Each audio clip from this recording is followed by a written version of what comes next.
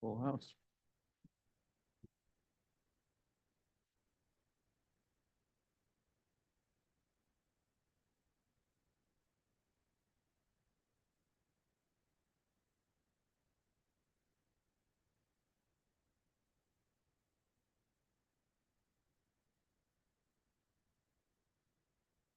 Okay, good evening, everybody. This is the Tuesday, July 9th, 2024 City Council meeting. Roll call, please, Anne Marie. Councilmember Orgill, Here. Councilmember Whalen, Here. Councilmember Wise. Here. Mayor Pro Tem Renagi, Here. Mayor Kim. Here. Okay, Councilmember Orgill has the Pledge of Allegiance this evening. Please rise. And of our heart, begin.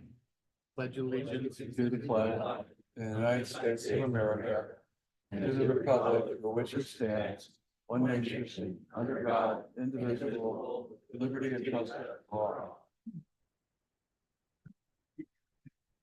Okay, as we're coming out of closed session this evening, I'll ask our city attorney, Megan Garibaldi, if there's any report out from closed session. Thank you, Madam Mayor. The City Council convened in closed session pursuant to the items listed on the closed session agenda. With respect to item number 1, conference with labor negotiators, there was no reportable action. With respect to item number 2, conference with legal counsel, the City Council has authorized initiation of litigation. The facts of the matter and the particulars relating to it shall become publicly available once the litigation matter is officially commenced. And with respect to item 3, existing litigation, in the matter of Romans versus the City of Laguna Beach, the City Council is authorized to be a participant in a global settlement in the amount of $75,000.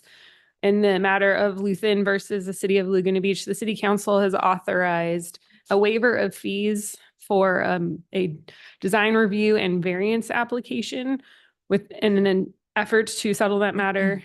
And there is no reportable action on item C. Okay, thank you. Okay, we have 2 presentations this evening. The first is years of service recognition for our employees. And the second is a proclamation for the parks called Make Life Better Month. And so I'm going to come down to the podium and we're going to give our years of service awards to our employees.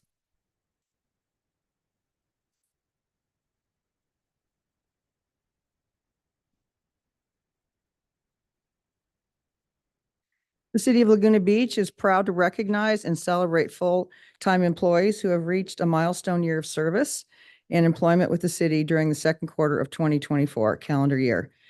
After I call your name, please come up to the podium for your recognition, and we'll take a group photo at the end.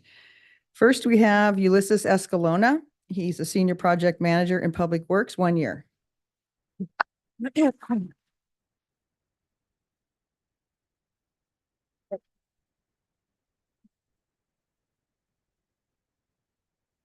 Next is Frank Lopez. Frank is an assistant city engineer in Public Works, and he has 1 year service.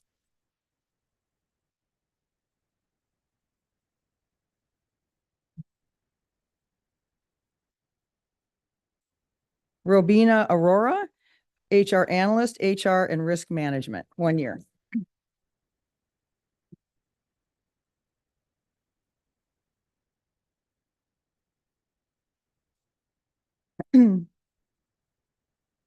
Jessica Hill, office specialist, community development, 1 year.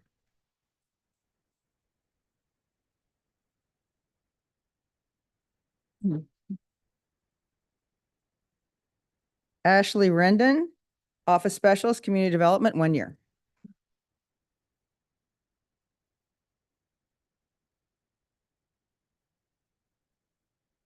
Jordan Naisman, office specialist, community development, 1 year.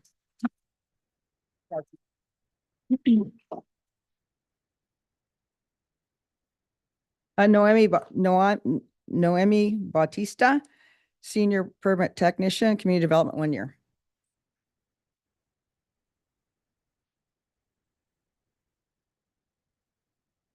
David Contreras, community development, 1 year.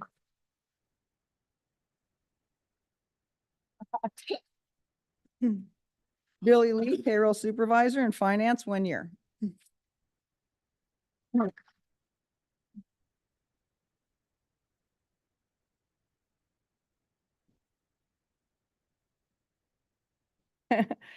Jamie Daniels, accounting technician, finance, 5 years.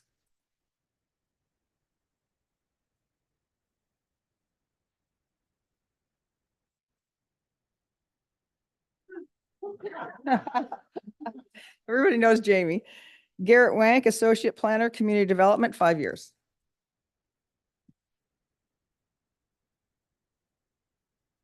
Okay, here come the heavy hitters. Brian Adams, fire engineer, paramedic, and fire, 10 years.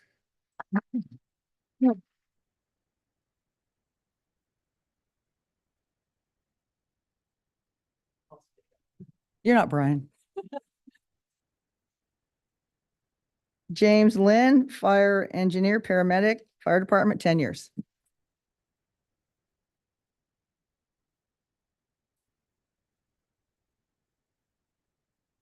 Forrest Lazicki, fire engineer in the fire department, 10 years.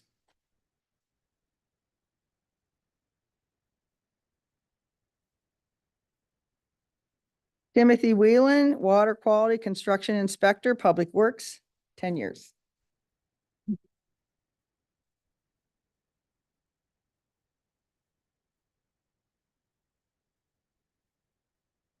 Okay, and finally, we have Gerardo Orozco, equipment mechanic at Public Works, 20 years. Wow.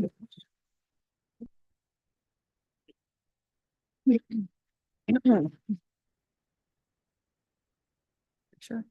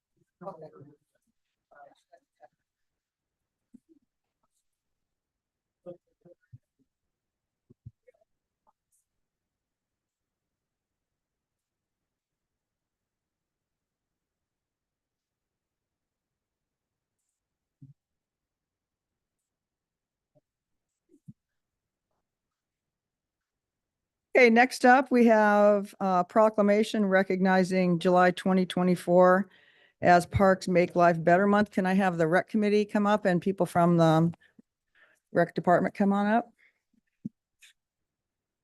Recreation.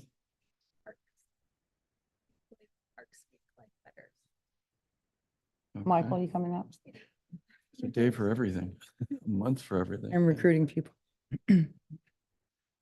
Okay, so we have a proclamation. Parks and Recreation is an integral part of communities throughout this country, including the city of Laguna Beach.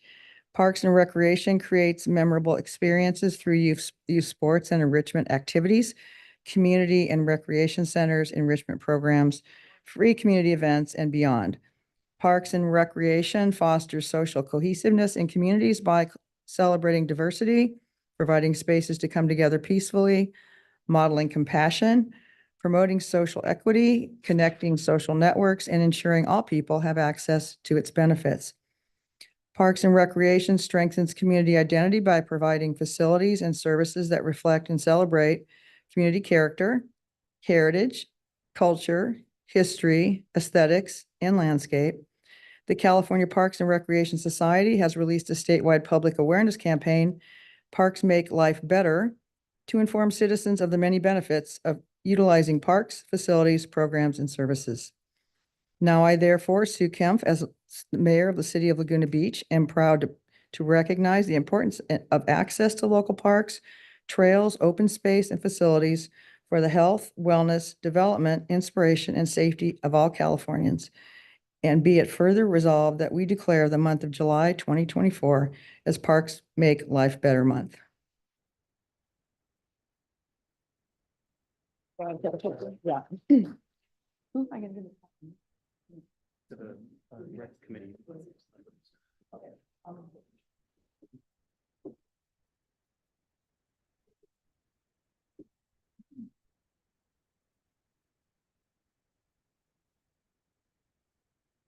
No. Favorite one.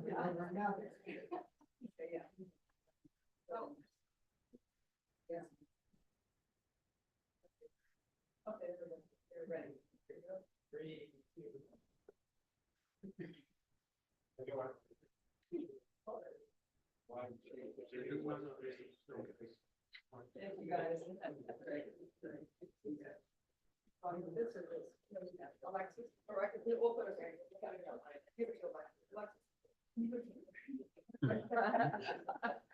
such a class act around here.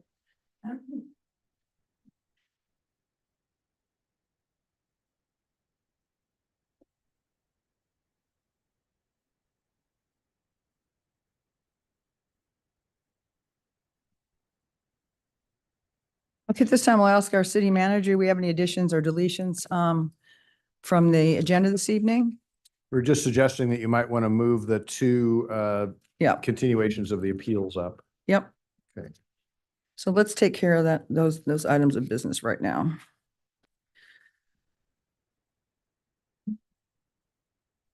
Okay, so council, we have an appeal, Appeal A, and this is on 8 Rockledge River request for the appeal to be moved to August 13th, 2024. Anybody have any questions about the continuance? Anybody, I'll open the public hearing. Anybody want to make a comment on just the continuance only on this item? No? Okay, I'll close the public hearing. Can I have a motion? Motion, move to recommended action. Second. All in favor? Aye. Okay. And then we have Appeal B, which is, the address is 1536 Morningside Drive. That's recommended that we move this to August 13th, 2024. Does anybody have any council questions on the continuance? No? Okay, I'll open the public hearing. Anybody want to comment on the continuance? No, close the public hearing. Can I have a motion, please? Move to recommended action. Second. All in favor? Aye. Aye. Thank you.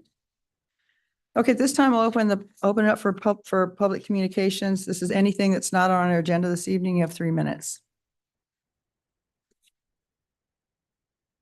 Good evening, city council members. Greg Viviani here, third generation Laguna Beach local, born and raised in this amazing town. I'm lucky to have been able to grow up in such a unique, resilient town and community. This community has shown me so much, especially how strong and how loud we can be when coming together with a like-minded goal. Just like how we came together to save the canyon, implementing our MPA to protect our ocean and beaches, how we came together after the 93 fires and the floods that followed. We are resilient. Well, now we are coming together for another like-minded issue, which is reallocating the $1.7 million annual budget for Visit Laguna and not continuing a 5-year contract with increasing budget that would continue to overrun our small, delicate community. These funds should not be used to promote more destructive mass social media tourism of our delicate town. This egregious exploitation of our beaches, trails, parks, and coves, which can be very dangerous at times depending on swell and tides, should never be put on blast the way that this nonprofit has for many years. This tactic has shown so many negative impacts with the community as a whole. Everyone is aware of the increasing increase in horrible traffic, trash, vandalism, crime, and overall negative vibe within the town.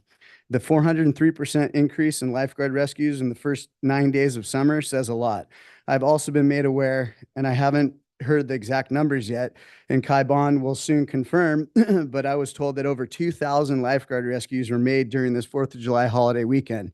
I'm not sure of the number of days that extends or the exact amount, but if it's close to that, that is absolutely crazy. Also, the amount of traffic that has increased in the last couple of years has been a nightmare to say the least, and very dangerous. If, God forbid, there was another natural disaster and some type of major emergency, our first responders would have a lot more trouble navigating through town. I was also made aware by a reputable realtor within the community saying, I quote, "The day trippers have become a nightmare. Some areas of town, longtime residents are moving out due to the sheer Disneyland effect. The same area have a tougher time selling to new residents due to that same effect. These funds should be used and allocated to a stewardship program for our community, daily trash removal from all the beaches, trails, and parks, helping small and large businesses directly, parking issues, traffic solutions, homelessness help, keeping our town different from our neighboring cities, how we want to be different, unique, not overrun and sold out. We are not Disneyland and not a national park. People live here full time, and I'm not the only one to say enough is enough. And a quote was recently given to me, which says, "Never doubt that a small group of thoughtful, committed citizens can change the world. Indeed, it's the only thing that ever has." Written by Margaret Mead, who was an American cultural anthropologist in the 1960s and 70s. Save our city, and don't forget, break the berm. Greg, I have a question for you. Greg, I just wonder, how is it that you think this will make a difference? Laguna's been discovered on social media, on TV, everywhere, and I don't see that it would make much difference if we spent that money or not. How do you think it'll improve things? Okay, Reallocating them, you're saying. So if we reallocated the funds to basically helping mitigate the issues that are arising, further enforcing tickets, because this whole weekend I spoke with a few of the public safety officers, and they said that they weren't writing tickets. They were just trying to keep the peace. So that right there is just like opening the floodgates for a free-for-all. And then, there's people defecating on trails, there's trash everywhere, it's enough is enough. Everybody knows about social media, everybody knows about Laguna Beach, right? It's already out there. People are already doing this for free. There's content creators, there's photographers, there's businesses, there's people that do this for free. The city doesn't need to be using a bed tax from the hotels to be paying to bring more people to this town.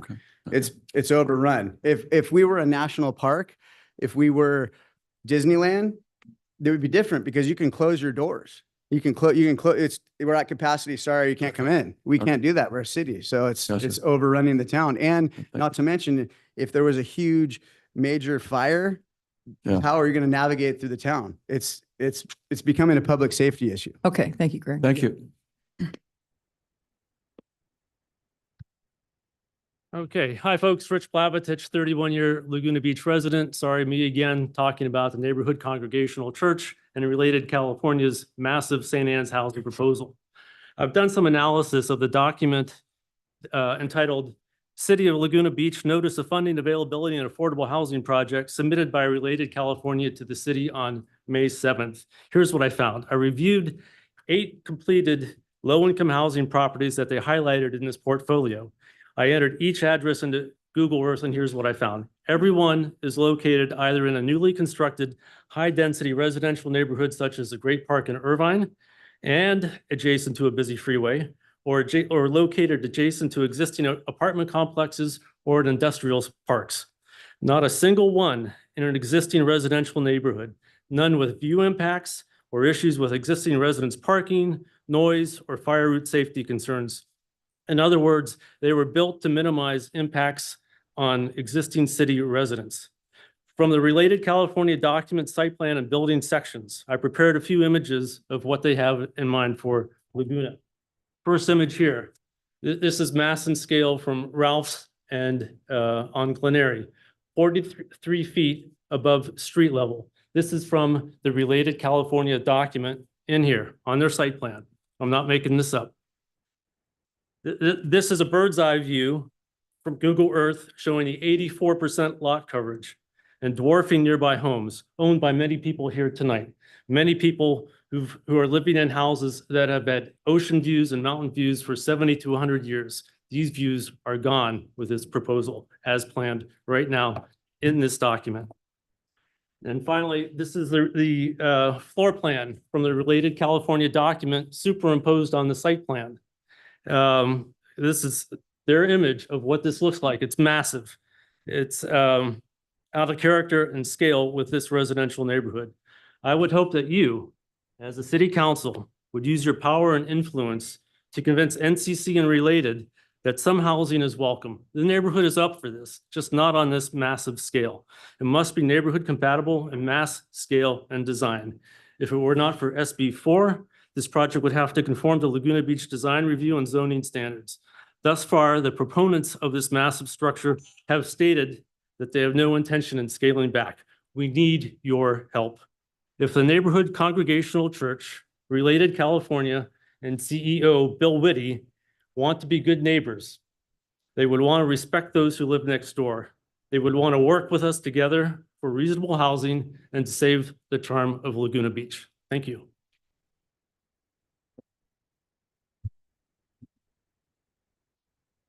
Okay, you guys, if you can't clap in here, you can raise your, go like that though. It's actually the better way to handle it, so. Okay, go ahead, Mary. Good evening, City Council members. I'm Mary Hurlbut. I'm a fourth generation Lagunatic, and I'm here to talk about over-tourism. It's a worldwide problem, which is defined as the impact of tourism on a destination that excessively influences quality of life of citizens, the quality of visitor experiences in a negative way. This definition shows how over-tourism can be observed both among locals who view tourism as disruptive factor that increasingly burdens their daily life, as well as visitors who regard large numbers a nuisance. We know influencers have been exposing once secluded spots in Laguna for years with photos taken off season or carefully photographed. I'm a photographer. I can make anything look amazing and not talk about all the people. So it's deceptive, and then people arrive. I've watched people at Woods Cove, my beach, for decades, come down the stairs and stop and just like, oh my gosh, because the beach is overrun. And this is happening with every single beach. Last year, I go, what happened to Woods Cove? My local teenage friend says, oh yeah, it was on TikTok. It's like viral. And I'm like, oh, great. So that's gone.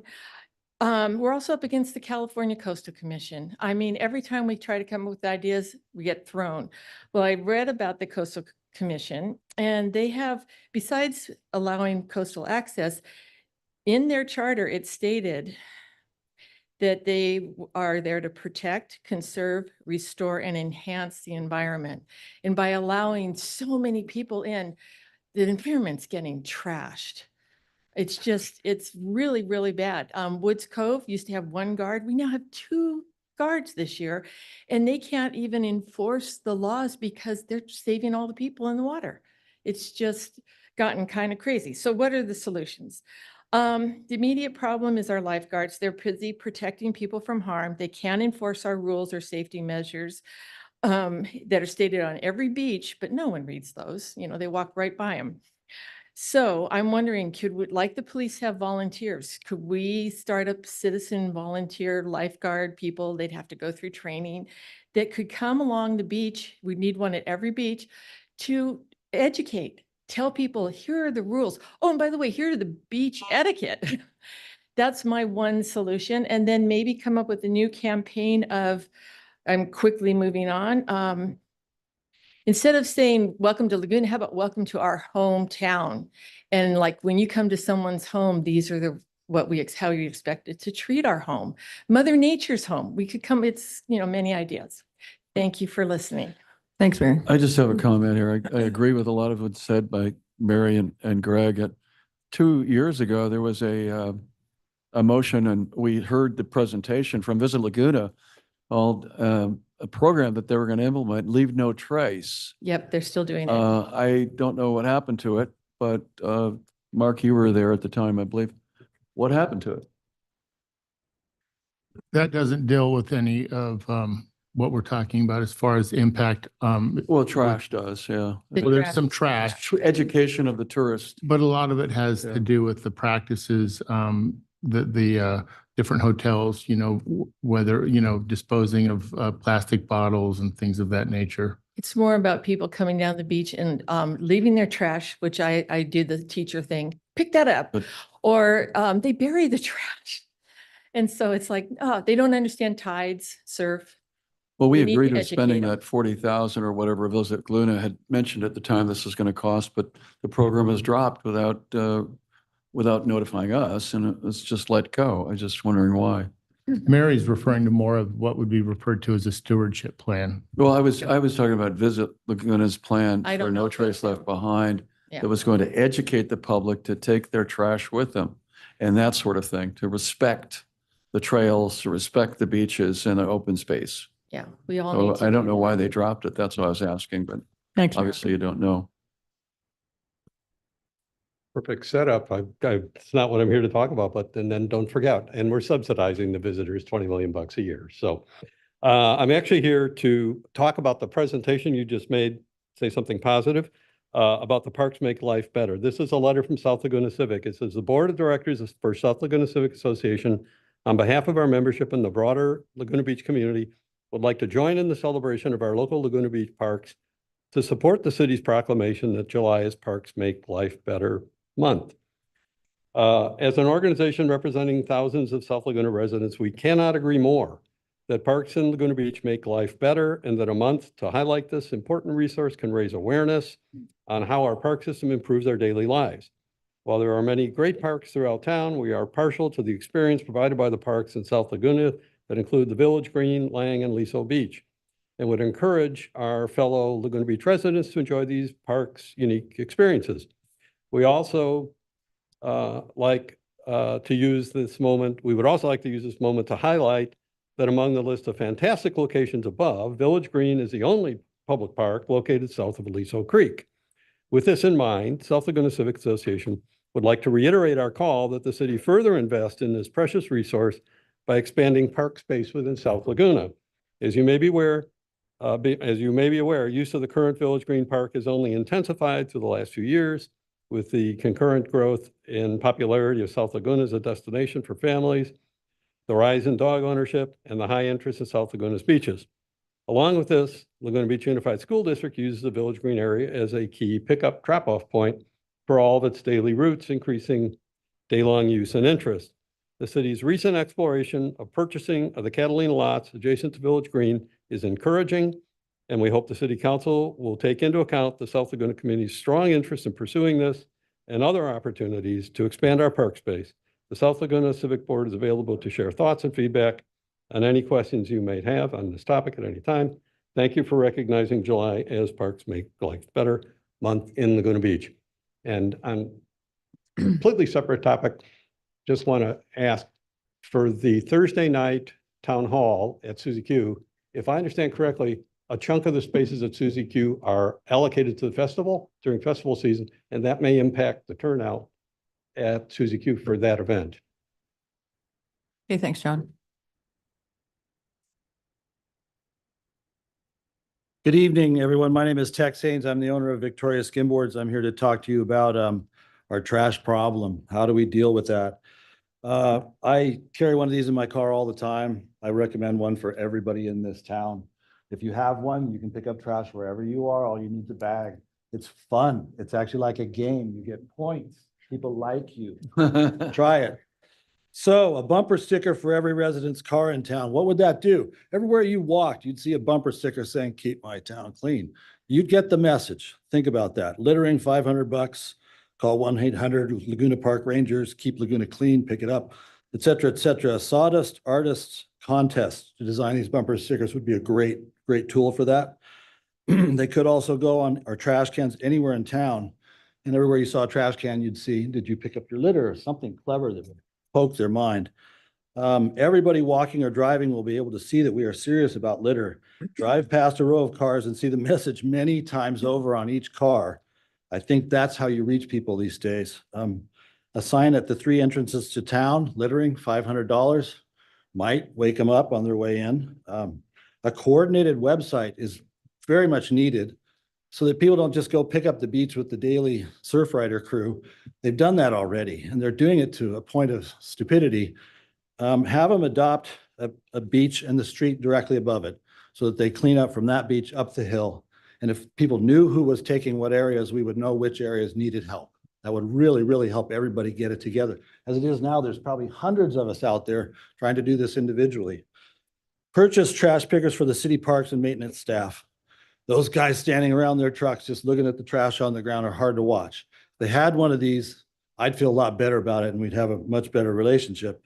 The orange, it's called the Orang Yutong Pro Litter Pickup Tool, has little rubber tips on it. So you can get every beer can lid, piece of foil, tip of a piece of a bag.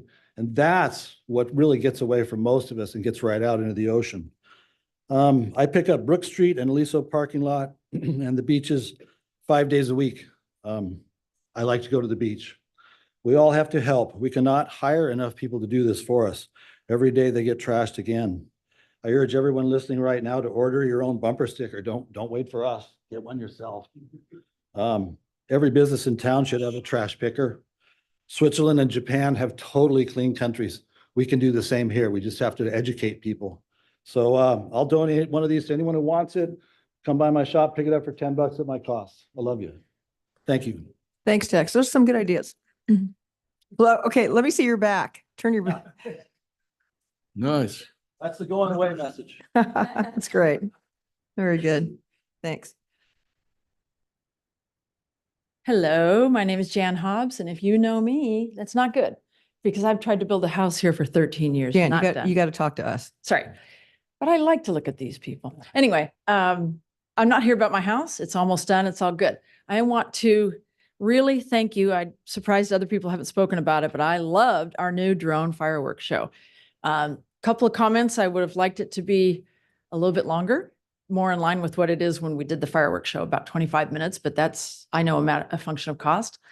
And I didn't pick up on the finale, which was some simulated traditional fireworks. I'm like, what is that? And it turned out to be the end of the show.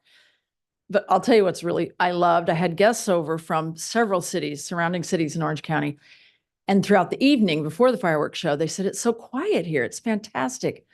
They said, like in war zones, even though fireworks are not legal in those cities. So if it's our police or a fire or you people or just concerned citizens that don't let teenagers get out of control, there weren't errant fireworks and we felt safe and there wasn't going to be fires. So thank you for that.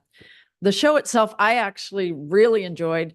We got into the customization of it, started guessing what that next picture was going to be. Very unique. No other city is going to have the lifeguard tower from Laguna Beach as one of the things, and the plein air painter, the trolley. Again, we're an artist colony. We could do a contest for ideas for the drone show. And it's, environmentally much better for the city. It's quiet for the animals. I think the cost was maybe a little bit higher than the normal, but since it's all done now, you could take that package and maybe tweak it and add a few more custom things, but shuffle it up and it would still be great. Certainly we show the same fireworks every year for 30 some years now that I've seen. So thanks so much for doing it. Thanks, Jan. Good evening, Mayor and Council members. My name is Lucas Shikori, a policy intern with the Office of Orange County Supervisor Katrina Foley, and I'm here to provide the Council and the public a quick update from our office. At the Board of Supervisors meeting on June 25th, the board recognized the month of June as Pride Month and Gun Violence Awareness Month. The board also directed county staff to draft a secure gun storage ordinance introduced by Supervisor Foley and following the City of San Clemente. The ordinance seeks to promote public safety and health by preventing firearm danger and access by unauthorized persons, and to prevent suicide by requiring the safe storage of firearms in residences and businesses within unincorporated Orange County. The board also approved the final reading of Supervisor Foley's e-bike ordinance to allow Orange County sheriffs to enforce new regulations in the county's unincorporated communities. On Saturday, June 15th, Supervisor Foley came down to Laguna Beach to celebrate the beginning of summer. Supervisor also traveled down to Capistrano Beach in Dana Point yesterday to celebrate the arrival of 20,000 cubic yards of sand, which she spearheaded to collect from the Santa Ana riverbed as a part of our sand replenishment project and commitment to protecting our shoreline from erosion. On June 11th, the Board of Supervisors held its annual budget hearing. This year's $9.5 billion budget is the best, healthiest budget in the recent history. For the first time ever, the county met its catastrophic event contingency and fully funded our general fund total reserves.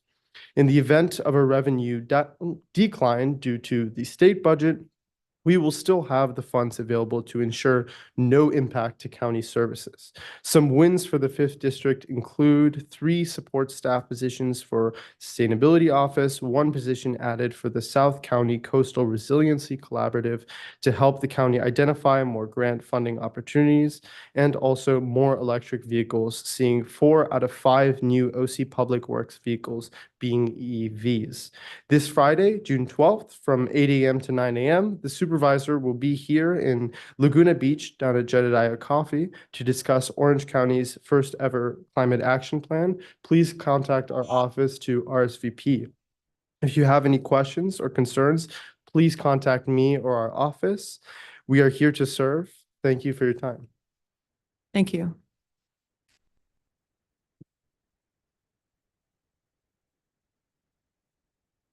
Hello, Mary Locatelli, longtime resident.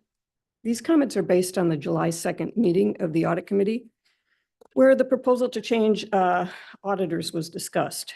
The meeting did answer some of our questions, however, it left several others unanswered. Here's what we know now. We know the Audit Committee was not involved in the decision. They learned about it only after the bid process had closed. We know the staff has been the primary driver in the process so far, instigating the decision to change, preparing the RFP, sending the request out, and collecting bids. We know the staff rationale for the decision to change was based on the City Council's desire for a faster turnaround in obtaining the audit report. We know the current auditor could not meet the request for an earlier timetable. Finally, we know the Audit Committee has not yet discussed the 2023 audit results with staff, the auditors, or the council. Here's what we still don't know. We don't know who approved the change decision. We don't know whether there was any involvement by the city manager. We don't know whether the desire by City Council for a speedier turnaround was a specific directive by the council to change auditors. And if not, we don't know whether the City Council subsequently approved the change as the preferred solution to the timing problem. We also don't know whether the impact of the weaknesses in the city's financial reporting process was given any consideration. Specifically, absent an improvement in the city's ability to produce a timely set of financial statements that are free of material error, we don't know whether a change in auditors will actually solve the timing problem. Finally, we don't know whether the error in the answer to question 13 of Addendum 1 of the RFP was corrected before it was sent out. Specifically, question 13 asked in part whether there were any material weaknesses related to the 2023 audit. The answer given was no, even though the 2023 audit did report a material weakness. Bidders likely could not be held to timing commitments based on erroneous assertions. So let's face it, the optics here are not good. Changing auditors after only 2 years, rather than the normal 3 or 5, combined with having been assessed a material weakness by those auditors in both of those years, is just a bad look. From a practical standpoint, there are concerns about how rating agencies and future funding sources might view this change. However, the major concern relates to confidence and peace of mind of the residents regarding the city's finances, especially with talk of the need to raise taxes. We should have had total transparency and over-communication on this important issue. Instead, we have had the opposite. I respectfully ask that you do what you can to provide better transparency and to provide residents with answers to the open remaining questions before proceeding any further. Thank you. Thank you.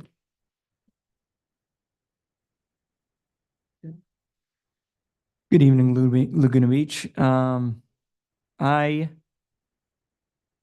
out in town and I introduce myself to a person, I say my name is T. And they're like, C? I'm like, no, T. Like T-E-E? I know, like the letter T. So I do that a lot. in Laguna Beach. And I say, what's all this? People can't hear. They can't listen in Laguna. Is there a hard time to listen or hear for people in Laguna Beach? And I study things. That's what I do. And the fire engines, no, let me. The motorcycles are really loud that go by here, right? Now the city's like, yes, those are visitors. That's not our problem. The fire engines are even louder. They are detrimental to hearing. It actually makes you go deaf. Hence, why many people in here have hearing aids. Many people in Laguna Beach have hearing aids. A lot of them have bad hearing. Why? Because they don't block their ears when the fire engines or the loud cars or the motorcycles or the police cars with the incredibly loud sirens, deafening sirens go off. I wonder why that's okay in such a quaint, fragile town, Laguna Beach. But it's okay to blow out your eardrums. Absolutely fine, right? I almost saw a person get ran over on the street. There was a cop right there, so, pulled over the guy. He's like, you almost just ran over a couple people, going this fast. It's like, the humanity here needs to be a little bit better. And how you do that, you get it in the schools, right? You teach the kids. You don't teach the kids, oh, make sure you get a job, make sure you get a partner in a job, and don't question authority. Don't ever question it. No, you tell them pick up the trash. Kids love to pick up trash, and they teach the family to pick up trash. Instead of charging a person $500, thanks for coming to Laguna Beach. You'll never come here again because you just charged you $500. How about pick up the trash after them? Be a human being. Human beings care for others. A bee working really hard to get whatever from a flower. Okay? Working so hard. And then he has to go across PCH and gets whacked by a car. And he goes to the ocean because the ocean heals. And he needs a human to pick him up. How many of you pick up the bees? That's how to save bees. Oh, maybe also lessen the speed limit. Maybe change the cars so they're more safe for human beings and animals. Maybe. Thank you.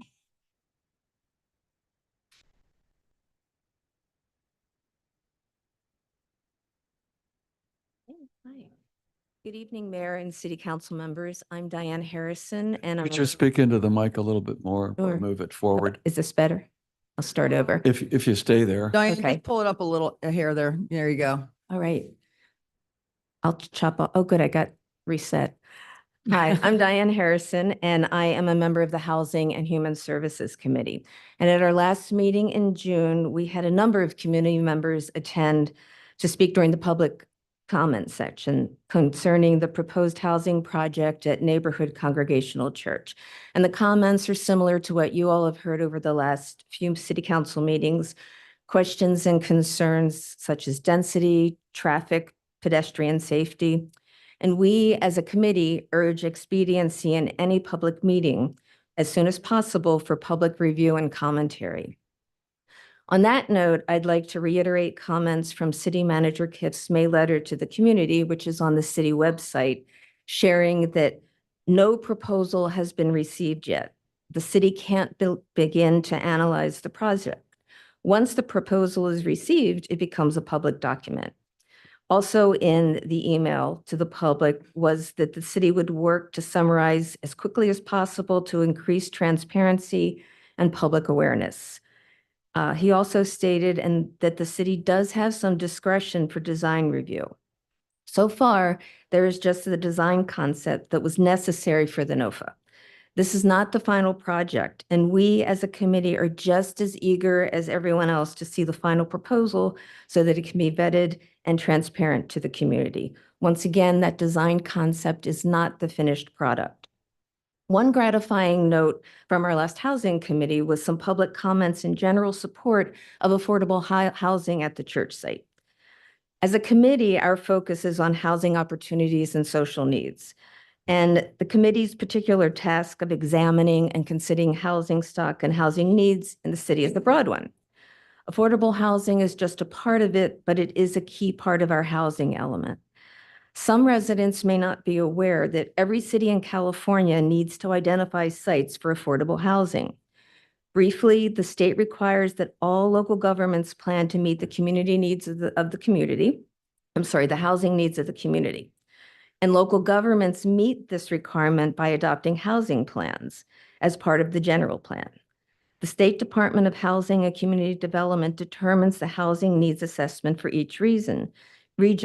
Laguna Beach is tasked with finding space for 394 units. That's our requirement. This 94 unit ranges in affordability. Affordable housing, including low income, is definitely a category we need within those units, not only because we're obligated to do it, but because it's good for the city to support the housing needs of everyone in our community. We're glad we are hearing support for affordable housing and community and from the community.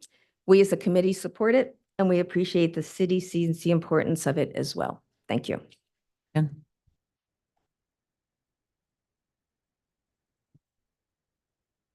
Good evening, everyone. I really appreciate coming after a member of the Housing Committee. And some of the things that she said are absolutely true, but some of them need shading. There is, as far as I know, one plan that has been put forth by the developers and the church. And that plan looks to be in the neighborhood of 100,000 square feet and is proposing multiple bedrooms in units of 1 bedroom, 2 bedroom, 3 bedroom units, implying either multiple people living in it or families. You've probably seen drawings of how massive that project is going to be. It will block views. It will shade properties. Will have with minimal side yards going straight up 3 or 4 stories. Will look like it's falling on their houses. And to ask that neighborhood to share that neighborhood alone to have the burden of getting as many as 200 to 250 units on the corner of St. Anne's. People, not units. Oh. 72 units. I stand corrected. Thank you. 200, that's even more important. 200 to 250 people. And if you can imagine, there is not one blade of grass proposed on that project. It has a 108 unit parking garage, and there are 2 courtyards as shown on top of that garage. And that's it. So there are more eloquent people who live in that neighborhood that will speak to those issues. But I want to speak to the proposed residents of that project. If you can imagine 200 to 250 people in there, men, women, children, with no place to recreate. If you've looked at the plans, it has a great view, but it will look like a tenement. It'll be a tenement with a view. It'll be torture for those people to live in a project like that with that kind of density, over 60 units per acre. That's a massive amount of units. So I want you to think of them as well as the neighborhood, because the neighborhood has great claim as to how this will affect their quality of life. And I don't think that any legislation that's come out of Sacramento wants that neighborhood or similar neighborhoods to suffer with this kind of a project. Until we see a different plan, that's the plan they put forward, and they're not really talking with the community at all. So think about the future residents of that place, and that they should have a fine place to live, not a bad place to live. Thank you. Okay, thanks.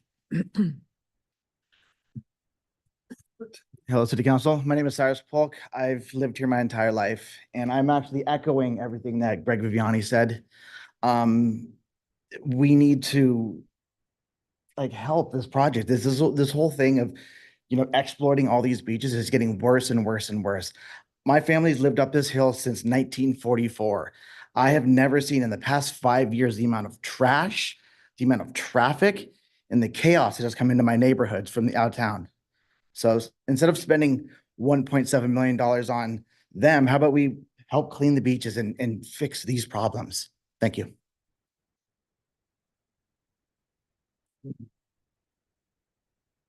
Aloha City Council. My name is Brad Wood, lived here for over 40 years. A couple things that I've had the unfortunate circumstance to view.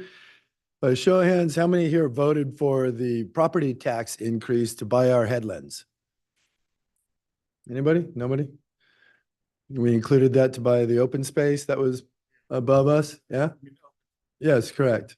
Right. That was a good thing. We all got together. We knew how sacred our little place was and put it to a vote. And we all went forward with it. And thank God we did, because it remained beautiful as we look up. And the same thing applies to our beaches. When I was walking here, I picked up about 15 of these.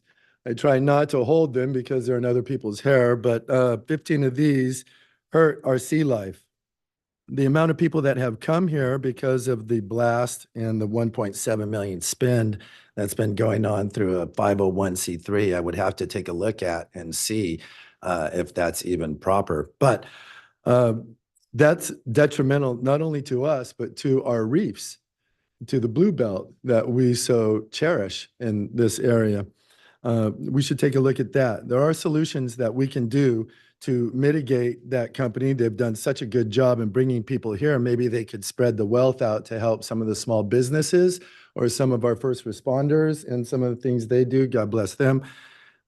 Second, I was part of a drop net fishing company, Kent Thomas. He was a flight captain for Starkist. The other one was the fleet captain for Starkist, largest vessel crew on the water, non-military. What they saw by drift net fishing was the abomination of killing our wildlife out in the oceans. And this coincides with bringing a ton of traffic to our space.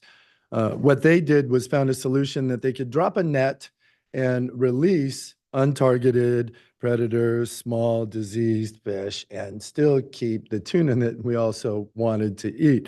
It became highly profitable because it was select and it was specific. And there are solutions to huge problems out there that we haven't faced yet, but I'm sure as a group and as a city council, we could join that and find proper solutions and do good things for our little town and keep this little blue jewel lovely. Second thing is, I used to live in Kauai.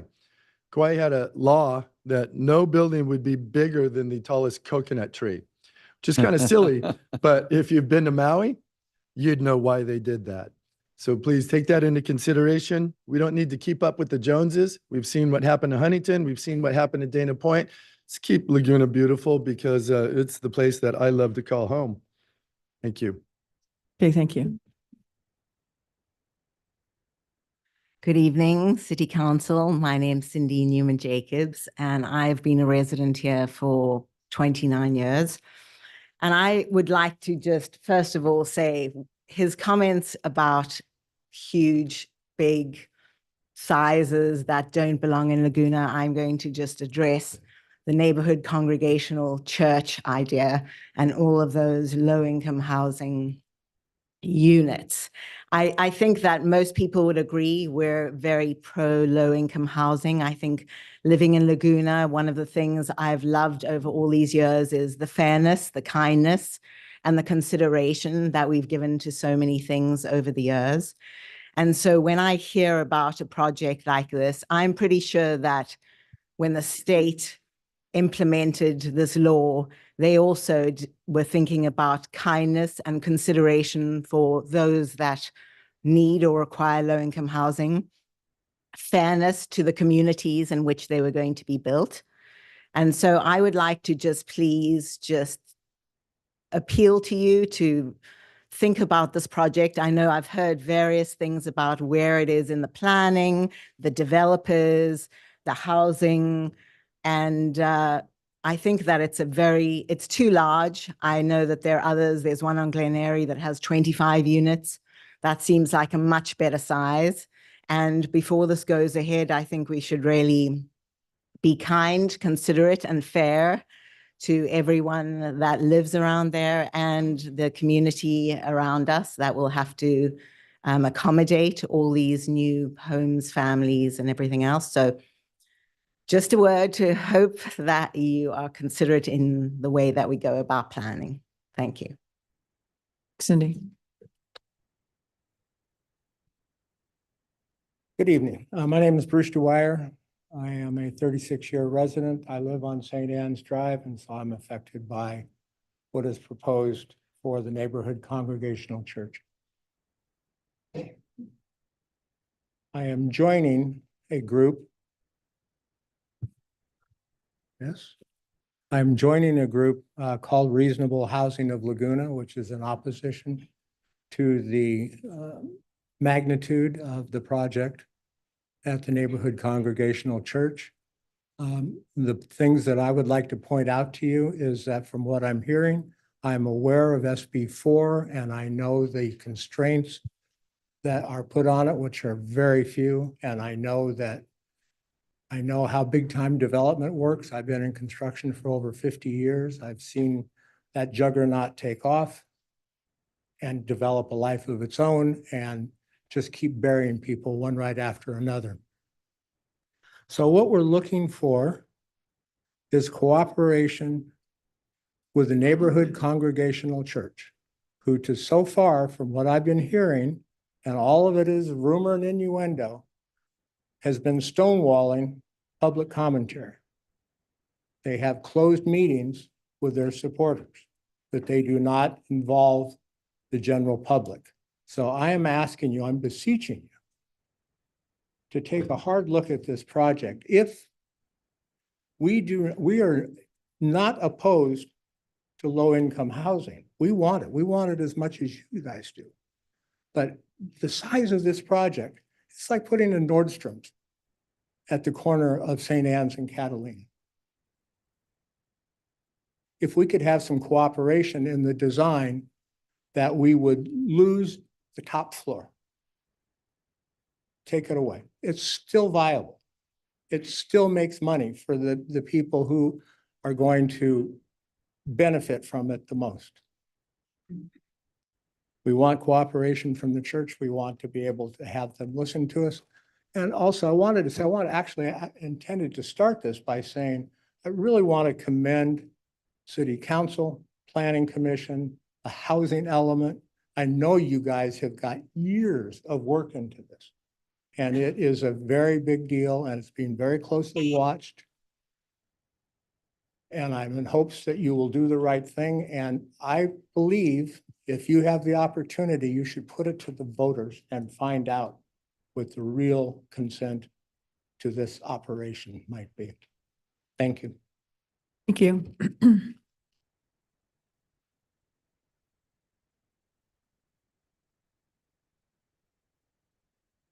Hi, City Council. I'm a first-time speaker here. My name is Sabrina, and I'm a new resident to Laguna Beach and a recent homeowner on St. Anne's Drive. Something that drew me to Laguna Beach is its tight-knit community. Something that has been difficult for me is the strict construction rules. These construction rules are the same for all my neighbors, and we all respect them. In fact, these construction rules is what keeps our cute little village cute and little. Why is it that this NCC builds can break all construction rules and disrespect the community? My research found that this is the first enactment of this law in Orange County. It is undemocratic for this to be built without any say or respect to the communities that have been here and make the village what it is today. All laws have due process, and it is only fair for this construction to follow due process through a respectful conversation with the community. Let's build the low-income housing with an aesthetic, respectful, neighborhood-compatible, and rule-following approach, and we need your help and your leadership to enforce this. Thank you. Thank you. Hi, I'm Helga Yelen. I live in Catalina, 790 Catalina, right smack across. I already spoke before and I showed you how my house would be blocked. I came to Laguna Beach, was 86, 87. And I found out Laguna Beach in the AAA book. And I thought, that's an art colony I want to move to. So I've lived here 35 years in the same house. And we have a wonderful neighborhood. And you know, what does neighborhood mean? This is a neighborhood congregational church with the emphasis on neighborhood. There's a certain hostility. You know, I've been to the meetings in the Susie Q, and I read some comments on the Indy, you know, and one comment was, the sure thing. The sure thing would be if you just roll over and accept and have that beautiful 3-story with a garage, mega building for 200 additional people. I go about every 3-4 days to Ralph's. You know, I go right at the corner and I see what happens with the traffic and everything. So I find there is a certain manipulative from the neighborhood church and the committee, and it's like us against them and them against us. And last time I talked to Susie Q, I said, I like a win-win situation. I used to be in real estate, and I always used to go, never went for blood. So I know the SB4 law, I studied it and I read it, and it gives tremendous power. And I know that's what the city is up against. You know, I just hope you don't acquiesce to the powerful related California construction company, is a $1 billion company out of New York, you know. So we just implore you that you have concerns for the citizens, because it's not only us in the immediate neighborhood, you know, it's just like, why have all of a sudden a skyscraper? Why can't we not have half of it? Thank you. Thank you. Hi, my name is Tanya Hovanessian. I'm a 26-year resident of Laguna Beach. I also live in the neighborhood that we've been talking about, and I'm here to talk about the development at the Congregational Church. I'm sure all of you have driven from Catalina toward Coast Highway in front of Ralph's. If you've done it after 2 o'clock in the afternoon, it's a hassle. There's people getting in and out of Ralph's. It's impossible to even get to Coast Highway. If you decide to go on Thalia toward Coast Highway, it's even worse with the Catawampus intersection there. It is a congested area, very congested. I went ahead and counted like the number just on Google Satellite, the number of homes on Catalina and Graceland and St. Anne's. It's about 50. Imagine doubling the number of, it's more than double, in an area that is already incredibly congested. They want to add 72 units, and we're left with the same streets, the same stop signs, the same small supermarket. It is a neighborhood of everything is small. The supermarket's small, the hotel is small. The apartment building right there on the corner, it's 12 units, and that looks massive. 72 units is just completely incompatible with the neighborhood. And the neighborhood just can't sustain it. So we just need to also think about the people that live there. And the one thing I wanted to, the neighborhood gets even more congested when the high school lets in and starts, and the traffic is even worse than what I mentioned at 2 o'clock in the afternoon. But anyway, that's what I wanted to say. Thank you.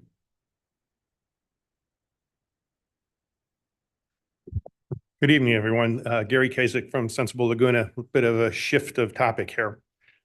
This year's joint meeting of the City Council and the Laguna Beach Unified School District dropped off the calendar with no real explanation. Postponing or canceling that joint meeting may feel a bit like canceling a colonoscopy, a bit of short-term relief, but a bad idea in the long term. I mentioned some time ago that making a district city liaison a formal assignment on both sides would probably be a good idea for both entities. The two groups control over half of the allocation of all resident property tax dollars. So it's an important combination of groups. There should be opportunities for material contractual leverage on service agreements, real estate, and more. We're a small community with the smallest school district in Orange County. Both those groups can present a lot bigger by working together.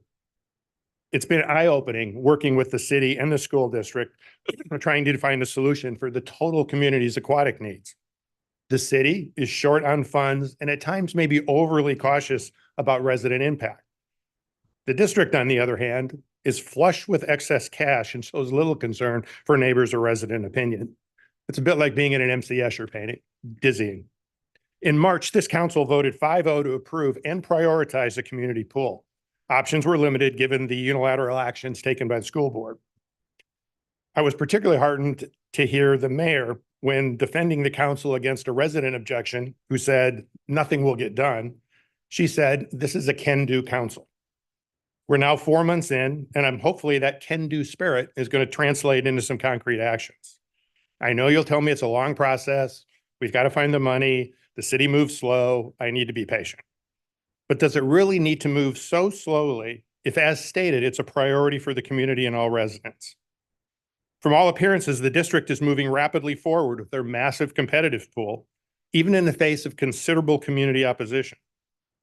Can't the city, with resident support as opposed to opposition, move with a similar sense of urgency?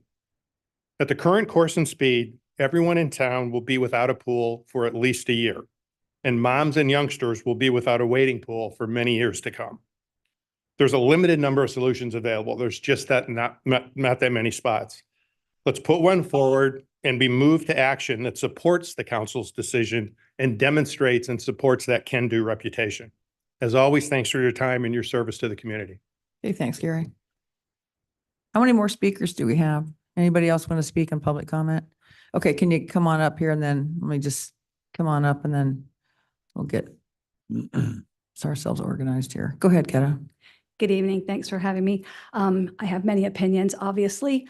I simply want to restate that since you guys have seen nothing from either Related or the church, you can't do anything. Until that happens, this is kind of beating a dead horse. I also trust that the church will be responsive when they have a plan in hand. I do believe that Related will do the right thing as well. The Coastal Commission just had a meeting regarding fair housing on the coast or in the coastal zone. We need to provide this housing. Yes, there will be traffic. There's always traffic. If we have people who work here on a daily basis, be able to live here on a daily basis, perhaps some of that would be alleviated. I just simply think we need to take a step back, take a breath, and wait until plans actually are presented, and then follow the appropriate course of action. I trust you, I trust the church, I trust Related, and I trust the community. Thank you. Ketta, I just have a question for you. I think you're absolutely right. We need to wait until it's presented to the community development. Unfortunately, conceptual designs had something that looked pretty darn big, right? And you're expecting it to be smaller. Is that what you're saying? I think that's the whole thing. Wish for the moon and accept. When you come up with something big, it scares people, right? I understand that. Yeah. But that's what people do when they That's build all their they houses have to here. look at. And That's all they have. But I'm just saying, that's what people do when they build their houses and then they scale back. That's why you wish for the moon and you take a nice little slice of Swiss cheese. Right. Yeah. I mean, I support the affordable housing. I think the neighbors know that there's something going to be built there and it will be built. It's a question of how big and whether it's compatible with the neighborhood. And so it's a win-win for the neighbors and the project itself and whoever lives there. And by the way, I just want to mention, I did talk to the Kennedy Commission about the 2/3 cost of developing a property is in the land. And he thought that was a pretty good guess. So it was an average I was throwing out there. We don't know, but that's 2/3 isn't a bad guess because of property values here. Thank you. Thank you. Thanks, Ketta. Good evening, council members. Two things. First, I want to talk about the fireworks, and I applaud you for trying to do something different. I was with a group of about 50 to 60 people, and it was unanimous that we thought it was a very poor display, both in quality, in quantity, and the lack of the big kaboom at the very end. It's a patriotic day. It's the 4th of July.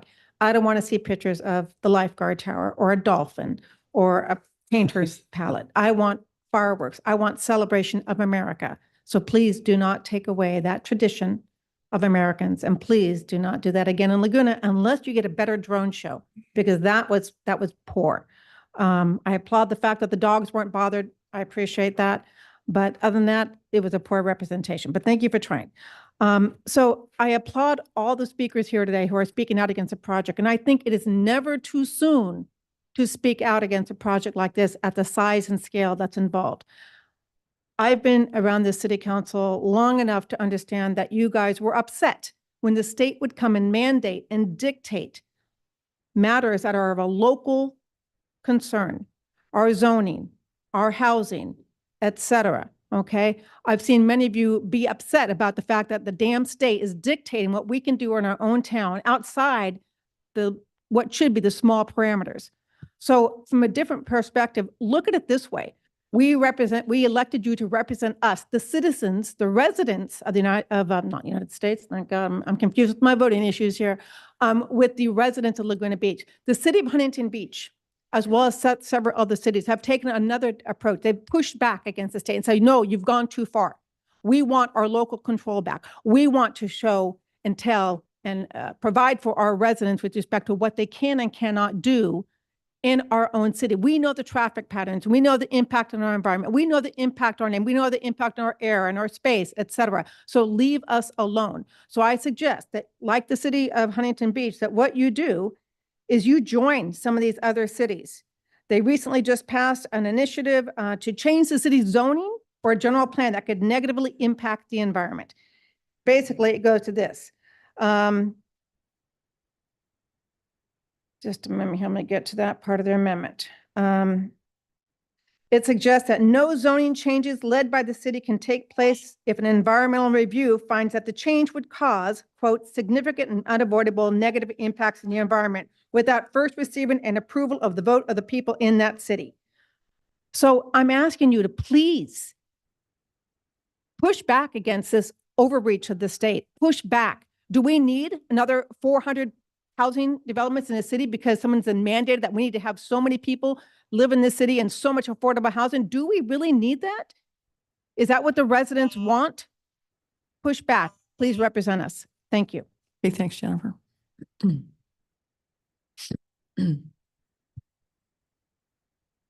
Thank you, Mayor and City Council reps. I appreciate the opportunity to stand with you today. Let me just say I'm really grateful. I'm grateful because over the last few weeks, I have heard a lot from our neighbors, representatives of this town, folks who are concerned on this project. And I have enormous gratitude for the fact that this housing first would be intended for individuals between $33,000 and $102,000, depending on family size. We're talking about seniors, city and school employees, artists, real retail workers, lower wage employees. We're talking about the fact that this would really help us meet the state requirement for affordable housing. And even more than that, I have gratitude for our developer, Related California, who put forth a proposal for funding that is not a proposed development. It is not our final design, but it was intended to help us get closer to the funding that we need for the project. I believe it's important for me to note that we have made an incredible effort at outreach. We've spoken with neighbors. We've outreached to our neighbors. We've delivered an informational letter to 60 of our immediate neighbors. We've met with members of our community to listen to their feedback and their concerns. We provided an informational letter to the parents of children at the Montessori school. We've even met representatives of the El Mirador Community Association. And I have continued to speak with folks who just genuinely stop by the church and say hi, to express their concerns and their problems and even their questions and their hopes for the project. And so I just have gratitude for what I've heard to date. I want to say, we hear it. We hear it. We really do hear it.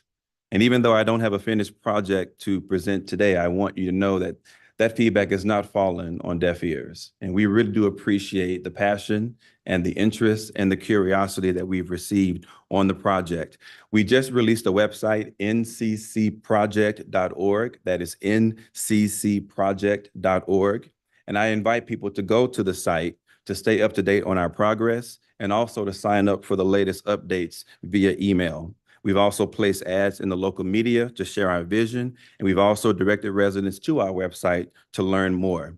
Now, over the next few months, I respectfully ask our community to remain patient with us as we go through this necessary process to prepare our application for the city. We have not yet submitted an application, but we will. And when we do, we will absolutely invite input. I'm grateful for the opportunity to speak to you, and I thank you for the conversation. Rod, I just had a question. You mentioned that it was at 72 units because of the beneficial grants that you might receive from Related might receive. Could you explain that? Well, certainly there was a number put forward which would allow us to gain funding that we needed for the state on the project. Absolutely.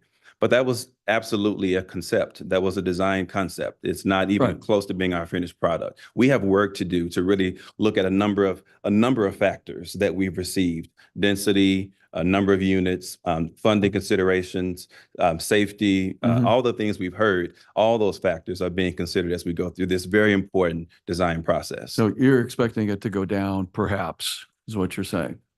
I'm saying I've heard all the concerns that I've received to date. Okay. And we are going to do our level best. You're staying with 72 we're going to do our level best to present something that we believe will be inspirational and something that we can all be proud of as a community. Thank you. Thank you. Thank you.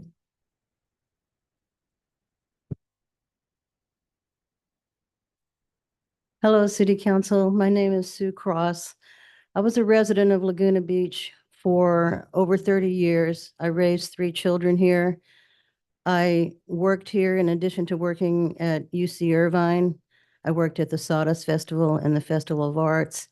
I volunteered at the schools. I put a lot of my heart and soul into this community. Sadly, I got priced out, and I never thought I would leave Laguna Beach, but I had to move to Laguna Niguel. Fortunately, I'm still close enough to come into town and still be a part of the community. I'm the president of the board at NCC. So I'm here a lot. I also come in here to shop and recreate, visit the beaches, everything else. But when I talk to a worker at the supermarket or all kinds of different workers that are the residents that NCC has in mind for this affordable housing project, a lot of times I say, "Oh, you work here, do you live here?" And they go, "Oh, no, I couldn't possibly live here." Well, think about it. When you're thinking about density and traffic and things like that, parking, how do these people get here to work here? They drive here and then they have to drive home. That's adding to the traffic and the pollution. I used to live on St. Anne's for part of my time here. And I used to see people parking on the streets and getting out of their cars in their hospital scrubs so they could then catch a bus to go work at the hospital. We're providing parking. So I just want everybody to calm down and not get too worried about what Councilmember Weiss said is an admittedly scary drawing that was submitted for the funding proposal. And just wait until they see an actual architectural rendering. Believe me, we want to be good neighbors. We understand that a view is not only a matter of your property value, but a matter of your quality of life. And we want to do everything we can to work with the neighborhood and be an asset to the neighborhood. Thank you. Thank you, Sue.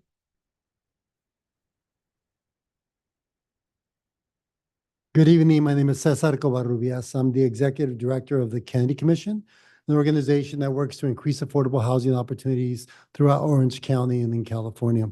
I want to first thank the community and the council and staff for going through this conversation. It's not a conversation that started yesterday or a month ago. It's a conversation that's been going on for years, where housing affordability is out of reach for a lot of our working families in our city here in Laguna Beach, in our county, in our state. Obviously, the state is doing things that are not appreciated by local governments, but I think we have to think about why we got to this situation. Local control is local control, but if you don't use it, that can be taken away. And I think that's the stage where we're at in California. Local governments have not done enough to create affordable housing opportunities.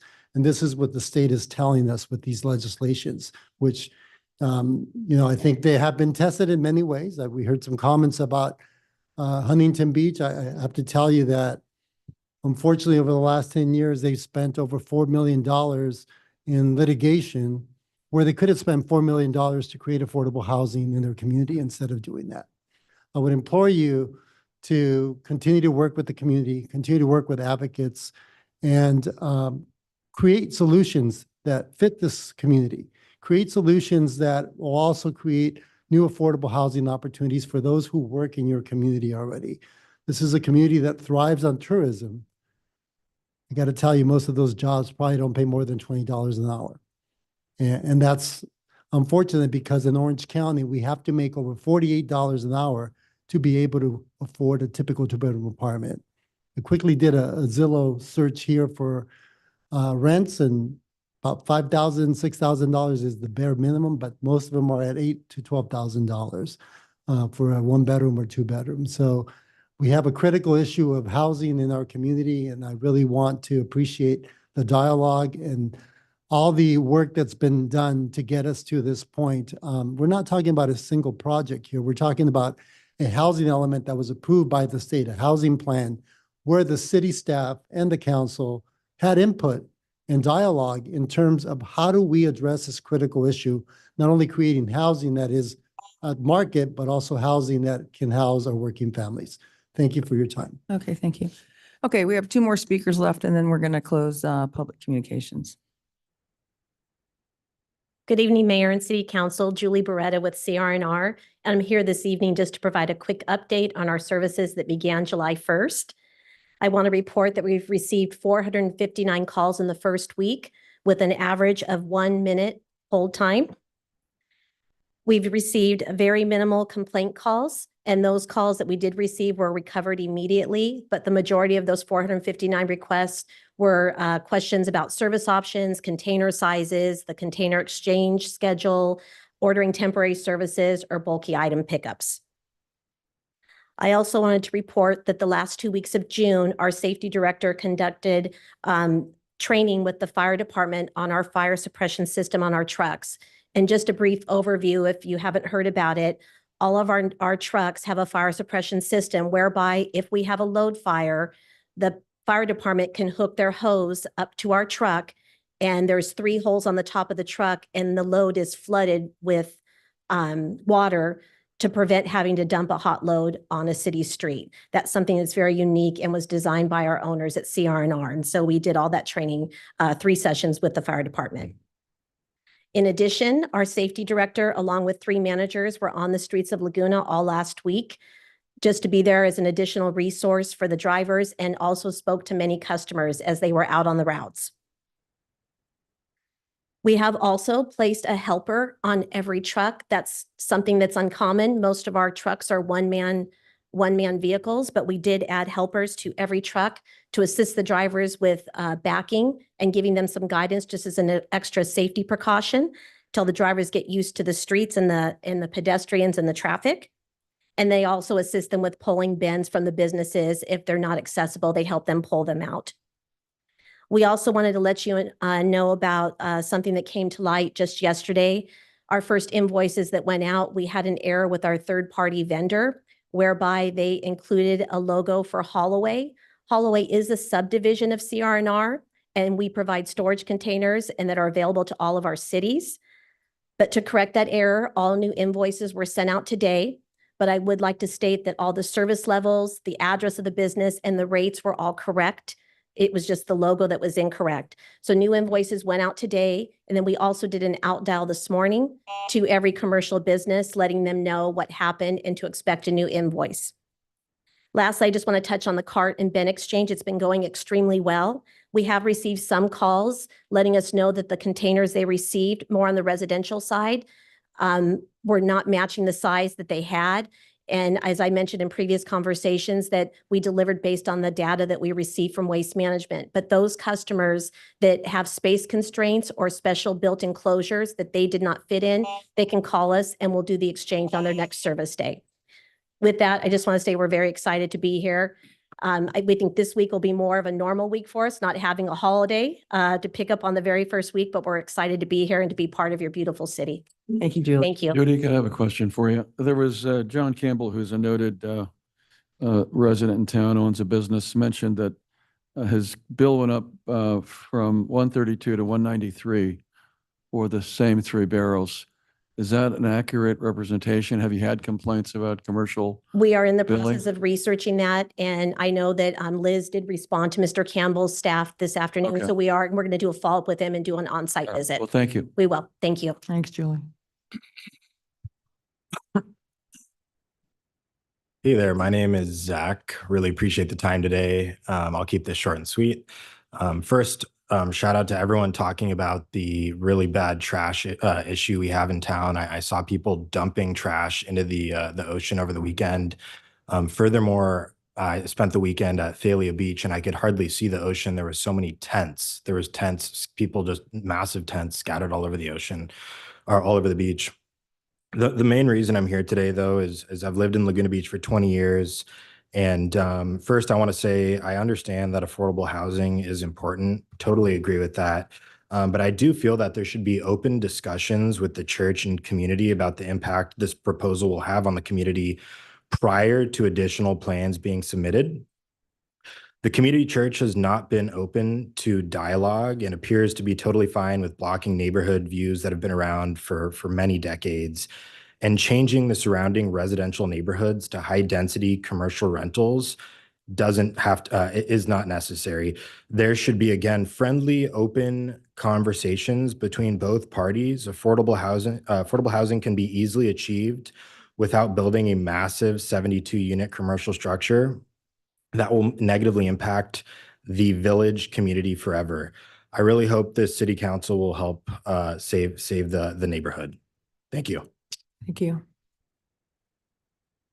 Hello, I'm Chad Stickney. I'm here to talk about the funding for, what is it, Visit Laguna. I'm not too into it. I don't see it benefiting our community. It's kind of putting all of our beaches and our sacred spots on blast, and it's hard. I'm a homeowner here, and I don't even want to go down to the beach because the parking's too gnarly now. I mean, to get to 1,000 steps, you have to park past 3 Arch, and every morning I go to the beach, and it's just littered with trash, and I don't really see the people spending that much money, in our town. Like, they come with their coolers, and just don't believe the money's being spent wisely, and that's kind of all I have to say. Thank you. Okay, I'll close the public hearing. I'll bring it back to council and city manager comments. I'll start with the city manager. You have any comments, Dave? I don't, Madam Mayor. Thank you. Councilmember Wise? Thank you, Mayor. I hope everybody had a great 4th of July celebration. It was very heartening to see the community come out and celebrate a potluck at the Brook Street neighborhood and parade with speeches by Howard Hill, another 4th generation Laguna, now back from Washington, D.C. It's fun to hear the neighbors' kids and grandkids having fun at that event, and also downtown. I was there as well. We had the Seagrave exhibited at Brook Street and also at downtown. So I hope everybody will support the effort to rebuild that iconic Santa's vehicle for hospitality night. I also want to thank the staff for putting together the drone show. A lot of people have said it was very bad. A lot of people said it was very good. A lot of people said it was somewhere in between. And I think that'll flush out over time. I think there was a very constraint on our timing, and I think the staff did a very good job of delivering what they could. And there's also a supply and demand issue. It's $75,000 for the drone show, $42,000 for a regular fireworks show, but that comes with a lot of impacts, and air quality was bad for the next 3 days. AQMD said that. And there's also pollutants that are highly toxic in the explosions. And think about it. We've grown as a country, we've grown as a city over time, and everybody's now doing fireworks displays.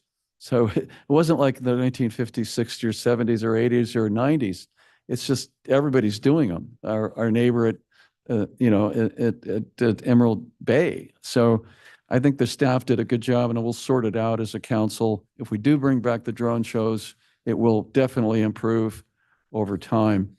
The other thing I wanted to mention was I was a little surprised to see our crime stats come out from the DOJ, and they were behind Anaheim and Santa Ana and then Laguna Beach in terms of the number of violent crimes per 1,000.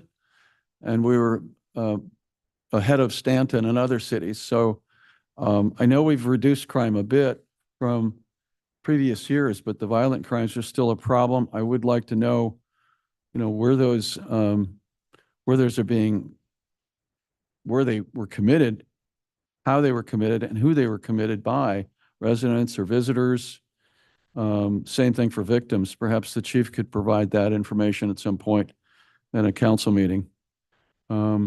That's all I have. Thank you. Go ahead, Mark. I'll just give a brief summary, update on my communications over the last couple of weeks. I had a meeting with Joel from the Chamber of Commerce to discuss programming at the Promenade. I did reach out to Bill Whitty regarding the Neighborhood Congregational Church and met him at his office and discussed their general plan to move forward. He did not provide any details regarding the specific development. He did say that they were anxious to work with the community, and I did find that reassuring. I also, most of the church members have left, but there has been other designers and architects in previous years that have come forward with concept review that allowed the community to have a little bit more input into the project before a full application submittal. So it might be something that they want to consider. Dora and I joined Betsy Jenkins at the Hallie Jones event announcing her run for city council. I met with City Manager Dave Kiff and Christoph Catherine Yurka to discuss the city's historic preservation. We toured the temporary marine mammal center, myself and the city manager and assistant city manager and several other attendees from the center were present.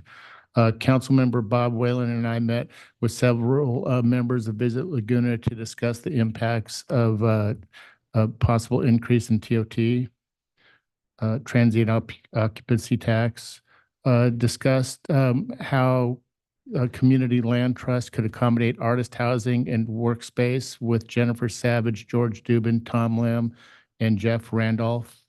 Had several conversations regarding several issues in town with Steve McIntosh, Sue Kemp and Louis LaCasella from Community Development, and I met with the owners of Brussels Briso to discuss the promenade. Met with Mark Christie and George Dubin regarding artist housing and workspace. Kurt Weiss, George Weiss, Christopher Reed, Patricia O'Brien to discuss the Neighborhood Congregational Church. And also Ann Weiss was in that meeting as well. We've had a great opportunity with several architects and old staff member from Laguna, Morris Kandarian, Monica Tusher, Nancy Sierra, joined Matt Schneider, Dave Contreras, and Dave Kiff to discuss opportunities to improve certain issues with community development. Bob Whalen and I attended a Zoom meeting regarding with South Coast Water to discuss the Doheny desalinization project. Met with Norm Grossman to discuss the wildlife corridor. Steve Caratani for 950 Baja to discuss the 950 Baja appeal and the 1526 Morningside appeal. Also, Ann and Richard Bailius and Mary Fregres regarding the 1526 Morningside appeal. And I've had several discussions with Jason Garza and Greg Vivian regarding what we heard this evening regarding the impacts of tourism. And that's my communications for the last 2 weeks. Thank you. Busy guy. Mark's been busy. I was on vacation. I got back June 30th, had a good trip. I was pleased to see the CR&R roll out with the holiday. Our regular day is Friday, and I had this barrels out there Friday night, and they showed up Saturday just like I anticipated, and was seamless as far as I could tell in our neighborhood. They were working late. I noticed a couple like Friday night. I think they were still out there at 6:30 just trying to get all the pickup done. So appreciate that. One of the issues that I was down yesterday at a SACWA meeting for a couple hours, South Orange County Wastewater Authority, and we continued to discuss the proposal for redoing the Joint Powers Authority with Molten Miguel Water District, and a proposal from South Coast to sort of move Molten out. That'd have significant impact on our coastal treatment plant, I think in a positive way. So that's moving ahead. I believe Gavin, his point on for the staff, there's a meeting coming up on July 15 with all 7 agencies, staff from all 7 agencies. So council, I think, will have something back probably at our August meeting for an update, a more substantive update on that. And that's all I had. Okay, thank you, Bob. The one meeting that Mark forgot was he and I attended the World Affairs Council to see Rick Caruso, who was he was a candidate for the mayor of LA, but he's a prominent entrepreneur and developer. And what was one of the interesting takeaways from his talk was he talked about the Grove and how they leverage, at the Grove, people are on their best behavior. They have crime, they have automatic license plate readers, which the city of Laguna Beach also has, and cameras that make it where when anyone's doing anything dangerous or causing harm to other people, that's immediately addressed and the police are able to respond. And so I just thought that was an interesting takeaway. And I know we didn't mention this at the last meeting, but as part of our budget, I think we approved 10 flock cameras, right, Chief? Yeah, 10, which I think are going to add to how we're engaging in innovative, policing in 2024. So I'm looking forward to working on that. I think everyone's saying what has been said about the summer impacts. I mean, everyone's right. I was at the beach this weekend. The beach looks totally unrecognizable from when, I was a kid growing up in Laguna Beach. There's not, if there was a magic wand that we could wave to solve that, we would have all done that. We'd be the most popular people in town. But I think there have been a lot of very thoughtful suggestions that have been proposed. I really think Mark and since he's been talking about this idea of a sustainable tourism management plan is where we need to be heading. And so I'm looking forward to seeing something like that from Visit Laguna, especially ahead of the reauthorization. I just want to confirm with the city manager, are we going to be hearing about the fireworks in August? That would be my goal, be to bring something back to the council that was kind of a 4th of July download / update. And will that be is there a way to do some sort of a survey of the community ahead of that? Let me get back to you on that. Okay, because I think look at that. I really think we need to address that sooner rather than later, because I think the problem with how we got into the situation was it came so late. Okay. So I'm hoping that we can, I've had a lot of conversations with people on it, so I'm looking forward to hearing that, and so the council can, give the community clarity about how we're moving forward.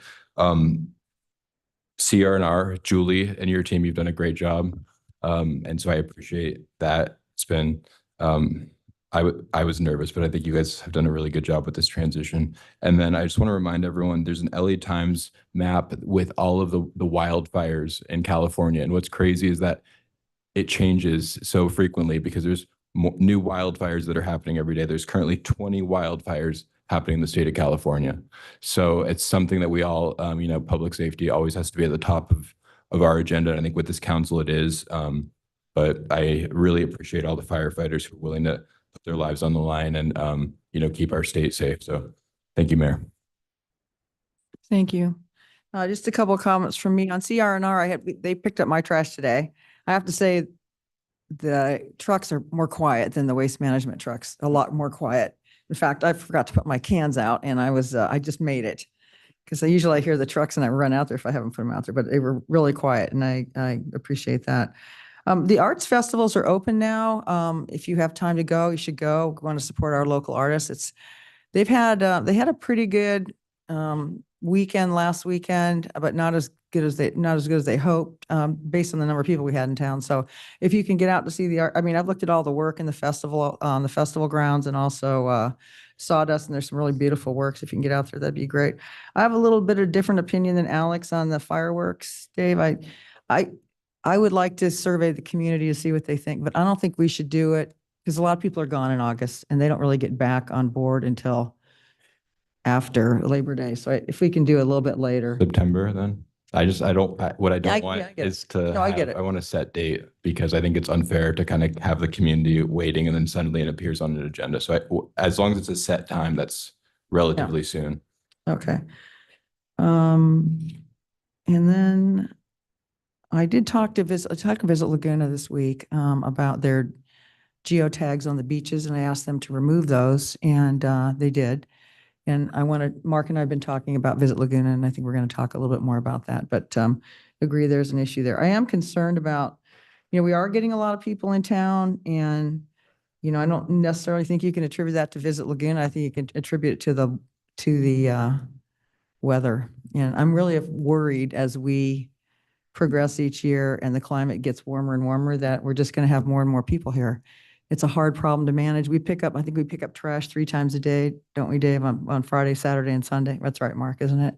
That's a lot of trash that we pick up. Still, if people are seeing trash on the beach, perhaps we need to work a little harder on that. The traffic has been really bad. We put out public safety announcements on pedestrian safety. We put out information on not having fireworks, not having your own fireworks on 4th of July. So I think we're in for a difficult time. And I know all the recreational areas throughout California are just getting killed, especially the coastal areas and also like Tahoe, tons of people. So anyway, I just don't mean to be so pessimistic about it, but I think that's kind of the reality. Anyway, with that, we'll move to our consent calendar. Council, we have 13 items. Does anybody want to pull anything? What's the tax one No. again? Is that 12? Business, 12. 12, okay. Alex? Anybody else? No. Anybody from out there want to pull anything? No? Okay. So I would. oh, I'm Move the sorry. balance of the consent. Yeah, I'd move the balance of consent. I'll second. All in favor? Aye. All right, okay, item 12. Alex, do you want a staff report or? Mayor, sorry, Yeah. there was item 11 is a first reading. So can I ask the city clerk Oh, I'm to sorry. read the title and then we'll vote on that one again? Okay, Anne Marie?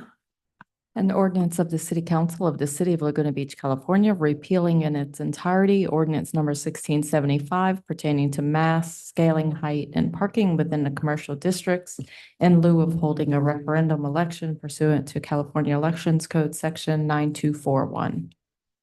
Move approval of item 11. Second. All in favor? Aye. Aye. Okay, that leaves item 12. Alex, what would you like on this one? You want a staff report or you have specific I don't think I questions? necessarily need a staff report. It's more so to kind of, during when we got this community survey, it was clear that there was not support. I think it was even when voters were informed in a positive way about this potential business license tax, there was not a majority support for it. So I just feel like it's unlikely to pass, and even before we get to the merits of whether it's a good idea or not. So I guess I'd and maybe this would be from the ad hoc committee of Councilmember Whalen or Councilmember Orgill have input about this question of whether this should be something that we consider. Yeah, I think we've had a couple of follow-up meetings regarding this, and including with one of the consultants that's been assisting us on this. And I think the significant factor or factors that were not included in the survey, because we didn't know it at the time, was, Mark and I have had a couple of different meetings with some board members from the Chamber of Commerce. And when we met with Visit Laguna, we also spoke with them about the possibility of business license tax increase, primarily because it hadn't been increased for 30 years, which also wasn't really tested in the survey. So the thought the consultant had was, well, if you have support, which we'd still need to firm up, but if you have support from the Chamber of Commerce and if you have support from some of the major hotels through Visit Laguna, that could really change the landscape and the added fact that it hasn't been adjusted for almost 30 years could change the landscape on it. No guarantees, but so we met with the city manager, Gavin, Mark, myself, and the consultant yesterday, and we think it's worth spending another week or so on and bringing something back and having a fuller conversation on the 23rd, and maybe we move forward, maybe we don't, but at least giving you all more information to from which you can make a decision on. But to be clear, Bob, that would just be part of the conversation, because we'd also be discussing the TOT and all the other or other options as well. Yeah, I'd like to know myself here. This is a tax, so other cities have these similar on businesses, and I think they raise them. But do they always raise them through a ballot initiative? I'd ask the city attorney is that always a requirement for every city to go through that process to raise the business license tax, or it could be a fee, community development fee instead. That's a good question. If it is a business license that is revenue raising for tax purposes, then it And how requires do a all ballot. cities do that then? They all and go through ballot initiatives? Unless they have what it is effectively a regulatory business license, where it's just sort of it's not revenue raising, it's for the process of basically staff cost of just enlisting the business. And Couldn't we make it a business community development sort of a fee, a business license fee instead of a tax, so that we can control that and not have to do a ballot initiative for every tax increase? I mean, it's a fee to operate a business. But I think that the purpose is to raise revenues and not to, as I understand the purpose of the council, it's to raise revenues and to not cost recover for staff time only. And so if you're raising revenues, then you need to go through the ballot process. But if you change the structure of this whole thing to say it's a business license fee rather than a tax.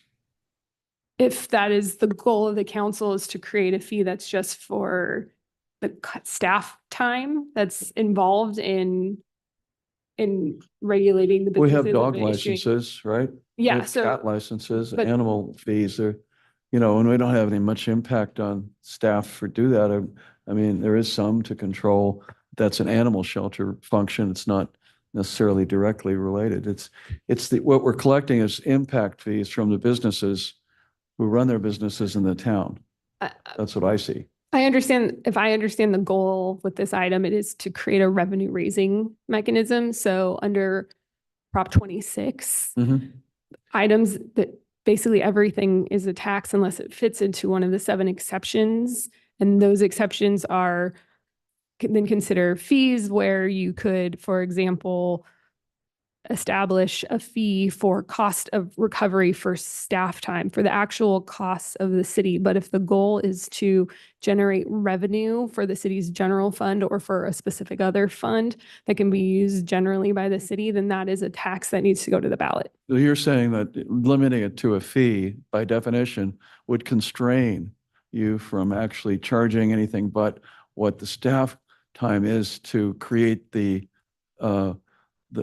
document that collects the fee. Yes. That's it? Okay.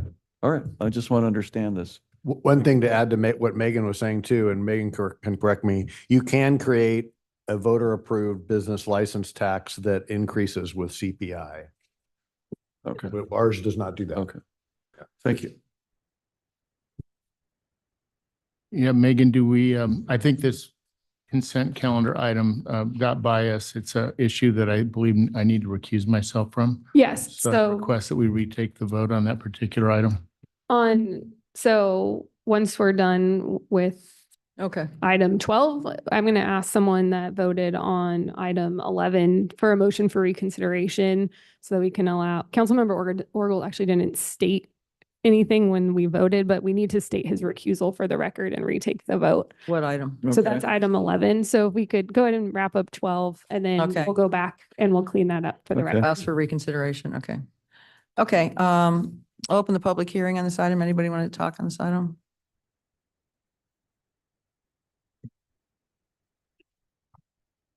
I will. I'm John Thomas. As some of you know, I think that we should look into this. I think at an earlier council meeting, the revenue subcommittee was asked not to even look at it. I don't know why we wouldn't look at it. You've heard me say before, we know that the cost that the city incurs attributable to visitors is not covered by the revenue the city gets.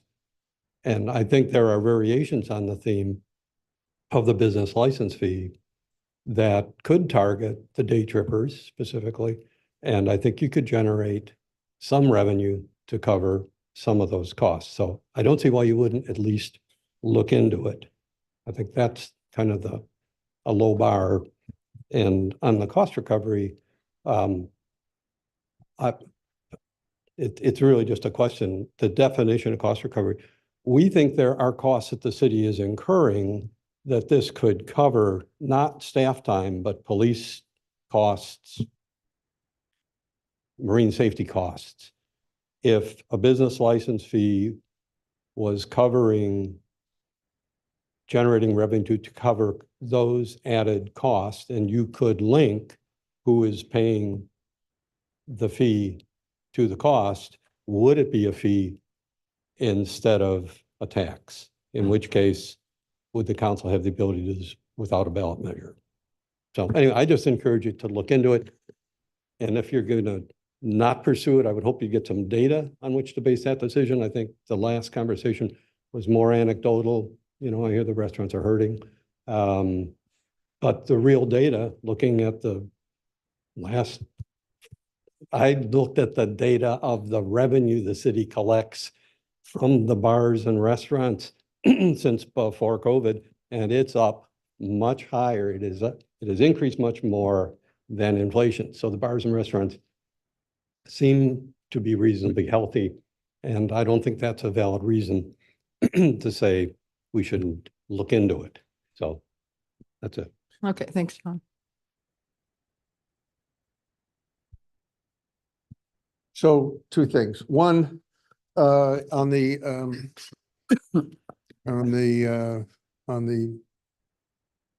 to offset revenue, if we don't spend $45,000 or $75,000 on these shows, that's a net benefit. And it's interesting that we talk about spending money there, but then trying to tax in other ways. But if there is going to be some changes, it should be tax reform that should be with some of the different ways of creating revenue. And so whether it's a TO2 or TOT, or whether it's an added tax on, like a beer cost, a 50-cent price for beer that goes into our revenues. And so we make a package, but I think in that way, that's a painless tax and would be borne by and large by our visitors. And so let's make it a tax reform item. I know a few weeks ago, there didn't seem to be much appetite for taxation, but I think if we focus on how to do it, I think we can have a palatable bill that would come before the electorate. Thank you. Anybody else in the? No? Okay, I'll close. Council, any further comment or any of this? Okay, can I get a motion? I'd move the recommended action. Second. Okay, all in favor? Aye. Aye. Okay, Mark, you No. gotta get up. I'll oppose. But Oh, you're I opposed. voted no, yeah. Okay, Yeah, 4-1. for the reasons Okay, outlined. 4-1. Yeah, I got it. the last- Okay. Okay, Mark, you gonna recuse yourself on 11? I'm going to recuse myself on item 11. For a source of income and personal finances, conflict of Conflict. interest. Of interest. Thank you. Okay. Thank you, Megan. Mhm. Thank you, Mark. Okay, we'll bring item 11 back for reconsideration. Do we need to do anything else? So we need to take a motion for reconsideration, and then if that passes, then we can revote on the ordinance. Okay. And Anne Marie, you're gonna have to read it again. Since we've Yeah, all I- employ. I'll make a motion to revote on this item. A I'll second that. reconsideration. All in favor? Aye. Okay. We take a vote on this item then? Move approval of item number 11. Need the title read. Yep. We read the title first. An ordinance of the City Council of the City of Laguna Beach, California, repealing in its entirety ordinance number 1675 pertaining to mass scaling, height, and parking within the commercial districts in lieu of holding a referendum election pursuant to California Elections Code, Section 9241. Thank you. We have a motion and a second. Move approval. Second, all in favor? Aye. Aye. That's 4-0. Okay, we get Mark back. Thank you, council.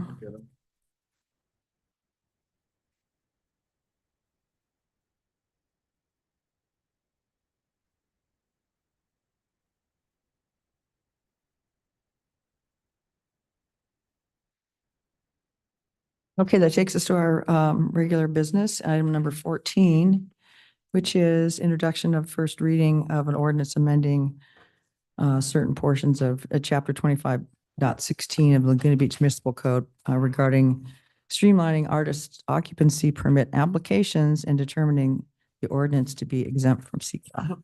Good evening, Sean. Good evening, Mayor and City Council. My name is Sean Poschel. I'm Cultural Arts Manager for the city. And for your consideration this evening is a recommendation to amend Section 25.16 of the Municipal Code. This is a section that relates to the process in which an artist obtains an artist occupancy permit to occupy an approved artist live-work facility. Next slide, please.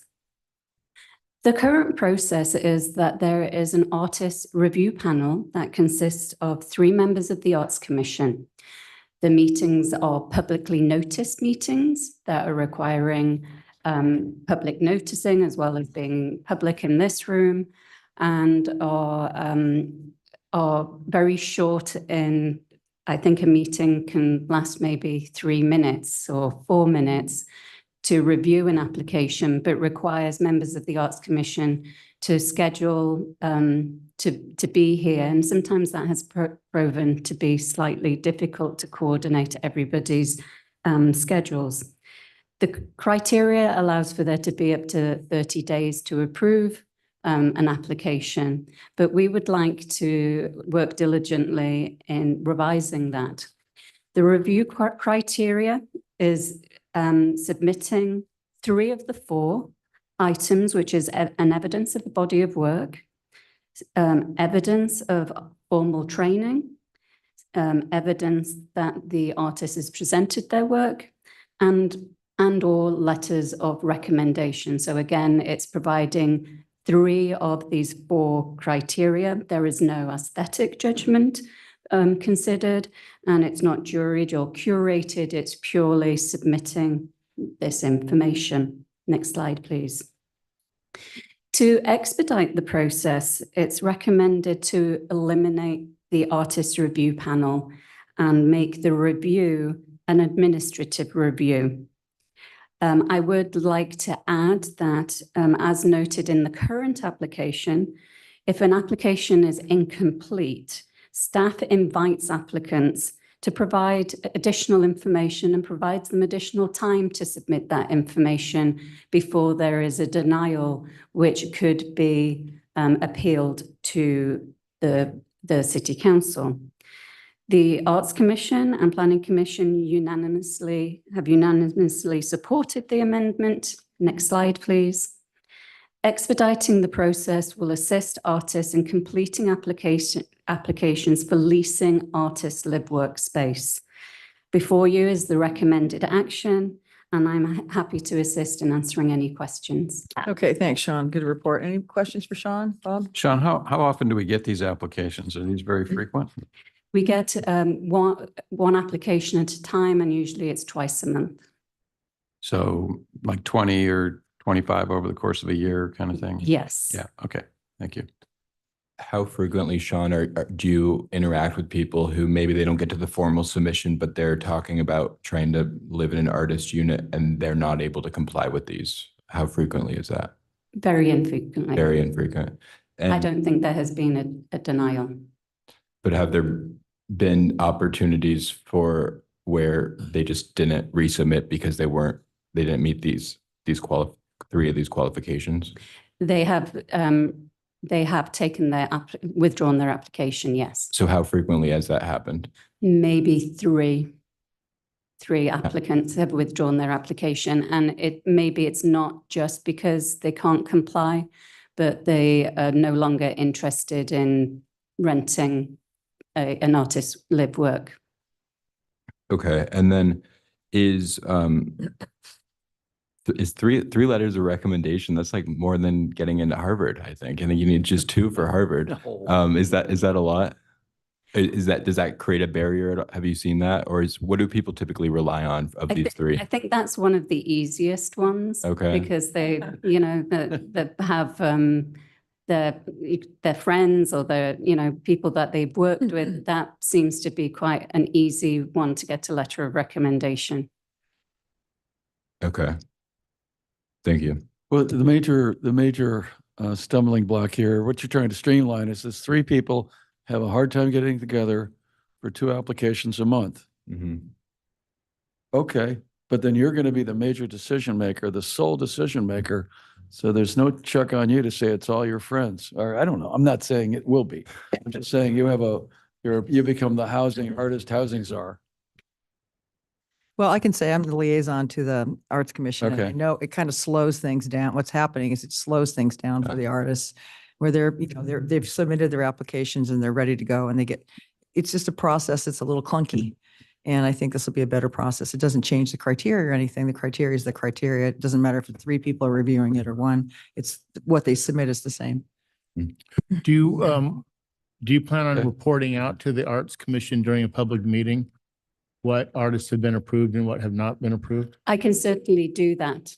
Yes. I think that might solve that George's concern if we just report it out.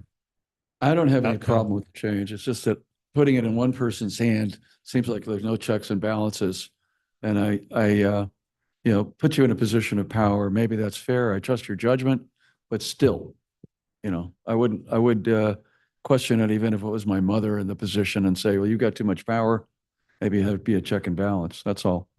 But I'm fine with trying it. We have other provisions of our code where, the community development director and others are assigned, delegated authority to make these decisions. I think this is fine.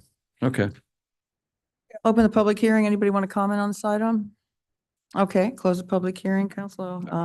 I really appreciate Sean for bringing this forward. I think this is streamlining government and getting rid of unnecessary, commissions that just create unnecessary time and energy for everyone. And I think this still achieves the goal of making sure that true artists are living in artist live work housing. So I'm supportive.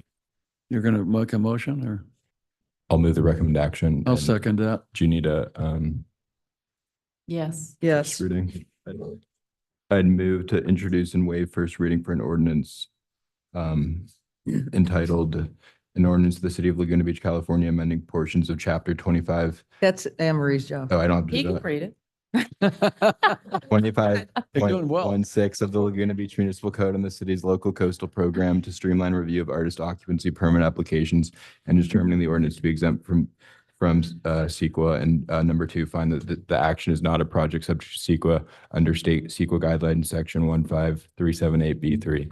Good Well, job. I'll second that. I'll second. All in favor? Aye. Aye. Okay. Thank you, Sean. Thank you, Sean. Excellent. Thank you, Sean. Much appreciated.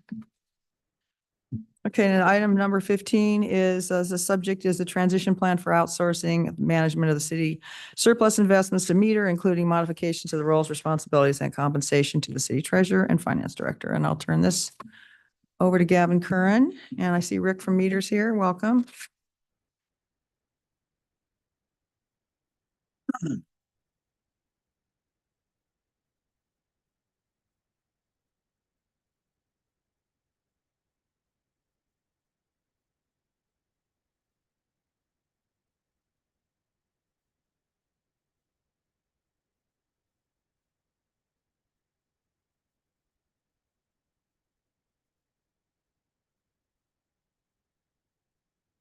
Good evening, Mayor and City Council. Gavin Curran, Assistant City Manager. And with me, I have Rick Phillips from Meter. And this is the item, which is the transition plan for outsourcing the management of city surplus investments to Meter, including modification of roles and responsibilities for the city treasurer and the finance director. And we'll also talk about the compensation for the city treasurer as well.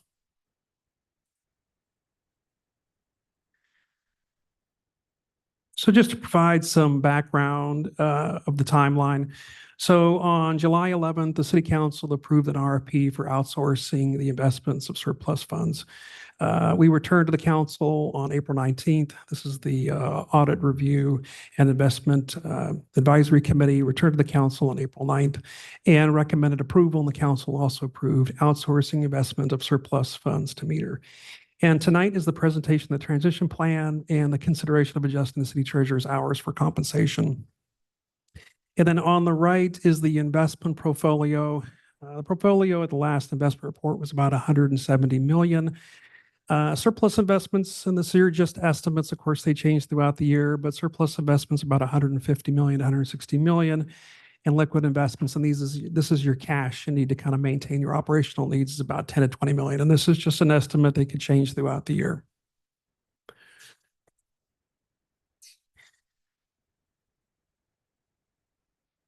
So before I get too far into the presentation, I just want to go over just kind of a very high level, and you can see my kind of flow chart. The other side is very high level with a little bit of straight lines, but this is kind of an overview of kind of the cash flow, what happens. So just so the council, the public has an understanding of what would happen. So funds inflow to the city treasury. So the city treasury brings in various sources, taxes, fees, grants, that all comes into the city accounts, which Laura oversees. And then funding needed for operations kind of remains with the city treasurer. That will remain here. Funding that is surplus, that's not needed for those operations, that would be transferred to a money market account, and that's held by U.S. Bank. So money that's not needed for existing operations or current operations or things we need for the next few months goes into that money market account. That's where Meter would pick it up and invest that money market funds into different investments for the city. And of course, all these investments plus the money market are all maintained by U.S. Bank. Meter doesn't maintain any of that. That's all done by our custodian. And then as investments mature, maturing investments get returned back to the money market. So that's important in that that money can then be reinvested if there's not a need for operational need. And then withdrawal from the operating or the money market would happen if, for example, the city treasurer needed funds to meet our daily operations. And we would need to take money from those. That money market account would be used to pull money down. So it kind of flows in and out. So investments are used, and I'll talk a little bit about cash flow in a little bit, but money is moved in and out of money market to kind of maintain the investments, also the operations. And then if you look just to the right, it's my little kind of chart there that kind of describes, how the flow of money comes in. Everything comes into the city treasury, and then it moves either to operations, which could be invested in LAIF and other short-term investments. And then the long-term investments Meter would take care of that surplus fund and use that money market to kind of move money in and out. And then, of course, at the very bottom, you can see, I'll talk a little bit about this. All the activity happens. There always is a monthly investment report that comes to the city council, kind of walking through all the transactions and what the investments are at the end of the month. So overview of the transition plan. There's a timeline, about 1 to 4 weeks. This is looking on your left there on the chart. So the transition plan is about 1 to 4 weeks. We expect meter to start about August 1st of 2024. And some of the key steps really are getting that agreement in place with U.S. Bank. And this allows meter to buy investments for the city, all held by U.S. Bank, but they need authority to do that. The review of the investment policy, that's something that the council will be doing tonight, approving changes to that. Meter needs kind of the historical cash flow. So we need to know how much money is needed today, how much money is needed over the next few months, when we have big expenditures coming forward. So that cash flow information is important. And then an update to internal controls, which I'll talk about in the next slide, some important internal control changes. And then on the right there is just the same report or same table that was included in the agenda report, just goes kind of more of the tasks in which our meters tasks the city has to be involved in, and how many be completed and how many still have to be completed before August 1st. So internal controls are important. And just starting from the top, the biggest one, of course, is the investment policy. That really provides the parameters for investing government funds. So if you read through some of the changes, you can see how it talks about reporting, who's responsible for the investments going forward, how Peter's responsible. But that investment policy really provides those parameters for investing the funds. It does address risks, constraints, I guess, as I mentioned, responsibility for monthly reporting and reporting to the council, and it really demonstrates that fiduciary care. Meter always has to invest in compliance with that investment policy, and then provides daily, monthly, and quarterly reports. And I'll talk a little bit about those later when I go through some responsibilities for different groups. But they provide that daily, monthly, quarterly report showing compliance with the investment policy. And then U.S. Bank always acts as the custodian, so all the money is in safekeeping. They keep all the investments. Meter doesn't have control of those. Finance director doesn't have control of those. And the U.S. Bank doesn't have any authority to kind of invest the city funds. Meter does those investments. On the finance director side, really that position just oversees the meter contract, does not purchase investments, just complies or participates in those daily, monthly meetings with meter, and really has authority to invest or move money from the money market. That would remain both with meter and with the city treasurer. So there's no movement of cash from the finance director's perspective and their responsibilities. So roles and responsibilities. So the city council's responsibility for the proposal on the transition plan is they'll retain the investment authority of surplus funds, and they'll approve the investment policy tonight, but the investment policy is approved annually. So you'll see it again in December and every December thereafter. And so, as you see the kind of red line versions, you'll see some of the changes, but that really is your policy that dictates what the city can and can't invest in. The council will also receive monthly reports on investments and operating cash, and that will kind of be a more robust report, kind of talking about what both the investments, but also kind of what the strategies are, get a little more in depth for the council's perspective, especially since they're overseeing retaining the investment authority. The city manager will oversee the transition process. Meter will manage the investment of surplus funds, provide that strategy guidance, invest in compliance with the investment policy. The city treasurer will manage the cash to meet operational needs. Also, a part of the policy, report to the city council on that cash, which he has available to meet those needs. Participate in the investment strategy meetings, which are, those monthly to quarterly meetings. She'll participate in those, and of course, assist in the transition. The finance director will oversee the meter contract, also participate in those investment strategy meetings, and then prepare those monthly reports to the city treasurer, to the city council. Those are those investment reports, kind of walk through what the investment holdings are, how we meet our cash needs over the next 6 months, but they'll prepare that monthly report. And the citizens audit review and investment advisory, there'll be quarterly meetings with Meter, the finance director, to kind of walk through the investment strategy and kind of where the investments have been or are over the last quarter and going forward.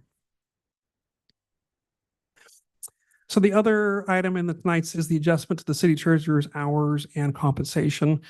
And so what was put together I'll start with the table on the left. This was put together based on a report from 2016, kind of the percentages of hours used or percentages of hours used in each category. So you can see that table has investment of city funds, banking, assessment district bond administration, transient occupancy tax review, and administrative duties. And these are, this is the duties, the responsibility of the city treasurer. And so it went through, and the hours per year, the hours per year the city council has approved is 1,416. And so the cost per year really is associated with that many hours at her hourly rate. That's what the cost is per each one of those categories. Then we revise those hours, removing the investment of surplus funds. You can see the hours for the investment of city funds went down to 200 hours. So you see the revised cost per year at 85,850. And so moving over to the table on the right. And so the current hours, as I mentioned, for the city treasurer are 1,416. And so there's a number of options for the city council. These are just options presented. As you can see down below in D, there's other wages can be determined by the city council. But one is to set the wages the same as the city council, about $908 a month or $10,896 a year. And the council kind of obviously works about 20 hours per week. So this is kind of commensurate with that process or that pay. Investment surplus hours adjusted, and this kind of follows to that table on the right, which is at 976 hours, 979 hours roughly per year, and that's at 85,850. If you look at option C, it takes it one step further. It takes the surplus, removal of the surplus investments, and then it looks at TOT audits and removes both the surplus and TOT audits. That would reduce the hours to 865 a year, and then a compensation just going with the hourly rate and kind of the table on the right on how much, or left, I should say, on how many hours she works in those areas. The pay would go down to about $75,750 a year. And then, of course, these are options for the council to consider. They could, there's other wage determinations, of course, city council could consider. And then there's a discussion, you'll see the recommendations, either it would be effective August 1st, which when meter takes over for the investments, or December 1st, which follows the election in November.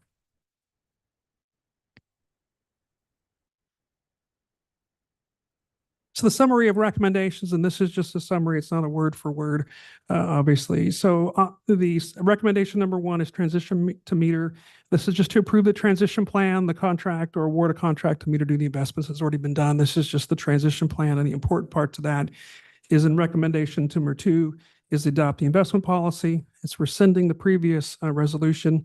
And really this goes, the important things are the city council retains authority of the investment of surplus funds, and it updates the investment policy to reflect kind of the management of investments to meter and the changes in responsibilities for both the finance director position and the city treasurer position.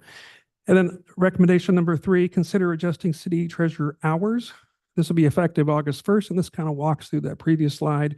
It shows the recommendations of 976 hours, removing the responsibilities for surplus funds, investing surplus funds, the 865 hours, which is the removal of the hours for investing surplus funds, plus the TT audits. And then on the next recommendations here, it's review and consider adjusting the city treasurer's compensation. It goes a little bit, talks a little bit more about this, but this is recommending moving that to December 1st, which is following the election, when the city treasurer's 24-28 term begins. And again, the adjustments to salary, this goes to the council's stipend, which is the $908 a month at $10,896 a year. It aligns with the council's council member hours, probably 20 hours a week, roughly. The $7,154, which is that $976, the $6,312 a month, which is that $75,000 a year or 865 hours. And then again, any amount also can be determined by the city council. And the last two are just kind of more cleanup at the end once that decision is made.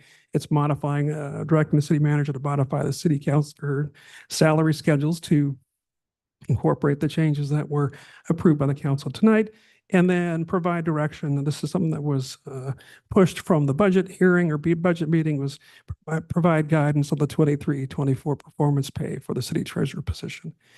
And that concludes my presentation. I'd be happy to answer any questions, and I have Rick here as well to help answer questions. Okay, go ahead. Yeah, thank you, Gavin. So the first question I have is when we really, I think this is about and I'm going to get to my question. This is not about one person, but it's about the position of the city treasurer. Is that right? right? Correct. Okay. And under the government code, are there any qualifications to be the city treasurer, to be elected as the city treasurer? For the city of Laguna Beach? No, not that I'm aware of, but I'll always defer to the city attorney to make sure there's nothing. There's, in terms of the elected office, no, the government code sets forth the duties of the treasurer that apply whether elected or appointed. Got it. And then how many elected, so stepping back in 2016, how many hours did the consultant say that this job requires? Was it 20 hours or what was, or 10 hours? It said no more than 25 hours, and that was excessive. It said to meet the state requirements was no more than 10 hours per week. There are some, and to meet the local requirements would be 15. And that of course included the additional TOT hours that were described in the report as well. And just so when I mentioned state and local requirements, if you look in the just for the council's benefit, if you look in the staff report, those are listed on page 4 and 5. So what the government code requires in the state, as well as what the local ordinance for the city says, and those are the responsibilities that are listed for the treasurer position. Okay, and I want to get to the government code and the internal controls question, but before I do, there's essentially two reasons for why the staff recommendation is to reduce the hours. One is based on outsourcing the investments. Is that right? And just to the city attorney, just as a reminder, that's does the government code give the power of investments to the city treasurer?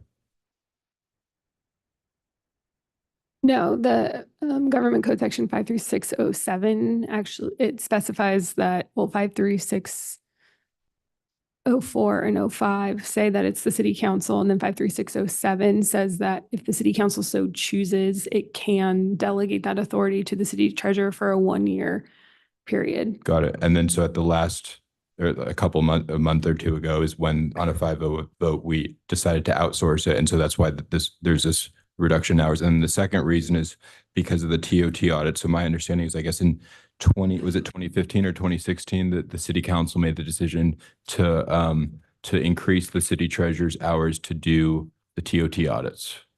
Did I get that right? I can't remember the exact year, but I think you're right. It's close to that year where the city council decided to permanently add it to the job responsibilities of the position at the time and add more hours permanently add more hours.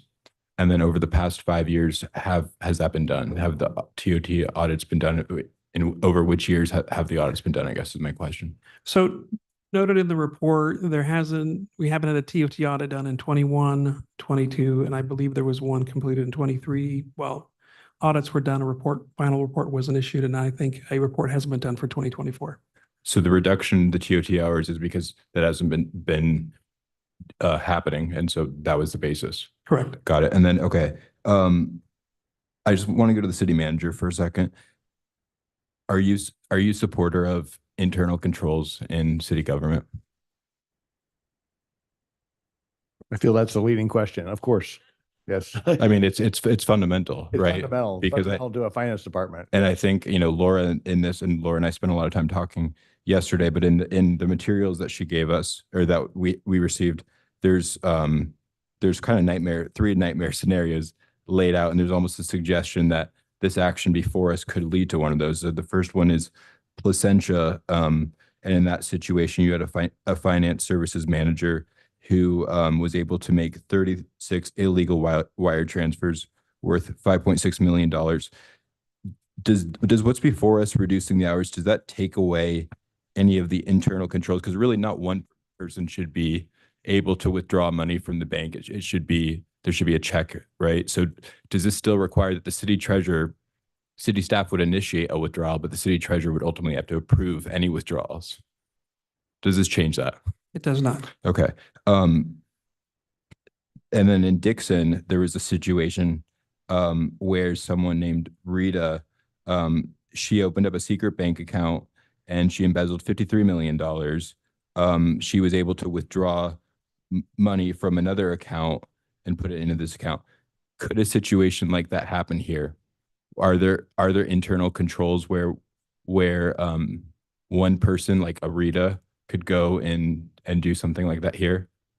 No. So the city treasurer would have to sign off on a check like that. The city treasurer would have to sign off on every bank account, and the finance staff reconciles as independently every bank account and tracks where money goes. And they have no ability, say the finance staff, to open a bank account. So there's a segregation of duties to make sure those things don't happen. The treasurer can't write a check, for example. No. That's written by finance. Correct. The finance department prepares all the checks and does all the checks and balances. And then the treasurer's role is to make sure we have enough funds in the bank to make sure those checks are being paid. So the finance department doesn't necessarily transfer money between. That's the role of the treasurer. That's where that short-term investment process comes. But electronic transfers would be different. No. Talk about that. I mean, can the treasurer do an electronic transfer? No. Okay. No. All right. That's what I want to know. Thank you. And I'm sorry I'm going through all these, but I just think I mean, the suggestion that these are very serious things, each of these three incidents that are something that I don't think any of us would ever want to have happen. So I'm just trying to walk through to make sure to show the public that there shouldn't be a concern of any of these things happening. In Upland, there was 100, the city staff were trying to hide that there was a 120 or 112 million in unfunded pension that wasn't in the treasury reports. The treasury reports would still happen, right? So the city treasurer would still be involved in that.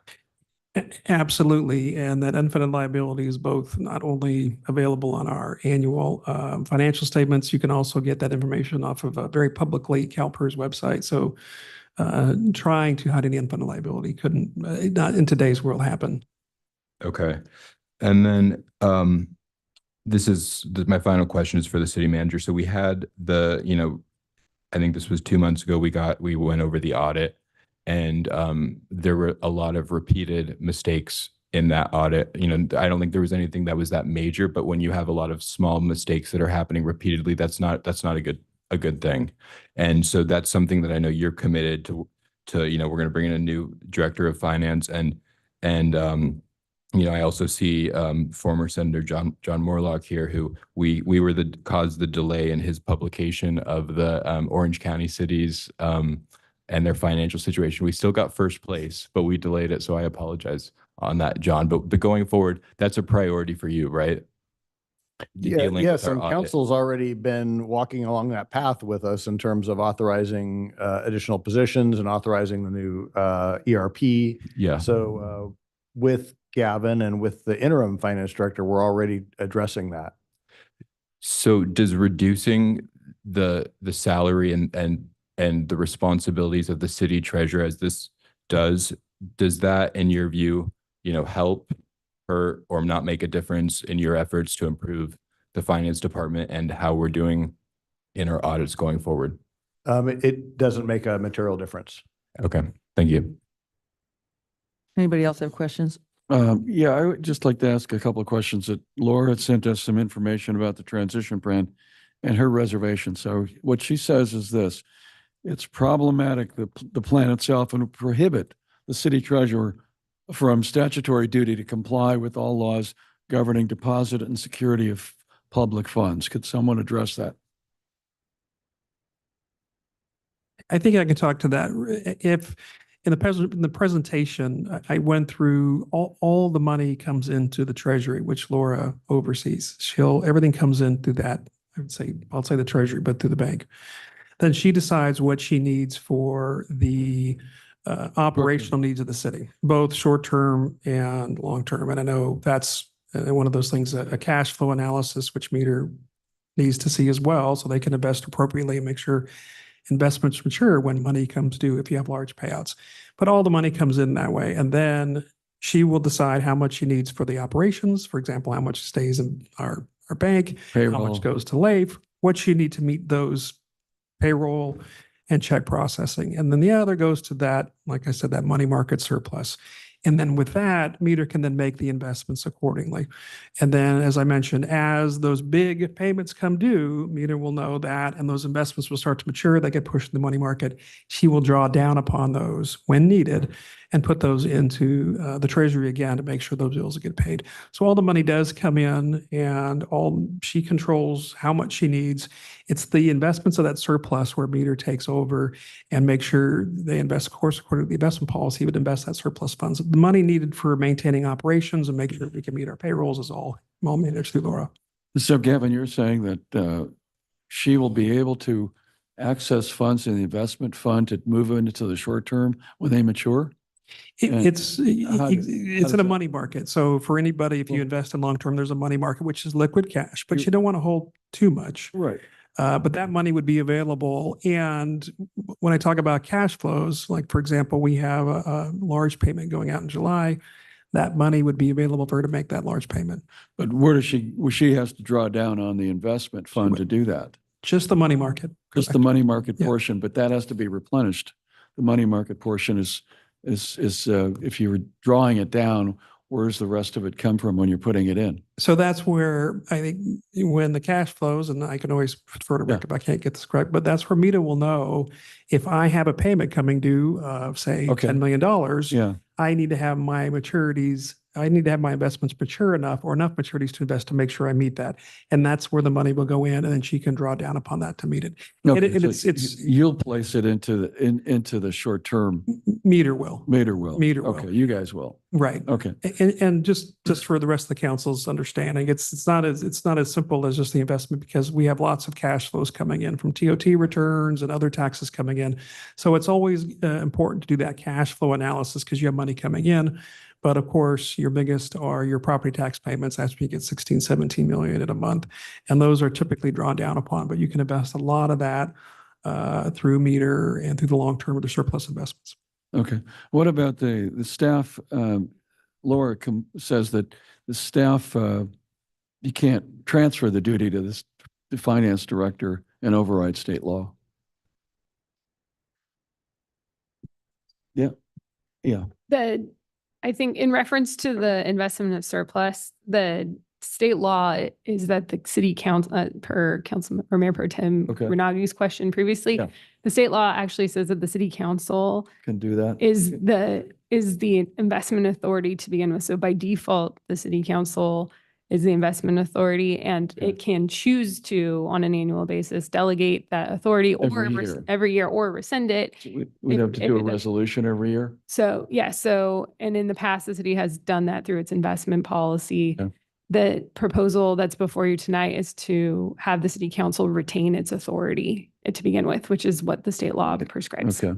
Okay. I guess my last question for now is why in your staff report it says that the finance director will be running the meter relationship and oversee the meter contract. Why not the treasurer? I mean, she has more investment experience than the finance director. It can be either. The recommendation was the finance director. And I think there was some concerns from the treasurer at the time we put this together that she did not want that. Hold on a second. But it could be both. It says will oversee. It doesn't give us a choice. That's the language. Then I apologize. There is a choice. It can be the treasurer or the finance director. The report recommended the finance director.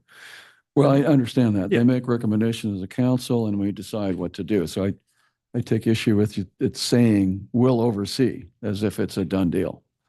That's all my questions for now. Thank you. Okay, any other questions? Bob, you have any? Mark? No. Okay, I'll open the public hearing.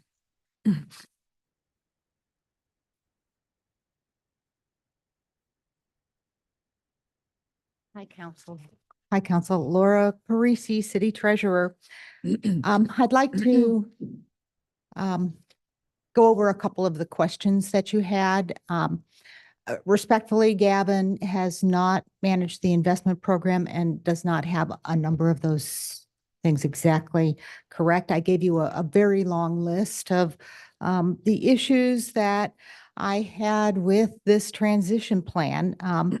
it's problematic. It's going to interfere with my ability to perform my duties by state law.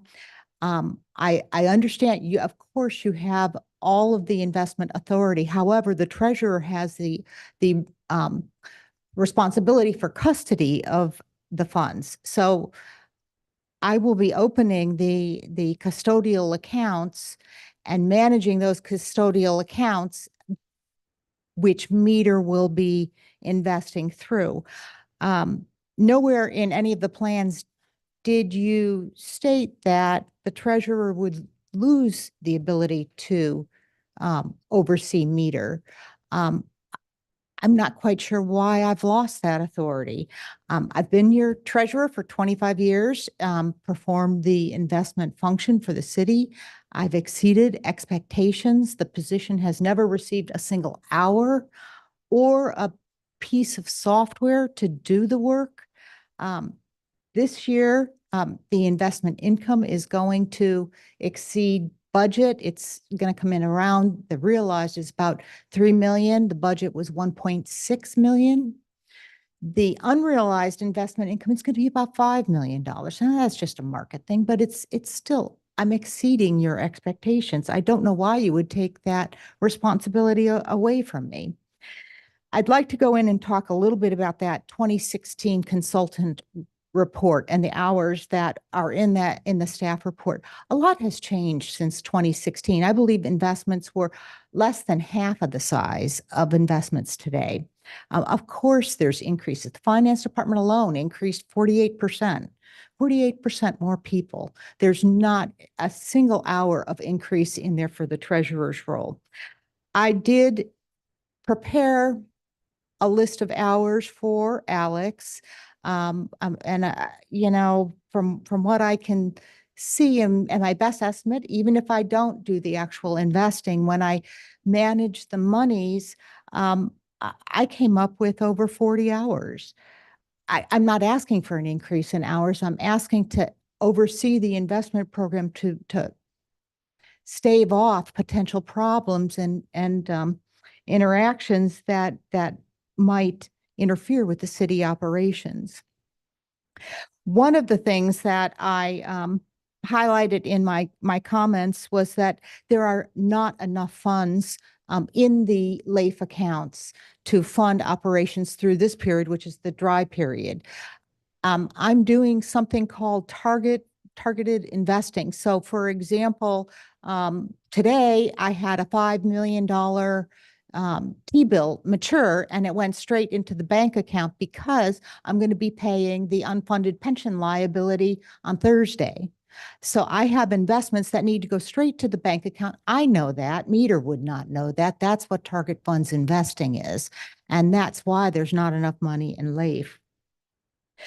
As far as the internal controls, and I appreciate your questions on internal controls, Alex, the deal, and when you look at Sarbanes-Oxley, what you're looking at are the functions that you're combining. The director of finance in a general law city is responsible for maintaining the books. They have the ability to change the books, to modify the books. The treasurer, the treasurer has control of the asset, the custody of the asset. So when you look at internal controls, you don't want to combine those two. That's why in a general law city, you see a separation between the treasurer and the director of finance. That's why our laws are set the way they are. In fact, in the general in the municipal code for Laguna Beach, and Megan, correct me if I'm wrong, I believe that there's only 3 duties for the director of finance, and one of them is to cooperate with the city treasurer because the role of custody is so important, and you need a leader on this. So to put the director into the custodial, directing the custodian would be very, I mean, it just could be problematic. One of the other things in our municipal code that could be problematic is in the duties of the city manager. And now Gavin's part of that city manager department. He's responsible for directing all of the functions of the city with the exception of the city clerk, the city attorney, and the city treasurer. And that's because I'm guessing that that's because we have statutory obligations. I have obligations that I have things that I have to do because they're state law. As far as my salary, yeah, I'm paid for 27.3 hours per week. I'm hoping that you don't reduce that.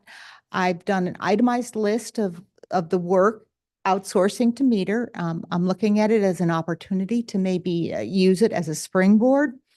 I work many more hours than the 27.3. But what it really boils down to is what salary are you going to pay your city treasurer? This is an elected office. It is a representative of the people. I would hope that anybody who comes after me would have the privilege of serving the public the way I do. I think that there's a special loyalty that an elected has, a special loyalty to the people that a staff just doesn't have. And I'd like to think that's why they want us in this capacity, and that's what they elected me for. Finally, I don't think I've touched on, I gave you the examples of the areas, what can go wrong when you combine or you don't have an adequate segregation of duties. I gave you the example of Placentia, and the irony in Placentia is, and the reason I gave you that, the consultant's report from 2016 really narrowed down the treasurer's hours, saying, the treasurer doesn't need hours. And sure enough, two months after that report was issued, Placentia, which is one of the examples he had in that report, had a $5 million embezzlement. And that was because they didn't have the proper segregation of duties. The treasurer was a figurehead, and the finance department had responsibilities. A guy, I guess things must have evolved, and he had too much control over those wires. But it boils down to that segregation of duties. And that was that consultant's report. That consultant should have known that it was just too thin and should have looked at the segregation of duties. I gave you the example of Dixon, Illinois, because in that case, the controller had the deputy treasurer reporting to her. And that again was an issue where the segregation of duties was not proper.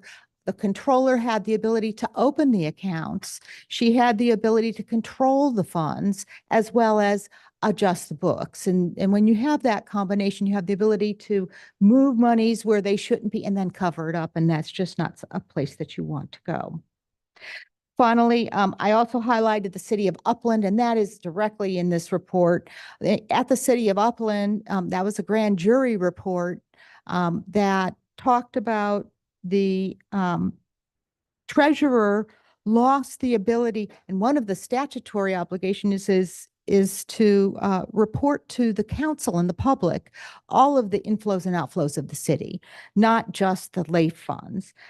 But at the city of Upland, that was taken away from the treasurer and given to the finance staff. And eventually the finance staff did not allow the treasurer to do the reporting that the treasurer felt that they needed to do for their job. And ultimately the treasurer resigned because they couldn't fulfill their state obligations. So that's why I put that report in. And you actually have a copy of the Upland report.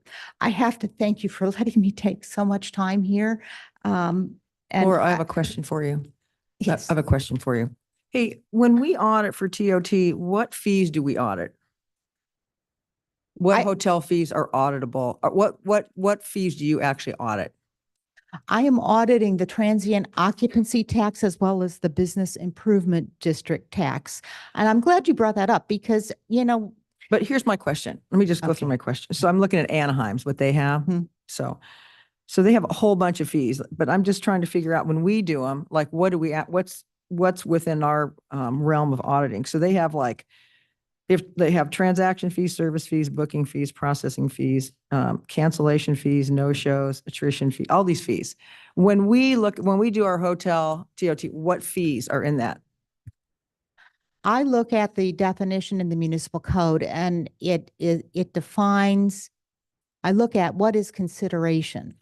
our code says we charge the tax on any consideration that's received. So things like no-show fees, prepayments, pet fees, cleaning fees, all of that is subject to tax. The one exclusion from that is our parking fees. And that was something I discussed previously. You know, when you look at perhaps broadening your tax base, you might want to look at the parking fees, particularly if you look at, I think state and national law, it's if the fees are mandatory, and in our hotel cases, many of them are, you would charge a tax on those fees. So let me ask you a question. So how do we know? So we have 4 years where we had 2020, 2021, 2023, and 2024 where we didn't do TOT. We did them in 2022. But how do we know what we actually, if we didn't audit, how do we know what we collect is actually accurate? You know what? The council wisely during COVID gave the hotels a tax holiday. That's why they weren't audited. Do you recall? Oh, but 2023 wasn't a tax holiday. Right. So they resumed, and I got through 9 of 10 of them had questions. The questions weren't answered in the last year. I ran out of time. I just simply ran out of time with the TOT. So there was really only 1 year that wasn't done. The not doing TOT audits during COVID was intentional and set by the council. I couldn't go in and audit something when you were telling them they could keep their TOT. But that was only 1 year. You give them a tax. That's just my question is, I just want to see, like, I'm kind of concerned, like for 2023, anytime we don't do an audit on the hotels, because the hotels in 2023 made a lot of money, a lot. They had almost 100% occupancy rate. Their ADR was really high. So I'm just wondering, like, what are the chances? Are we missing significant revenue there if we're not checking them? Well, I can always go back and do it. I can do a 2-year audit in 2024. I can cover the hotels, and I do a rotation of the hotels. I do 10 a year for 30 hotels. So it winds up being, about every 3 to 5 years is what winds up happening. Very often we'll sprinkle in, and it'll be in cooperation with the finance director. It's the hotels as well as the business, or as well as short-term lodging sometimes gets audited. Okay. Any other questions for Laura? Thank you, Laura. All right, you're welcome. What I wanted to do is finalize with telling you that this is really important from my standpoint. The Office of the Treasurer, it's so important that I have an attorney here to emphasize that the position has obligations that it needs to fulfill. And the transition plan that was done by Gavin doesn't allow me to do that. So with that, Wait, sorry, a follow-up question. Which obligations are you not going to be able to fulfill under the transition plan, Laura? reporting at a minimum, reporting What? all the receipts and disbursements of the city. I can pull out, code. I don't want to steal Mark's thunder, but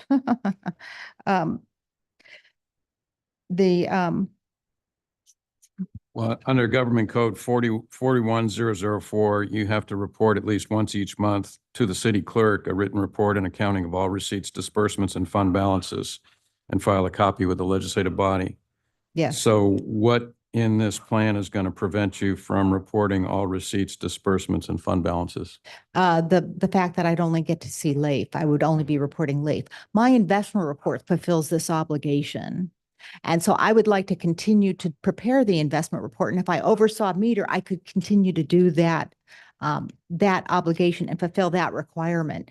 That's why I have to wait for the general ledger to be completed for the city. I need all of the receipts and disbursements from Laguna Beach to report that in conjunction with anything that meter would manage, or I would manage, or would be special, like city-owned bonds.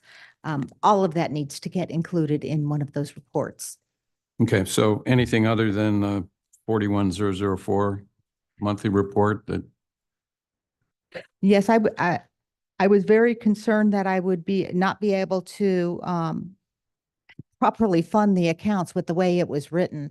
There are conflicts in there, in that I may not get cooperation, and based on my experience, I may not get cooperation to do things like get the T-bill that matured today into the account in time to fund the unfunded pension obligation that's going to get paid or wired on Thursday.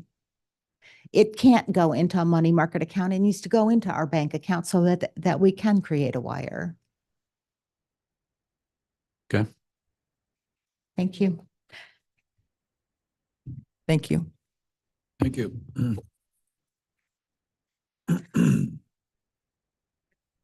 you so much. Good evening, Mayor and members of the City Council. My name is Mark Austin. I'm a partner at the law firm of Burke, Williams, and Sorensen. I have been hired by Ms. Parisi to address some issues with this measure, particularly its legality. I apologize, we've only recently been retained, so we haven't fully completed our analysis, but a few issues do jump out at us, most particularly the one mentioned by Ms. Parisi at the end of her presentation involving reporting requirements. Government Code Section 41004 requires the city treasurer to provide a monthly report and accounting to the city clerk and effectively to the public of all receipts, disbursements, and fund balances. That language is all-inclusive. It relates to all funds of the city. Here, the city's proposal, as I understand it, would substantially reduce the treasurer's reporting rights, in a sense, in direct contravention of this statute to only a fraction of the city's funds, approximately, I think, 10 to 20 million as reported in the staff report. And the remaining approximately 150 to 160 million would be reported upon by meter as overseen by the finance director. So we see nothing in there that allows her access to the relevant books and records that would allow her to do those reports or present those reports as she is required to do under state law. So it is our position that that is contrary to state law. It would remove a fundamental check and balance on the powers of the finance director and his office, in particular, a check and balance intended to be exercised by an elected public official chosen directly by the people. An example of how this can go awry, in 2019, this example was mentioned of the city of Upland, where a grand jury investigation was convened because members of the city manager's office had submitted certain financial reports to the city council without including the notes and comments of the city treasurer, who had added comments on those reports about shortfalls relating to unfunded pension liabilities. So essentially, the city treasurer was cut out of the reporting process. Her notes were not included, and the notes, the reports without those notes were provided directly to the city council. This resulted in a investigation from a grand jury, which concluded that this constituted deceptive reporting and a lack of government transparency to the citizens of Upland. That's one of the things that Ms. Parisi is trying to protect and avoid here. Can I speak a little bit longer? The permission of the council? I'll give you one more. Thank you. That's one of the things she's trying to protect. She wants to, essentially by eliminating her ability to review and report on the funds being handled by meter and the finance director, you eliminate her ability to provide that transparency to the public. There are other issues that come to us. A lot has been mentioned here about checks and balances and sort of separation of powers. It's kind of confusing to me as to how more power can be sort of consolidated in the finance director. It was mentioned that the finance director is the one who cuts the checks and the treasurer is supposed to be the one to ensure that all the funds, that they're necessary funds. But here you're taking the vast majority of both of those and putting them both under the rubric, or excuse me, under the penumbra of the duties of the finance director, which would seem to remove the necessary checks and balances that the city treasurer, the elected city treasurer, would provide. Again, we don't really dispute that the city council does have the authority to retain investment authority, but doing so, you still have to comply with the other provisions of the government code, particularly 41001 through 41009, which set forth the duties of a city treasurer. Those include both the reporting obligations and the obligation that she ensure that everything occur in compliance with state law. And by removing her from the process, a significant part of the process with the vast majority of the city's funds, you're disabling her from complying with those obligations. Okay, thank you. Thank I have a you. question. I have a question for you.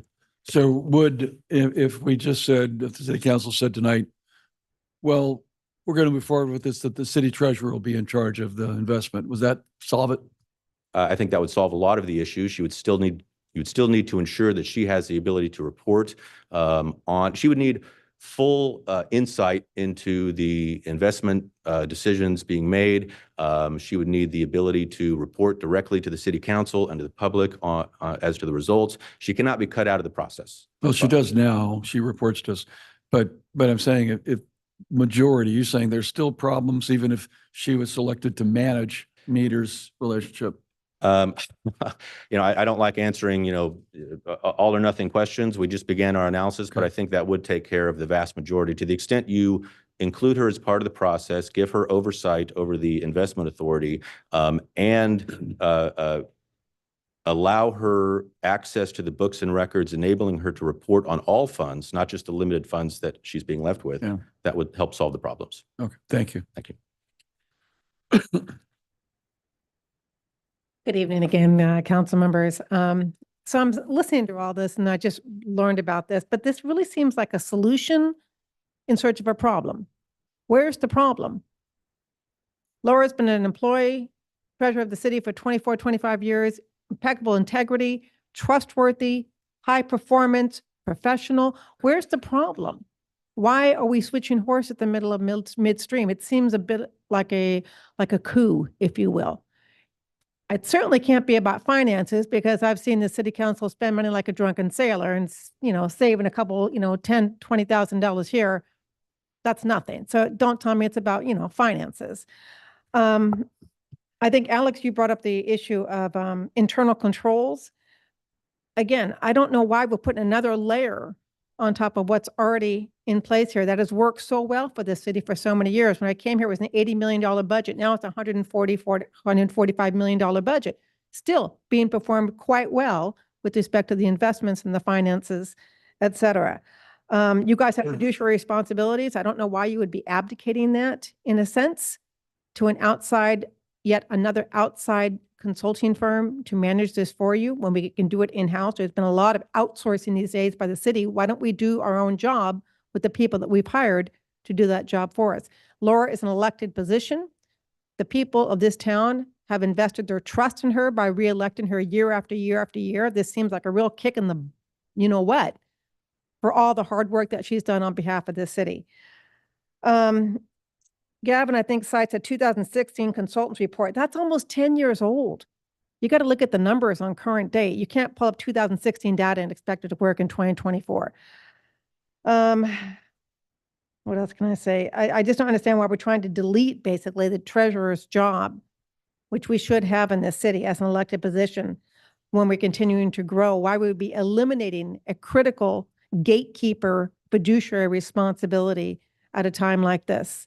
And lastly, I too have followed all the different fraud and embezzlements in the different cities, not just in our, state, but, throughout the United States. And when you tell me you've got internal checks and balances, those are great, but they're never foolproof. I'm sure the people that were in those particular cities and counties and states thought that they were foolproof too, but they weren't. Okay, so the more gatekeepers we have, the more checks and balances we have, the better. So please keep Laura Parisi in her current position. Thank you. Thank you, Jennifer. Hi, everyone. Judy Mancuso. I want to talk about something a little bit different. The data in the report reflects various cities and various salaries that each get paid, but it doesn't connect it with the job description. And so the question becomes, if you have a job description, does that mean you're getting compensated? You have the same job description, but you have 3 different ways you could get paid. One at $10,000 a year and a person who's currently making $124,000 a year. So the government code and the local code says that none of these require the management of investments. So it makes the point that the state code and the local code don't say that, hey, you can't pull these investments away. Well, that's fine and well, but they are not job descriptions. When you go back, you have a job description from 2007 and you have a job description from 2015, which is quite extensive, right? So now we're saying, okay, we're going to change this position, city council, and here's your 3 amounts to choose from, 1, 2, or 3. Well, what are they going to be doing for that money? And shouldn't you quantify exactly what that job description is for that 1, 2, or 3? Because we all want to get paid for the job that we're doing. Obviously, you guys are not getting paid for the job you're doing, but that has been different from the treasurer position. And what I'm afraid of is that you're going to demean this position so much that no one's going to want to run for it, right? Because we're negating it right now. We're saying, you know what, city treasurer, you're not really that important. We're going to go ahead and put it over here. We're going to outsource it to these folks, and then we're going to put it over in the Department of Finance. So that sends a message to the community of anyone that might run that, hey, this city treasurer position isn't really honored. And I don't think this passes the smell test as far as checks and balances. And I know we will be getting a new audit firm, and maybe this needs to go through some checks and balances with the audit firm to make sure that the proper oversight is not lost in this transition. Thank you. Thanks, Judy. I'm Bill Collette, and I would like you to consider that the duties of the treasurer are not exactly linear. She is not making widgets to which you can assign a finite number. Her duties are oversight, and as an elected officer, they're incomprehensible to list like that. She puts out fires all the time, often on days off, often on days beyond her 27 allotted hours. And in my opinion, you're already not paying her enough. So I don't think that you can just look at it as if it's 2 hours for an audit, 2 hours for this, 2 hours for that. Her oversight is compensated too little. It's a little like you would say you would compensate a firefighter for how many fires he puts out, or a lifeguard for how many people. It's not what they do, it's what they're prepared to do. Thank you.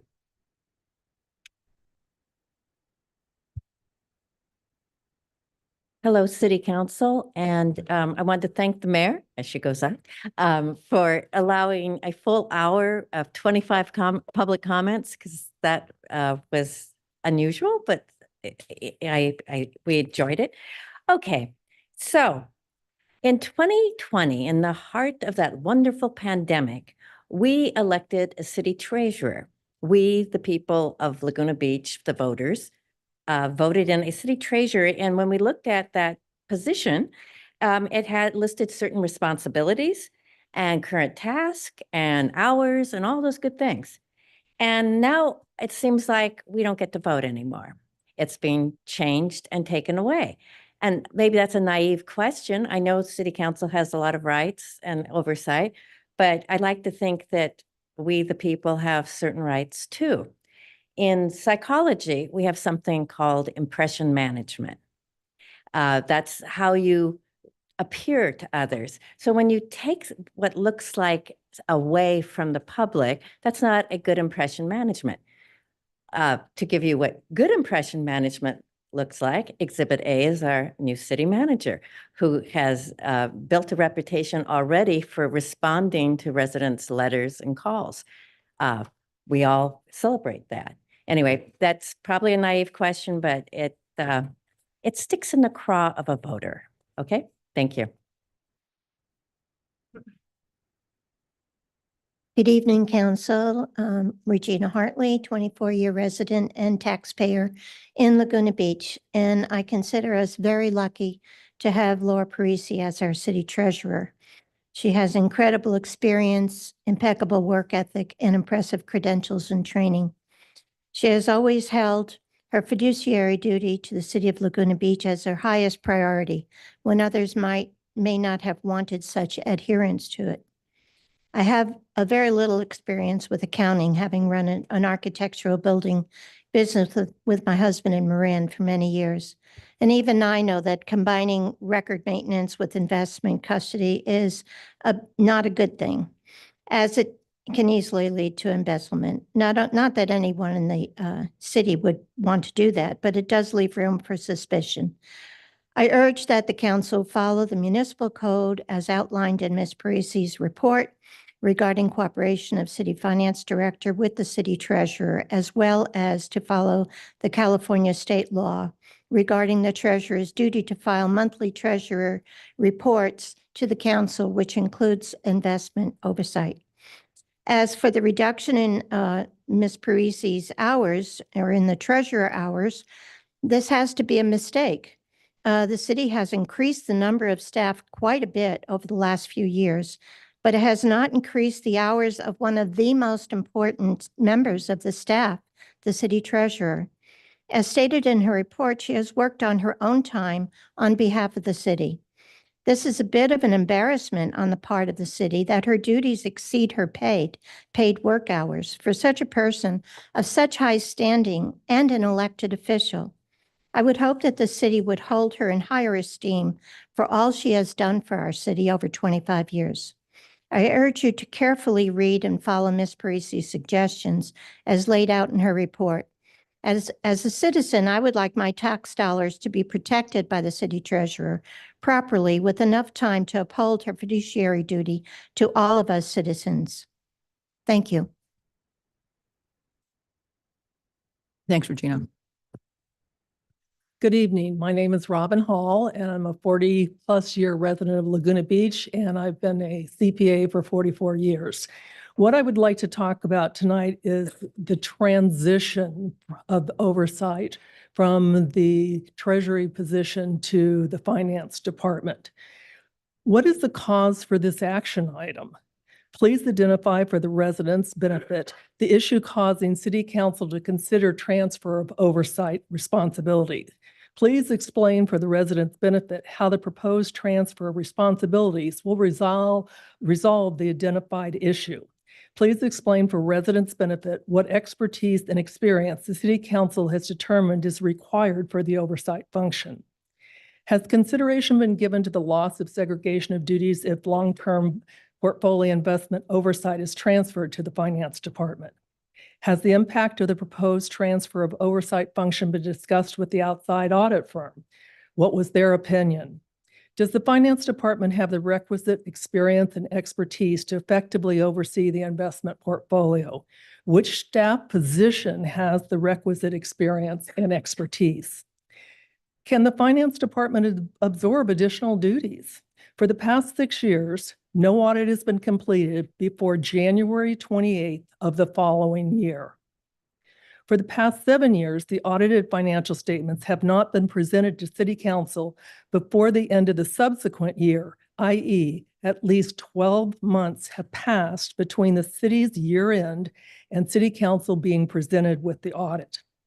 The June 30, 2023 audited financial statements have not yet been presented to the city. Again, more than 12 months will have passed between year end and presentation of the audited financial statements. The past audits have resulted in the outside auditors reporting findings, with some findings related to cash and making significant audit adjustments to the city's financial statements. The city is in the process of changing audit firms. It would seem prudent to table agenda item number 15 as it relates to the transfer of oversight of the long-term investment portfolio until the June 30, 2023 and the June 30, 2024 audited financial statements have been presented to council, and the outside auditors have had an opportunity to provide advice on this matter. I appreciate your consideration and response to these concerns. I wasn't going to speak tonight about the proposal to adjust the salary compensation of the treasurer. I find myself unable to leave here without speaking to it. As a former business owner as a CPA, a business person, I find it astounding that we're not looking at current data. And to compare a position to what city council is paid is, well, why don't we take the fire captain? How many hours does he work? Okay, you guys are grossly underpaid. I'm sorry. I still don't understand why we don't pay you more. All right. But the fire captain, how many hours does he work? You all work 20 hours a week. He works 80. So why don't we reduce his compensation to be the equivalent of your 10,000? That makes sense to me about as much as the proposal. Thank you for your time. Thanks, Robin.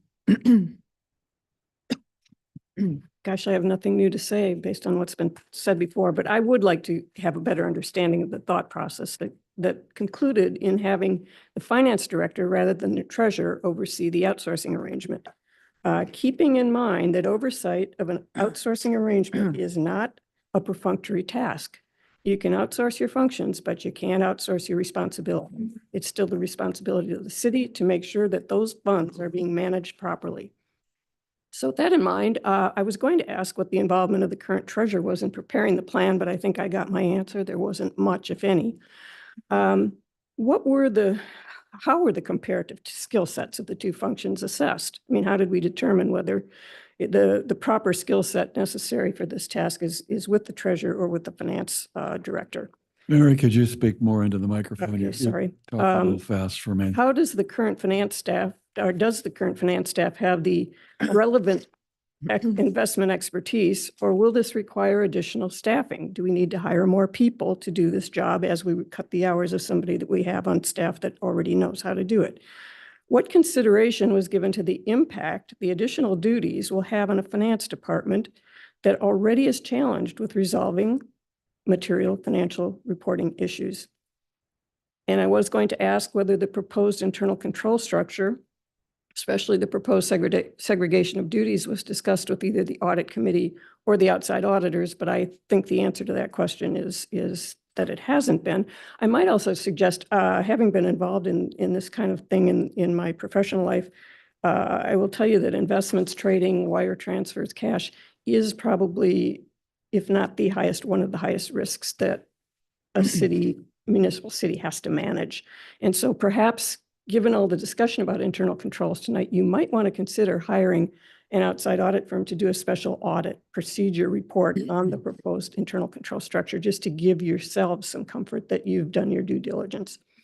Okay, I'll just go through these other things really quickly. I'm also not clear on the relevance of a 2016 study in assessing the hours of the treasurer in the current 2024 environment. That just doesn't make any sense to me. These are more nits than anything, but with respect to the proposed resolution, the objective section of the investment policy states that safety of principal is the foremost objective, followed by liquidity and yield. Those three objectives are repeated in paragraph 2 of the proposed resolution. However, in paragraph 7, the decision to outsource is based on a desire to achieve a better return without mentioning safety or liquidity. So you might want to conform those sections. I might point out that we are adding to the investment policy the ability to invest in higher yielding assets like money market mutual funds. And I would just suggest that at least part of our expected higher return could have been achieved by not outsourcing, but by just changing those investment options. So anytime, any future analysis you do, you should look at the impact of the authorized investment vehicles and making any comparisons. And let's see, a few other things. The contract sections 8, the investment policy, there's a contradiction between sections 8.10 and 11. 8.10 allows money market funds that seek to maintain a certain threshold, while 11 prohibits those investments that do not maintain that threshold, so that should be conformed. I wonder whether the proposed annual review of the advisor-prepared broker-dealer is sufficient. And lastly, on page 110 of the document, there's reference to the city using GAAP alternative accounting methods. Admittedly, this is an old document, but I do wonder whether GAAP alternative accounting remains a city practice. Thank you very much for your time. Thanks, Mary.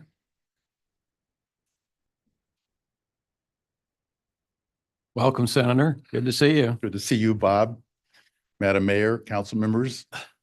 I'm a 40-year resident of Costa Mesa. I'm a tourist today, and I'm wearing the appropriate uniform. Looks good, John. Good. So it's really good to see you. Bob Whalen did a great job with Senate Bill 1463. He showed up at 3 committee hearings in the Senate and then 3 more in the Assembly. We got it to Governor Brown's desk, and Bob gave me the first bill I've ever had vetoed. But yeah, you're awesome. And thank you for all your hard work on that bill, because it was a righteous bill. And I'm still bitter that it was vetoed. But it's good to see David Kiff here as well. Dave and I also go back 30 years. Well, we met at the bankruptcy era, but David knew me before and have helped me when I was running for treasurer tax collector back in 1994. So Dave, it's great to see you back at your hometown, your real hometown. So, and then it's just great to be with Laura Parisi, 25 years working together as treasurers. So I guess I want to say it's all about relationships, and that's why I'm here tonight. This is my idea of a good time. Not necessarily Mrs. Morlock's idea of a good time. So I want to thank you, honey. You need to work on your ideas, John. Pardon me? You need to work on your ideas. I'm an accountant. But Mrs. Morlock had a good time painting for the Sherman Gardens. She did the Ark House over by Moss Beach. And so we have a lot of fun times here. We love Laguna Beach. So I also want to, thank Laguna Beach for not being last and getting their annual comprehensive financial report out. But thanks for noticing, and thanks for being #1 again. You guys are an incredible city. You're an incredible city. I have a few ideas for you just to think about. One, I really appreciate outsourcing, and I did do that. I looked at it when I became treasurer of the county back in 1995. And I found that it was more cost efficient to bring the funds in and manage it myself. We had a New York firm managing the money, but we could make 5 basis points more on every trade. They weren't working it hard. So we made considerable savings by pulling it back in. I also looked at outsourcing, and Dave, you were there at the 5th floor at the time. I also looked at outsourcing the treasurer function, and there was a company on the East Coast that was doing all the work. And we looked at it, we compared prices, and I decided it wasn't making sense. And of all the crazy things, that company went bankrupt just a couple years later. So I was just really glad we didn't put ourselves into that kind of situation. But I also want you to be careful when you're looking at an outside firm that you're not yield chasing. That's where Orange County got in trouble, chasing higher yields. So I just want to share that. You need for the treasurer, you need to set a benchmark. What yield is what should be expected, and why is it under or over? So you can have an honest measurement. Running a money market fund and I did it for 12 years, it's great fun, but most of it is just timing on where you think the Federal Reserve Board's going to go next. And that's where we try to add some value to the job. So, and then I guess I would say be fair to the taxpayers and be fair to the impacted staff. I've heard it that you don't have minimum qualifications for a treasurer, which is something you need to think of for your future treasurers or your future colleagues. The County of Orange instituted minimum qualifications, and they're still being adhered to. And I believe Laura Parisi would meet those minimum qualifications in spades. So with that, I still want to encourage you to focus on transparency and timeliness. Your annual comprehensive financial reports could be out a little sooner. You were replaced this year by San Juan Capistrano. They get their audit done on June 25th, which is a year after almost the year end. So congratulations. But focus on that. And that's all I have. And it's just good to see you here. And it's good to be here. And I just want to thank you for the privilege of having served as your state senator in the 37th district. It was a real honor to serve this city and so many others. Thank you very much. Thank you, John. And I want to thank John Morlock, who did yeoman's work on behalf of the local. He rescued Orange County after Citron took the county bankrupt, and he got us onto solid ground, and was always a worthy representative in Sacramento. So thank you very much, Mr. Morlock.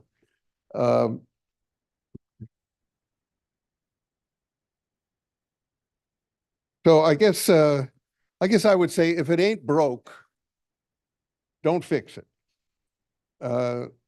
Our elected treasurer has been in office for around 25 years, quarter of a century, and had done the work without complaint, day in, day out, year in, year out. And to think about taking our portfolio, which $170 million, that's a lot of money. But when you have a company like the ones that are being proposed, that's not a lot of money. They are a $30 billion investment fund, and they just merged with another company that is multi-billion dollars. We're a very small client for that company. They're also not local. Their offices are not in California. And so we have to go across the state line to have communications with them. And I think that slows down the whole work. That's not good for our little town. And, one might say, well, they've got big assets that they wind up getting better deals and buying better instruments. You might say that, but you also might say, we might be dragged along in order to make their investments, for the other cities, which are much bigger. I did some rough numbers, and there's an average of those municipalities that's around $700 million. Many times our paltry 150 and 170. So I'd say keep it local and keep it with somebody that's done the job. I mean, if there's something where she's been deficient in terms of our investments, could somebody tell me? Because I haven't seen any of that. It seems to me that year in, year out, our funds are protected. An out-of-state company is not going to have the same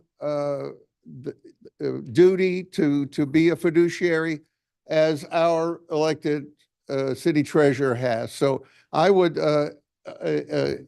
ask for you not to do this deal, to keep it here. Let's work within here. And the people who are saying, do the audits before you make these decisions, that makes a lot of sense to do that. Okay. So thank you. Thank you. Good evening. My name is Gail Waite. I'm a 40-year resident. I've owned a number of homes in Laguna. I've sold even many, many more.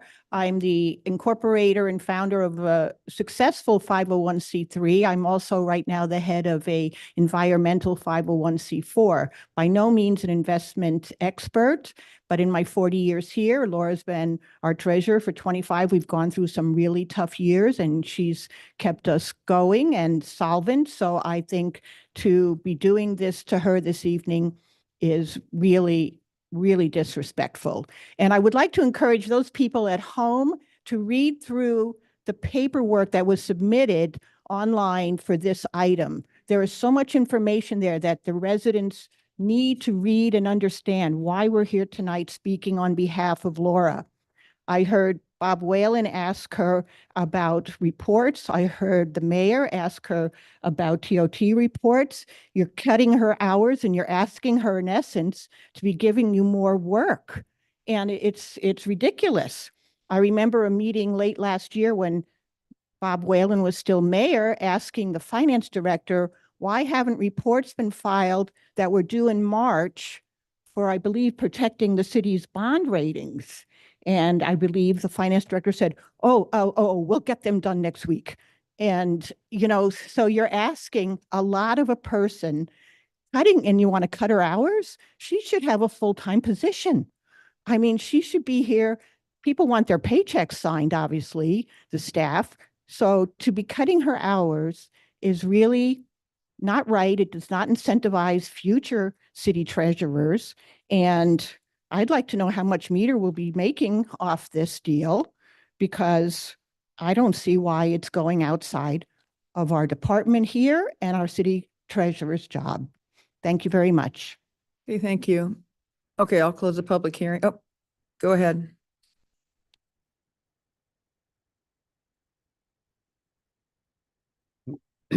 Make sure I'm close enough this time. Good evening, Mayor, Council, and staff. I want to express my deep concern regarding the proposed reduction of elected city treasurer's role. The city treasurer is pivotal in ensuring financial transparency and stewardship. Diminishing this role not only undermines oversight, but also erodes public trust. Instead of reducing the treasurer's responsibilities, we should expand them, particularly to collaborate with an independent audit committee to address the significant issues identified in recent audits. Furthermore, it is essential that audit reports are communicated in a clear and comprehensible manner that all citizens can understand. Every citizen deserves to understand the financial health of our city. We must also examine the selection process of committees. It is crucial that these committees comprise diverse members with CPA level qualifications, ensuring that they are not overly controlled by council members in a way that suppresses dissent and diminishes competence. This will help restore and maintain public trust. To the City Council, City Manager, and City Attorney, I urge you to embrace transparency and accountability, openly discuss audit findings and financial reports, present information in a clear, accessible format for all citizens, collaborate on solutions with community input, particularly from our group of concerned CPAs who have been seemingly ignored in recent years. Had they been included on the audit committee earlier, our poor audit rating might have been avoided. Strengthen democratic practices, reinforce the city treasurer's role in financial oversight, establish clear guidelines for financial transparency and accountability, ensure committee selection, promote diverse representation, and discourage over-control that suppresses dissent. Laguna Beach deserves a council that champions democratic values and actively engages with its citizens. By expanding the city treasurer's role, fostering transparency and inclusivity, and ensuring the diverse representation in committees, especially CPAs, we can build a stronger, more resilient community. I urge you to reflect on your collective impact and make the necessary changes to nurture a healthy democracy. My family, is that 30 seconds? My family has called Laguna Beach home for over 100 years. I've never before has there been such a disconnect between our city council and the community. The treatment of the treasurer is just one of many examples of this general disconnect. We need leaders who are not afraid to challenge this overwhelming sense of detachment and dismissive attitude toward our community. Thank you. Okay, thanks, Mike. Okay, I'll close the public hearing now and bring it back to council. Who would like to start? Could we get into government code section for the one that Laura's attorney? I think it's 41001 and 41009. 41, I think 41004. Oh, Correct, four. that's I'm what I'm sorry. referring to. She's referencing. And that says that regularly, at least once each month, the city treasurer shall submit to the city clerk a written report and accounting of all receipts, disbursements, and fund balances. The city treasurer shall file a copy with the legislative body. So does Meter having access, managing the investments? So I think the argument was made that essentially that takes the money out of the custody of Laura. Is that the case? I think they're arguing that it's removing her ability to report. And that Yeah. I would just note that 53607, which is the government code that you asked about earlier, Mayor Pro Tem, which is the council's ability to delegate its authority, expressly provides that if the council does delegate its authority, then that's time that city treasurer or the treasurer, the person delegated, shall make a monthly report of those transactions to the legislative body. So it's calling out the express requirement for reporting only if delegated under that statutory. So under statutory construction, the express inclusion of that reporting obligation suggests that that reporting obligation does not exist for the treasurer if the city council retains its authority. So on that's helpful. And on page 4 under month of the staff report under monthly reporting, I'm gonna read the second sentence, which said so the first sentence basically says this: the finance director is required to prepare and submit a monthly investment report to the city council, the city treasurer, and the city manager, ensuring a clear, accurate, and complete depiction of the investment portfolio managed by the outside investment manager, as well as investment strategy. Sentence number 2. The city treasurer is required to prepare and submit a monthly investment report to the city council, city manager, and finance director on investments managed by the city treasurer. So for the first sentence, couldn't we just modify that to say that, Meter is required to prepare and submit a monthly investment report to the city treasurer, who would incorporate that into her report? What's wrong with that? I think that's one solution. I'm going to refer you to your packet on page 81 of this item, which is section 5.0 of the investment policy. And this is the section that discusses the investment authority and sets forth the reporting obligations. I'm sorry. Is this again? This is page 81 of the packet, of this item. It's page 4 of the investment policy. Yeah. So section 5.0 is discussing investment authority, and it discusses in here if the council determines to have an outside investment manager, what's going to happen effectively. And so it talks about the finance director as sort of the point of contact on a day-to-day basis if Meter needs to get involved. It goes on to discuss that there is a monthly meeting that includes both the finance director and the city treasurer. And that meeting would go over investment performance and strategy. And then there is a quarterly meeting that involves the treasurer, the finance director, and the investment audit committee. So, and I think Meter might be able to answer this more directly, but I think at that meeting that those numbers also will be made available to the treasurer for her review and ability to report. But I don't want to Rick, speak what for them. do you think about that, Rick? We work with treasurers all the time, that exact process. Yeah. Okay. You submit your report you could say you'd have to submit the report to the finance director and to this current recommendation, and then he or she would have to go to the treasurer and supplement her report. Is that how you see it? I see that's one solution as yeah, mentioned, but okay, yeah. The other thing I wanted to correct, Megan, you mentioned it actually says treasurer, finance director, and other city staff will meet as needed monthly, as needed. So it's not necessarily a required monthly meeting there. The as needed is in reference to the other city staff, not to the other city staff as needed. The treasurer and the finance director will have monthly meetings with Not Meter. necessarily every month, but as needed. No, the staff is as needed. Additional staff is as needed. So if for some reason, Okay. All right. I don't Thank know, Gavin needed to be there, he could also attend that meeting, but that meeting will happen once a month with the treasurer and the finance director and Meter. I have a question for Dave. So in Newport, you didn't have an elected treasurer, right? That's right. So how did you do? And who had the treasury function? The treasury function was usually assigned to the deputy director of finance. And then what kind of internal controls did you have there? They were extensive. They were as reviewed by our auditing firm, and they would identify everything from wire transfers to compliance with the policy. The policy was reviewed and adopted regularly, just like ours is. I was always very comfortable with them. We never had a problem in my 22 years there. Okay.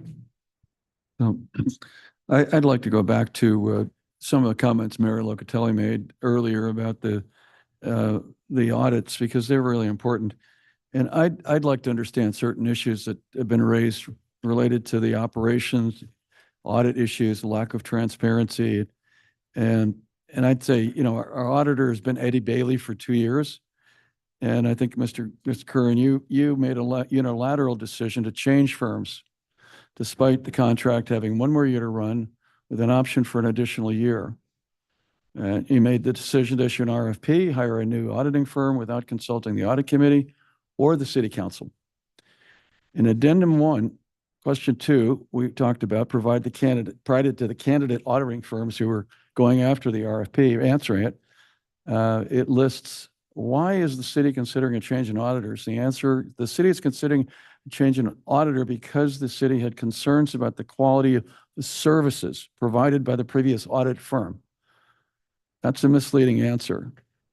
Question 13 in the audit RFP asks, did the auditors identify any non-compliance, significant deficiencies, or material weakness in the 2002-2003 audit? Answer, there were no instances of non-compliance, significant deficiencies, or material weaknesses noted by the auditors in connection with that report. This is also inaccurate information in the auditing report we received per the letter from Eddie Bailey of 6/30/2023. In the June 30, 2023 document from the auditor Bailey, it states, we identified certain deficiencies in internal control described in the accompanying schedule of findings and question costs as item 2002-32-001 that we consider to be material weaknesses. Councilmember Weiss. For the purposes, I'm sorry. Could I just clarify, just so that we don't get too off base under the Brown Act, because we're not agendized to talk about the RFP and the audit. Can you just tie it back to I'm tying it back to this because I don't have a problem with the treasurer managing these funds. I do have a problem with the finance department handling these funds. It's concerning because the CFO yourself, who's presided over numerous audits over 8 years, has not been able to thoroughly resolve financial issues flagged for significant and material weaknesses. Granted, prior audits have been late due to lack of staffing within the finance department. As a testament to that, we recently lost our finance director who's been here less than a year. I'm recommending that we reject the transition plan, but proceed with outsourcing. But if we have Laura as the point for managing investments, I'd be fine with it. We already decided to outsource to Meter, so that's fine. But for these reasons, I don't have a high level of confidence in the finance department handling this. Thank you. So how would that work I guess what does managing meter mean like in this instance? Because it seems like what their job is going to be is to follow what our investment policy says. And if they're not doing that, then I guess I'd imagine at that point, the contract would be canceled. That would be what managing would be, right? Or what else could it be? Help me understand. What are the specifics of what managing the outsourcing would entail? Well, Gavin can chime in here too. Among other things, it's meeting with the firm regularly to make sure that they're A, complying with the investment policy, and B, meeting the city's goals, which has mentioned safety, liquidity, yield. Yep. As well as meeting regularly with the community and like the audit committee and the council. So to me, that's managing it. Again, making sure there is compliance literally with the investment policy. So let's say hypothetically there wasn't compliance, what would happen? Gavin can chime in. My expectation is it depends on the egregiousness of that. If it was a minor mistake that involved a single investment versus it was a whole different approach than was approved by the policy. So it seems like managing the only actual decision because I don't want to have a situation where you have multiple people managing something because that's how you get into trouble, right? You need to have like ultimately there's accountability and a clear line of authority, right?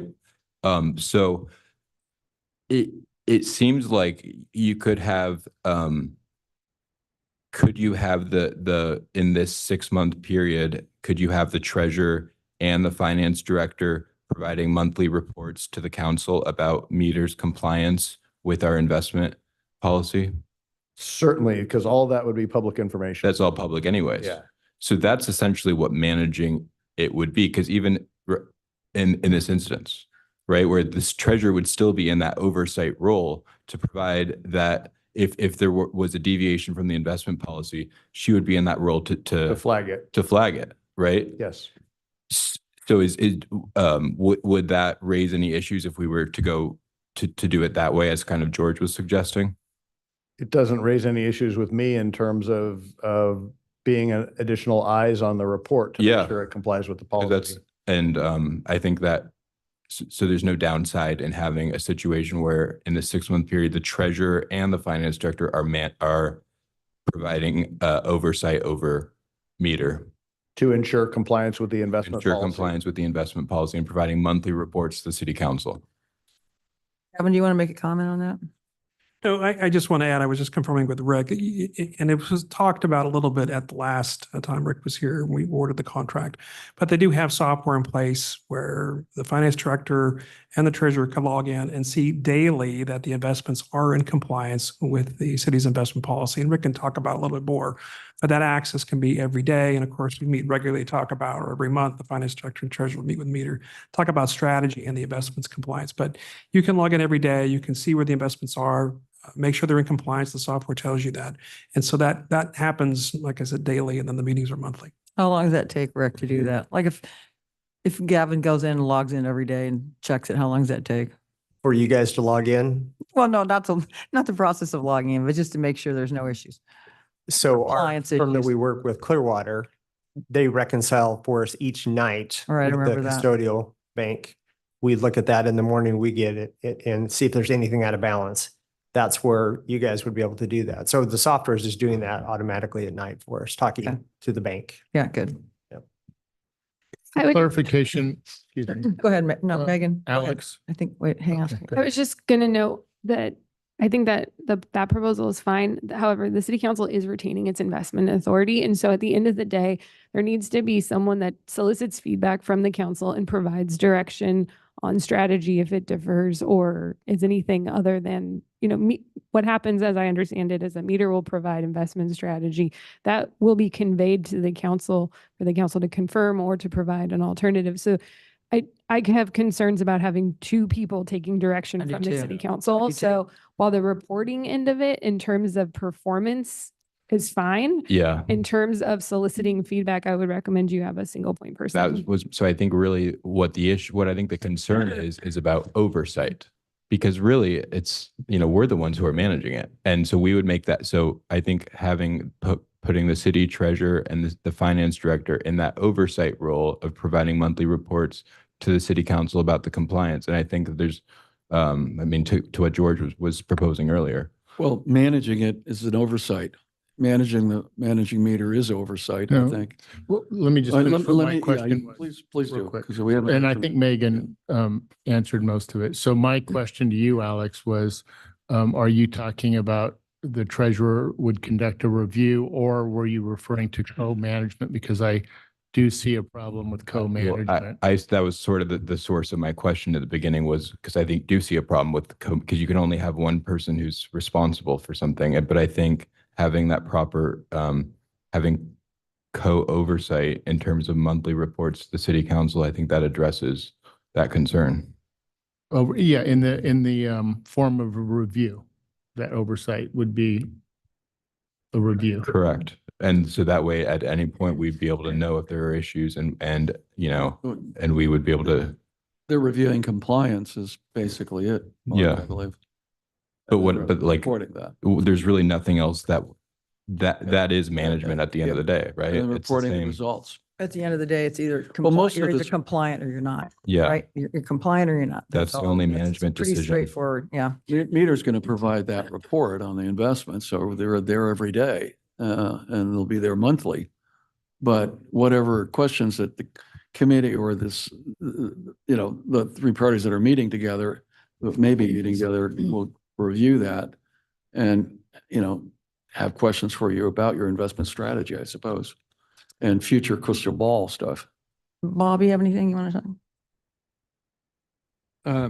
No, I think we need to make clear that the treasurer gets the information she needs to make the government code 41004 report monthly, so she's got to have access to information on the receipts, the investment receipts, so she can make that report. So I think if we have her making a monthly report as well on, like he already does, on the investments. That'll cover that piece of it. I'm Well, not quite clear on what you're proposing.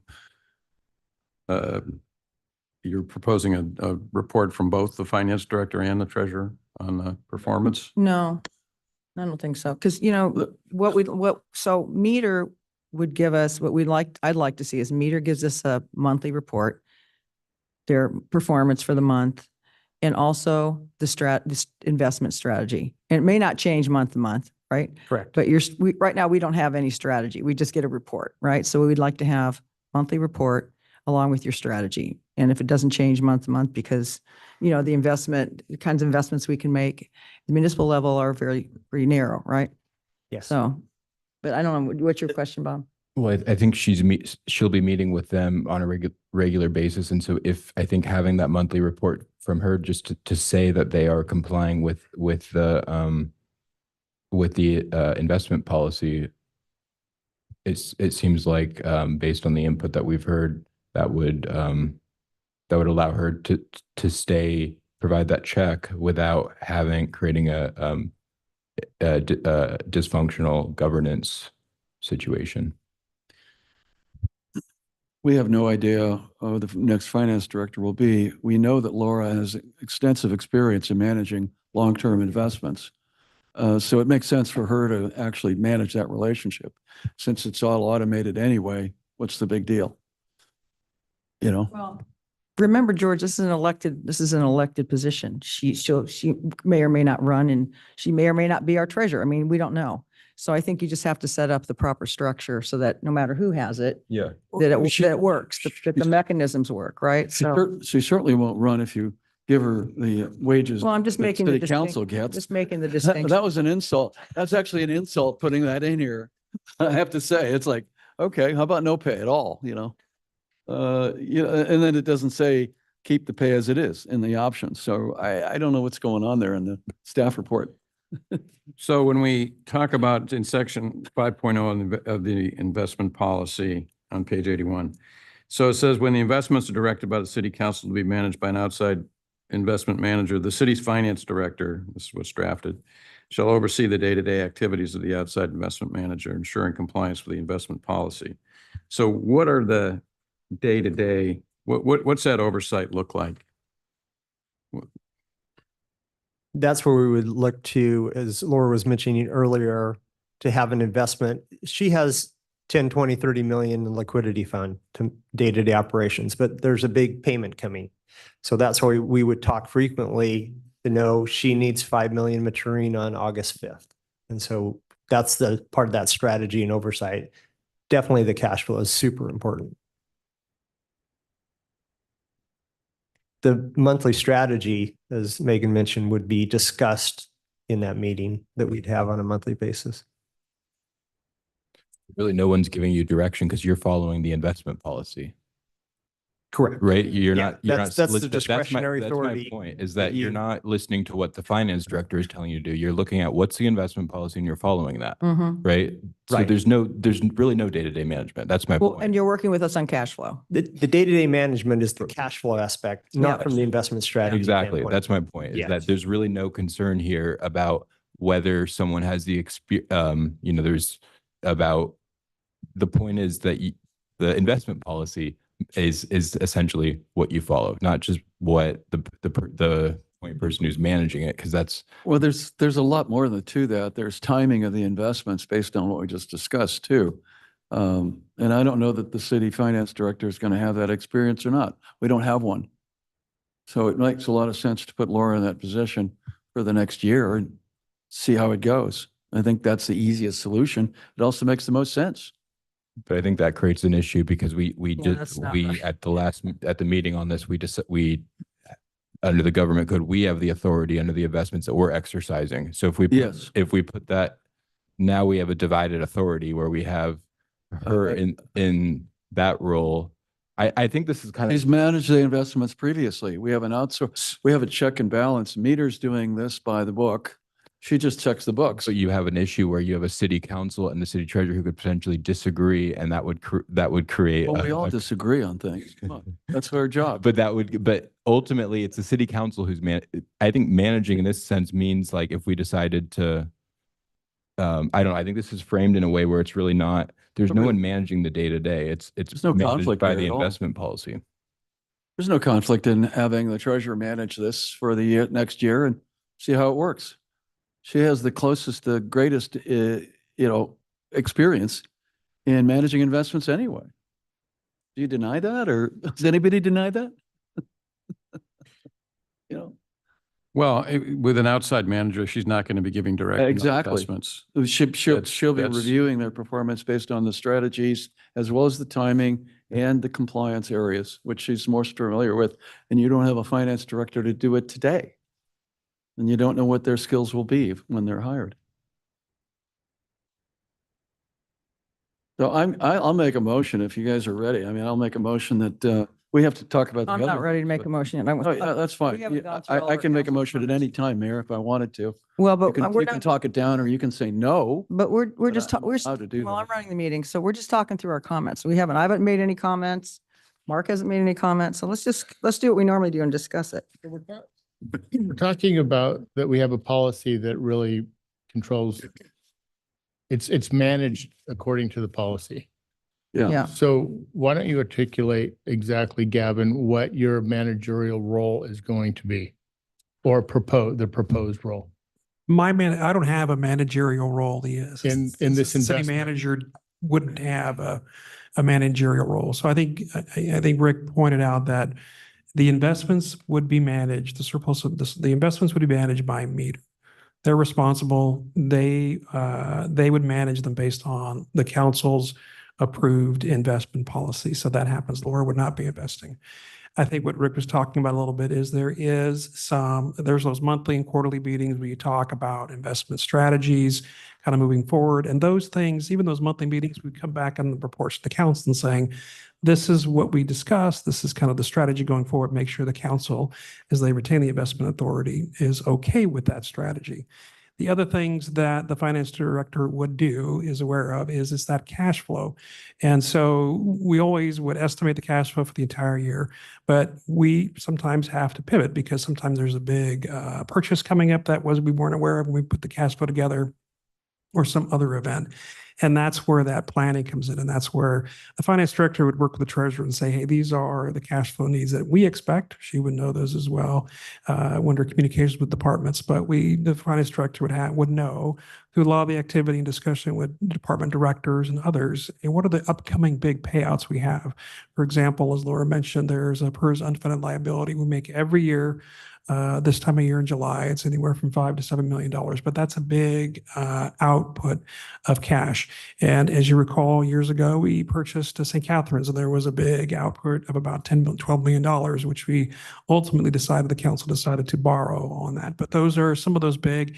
And then when you have projects where you have a big capital improvement project where you may have more outflows. So that's where that day-to-day comes in. The finance director would have to work with the treasurer just to making sure we identify those and pass those along to meter. So meter knows, hey, I got to come up with $10 million in, say, December. They know that they have to invest based on knowing that money is coming due.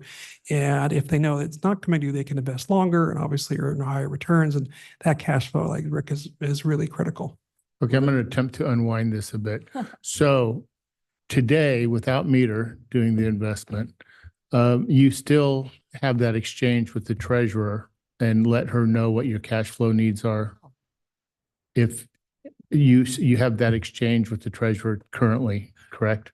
So I'm going to speak from when I was in that finance director position, but what the finance department gives is the information on what the payroll and AP runs are. I did not or had conversations with Laura about future cash flows. Those were under her privy, and I can't speak for her on who she communicated with about future cash flow issues. We only provided what was needed on the week. And typically, when you look at a cash flow for the city, it's pretty consistent, meaning You'll see big cash coming in December and April when the property taxes come in.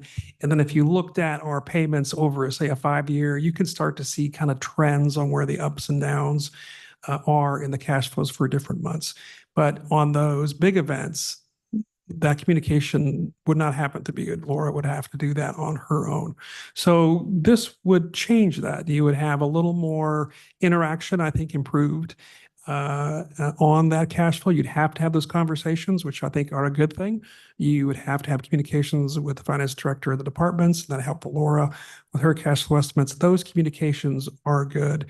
And when it comes to, and I will speak, and I might go a little farther, and I apologize, but on internal controls, you do, I think you get more here. If I had to make my opinion on it, you have not only the treasurer in these monthly meetings, the finance director, other staff as needed, meetings with the citizens, investment advisory. So there's a lot more, I say, oversight on investments, which is a very, powerful tool. Plus, you'll have improved reporting to the council, who will then see not only what investments we have, but also what those strategies are.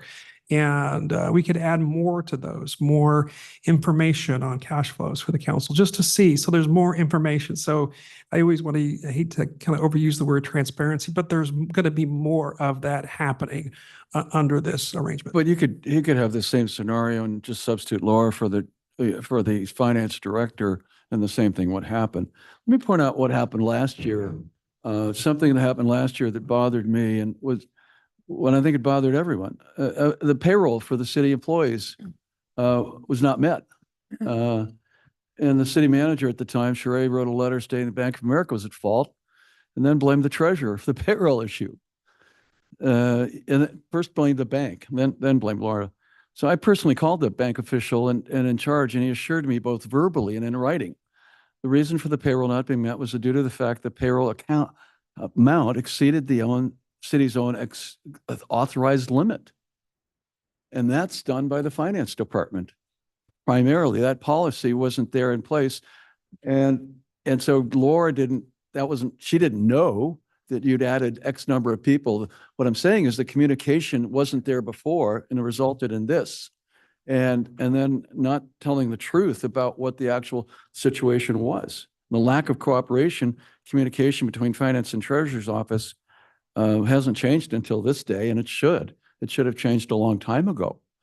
Why isn't that the case? And why can't Laura do that job and still cooperate more with the city finance director? That's what I see.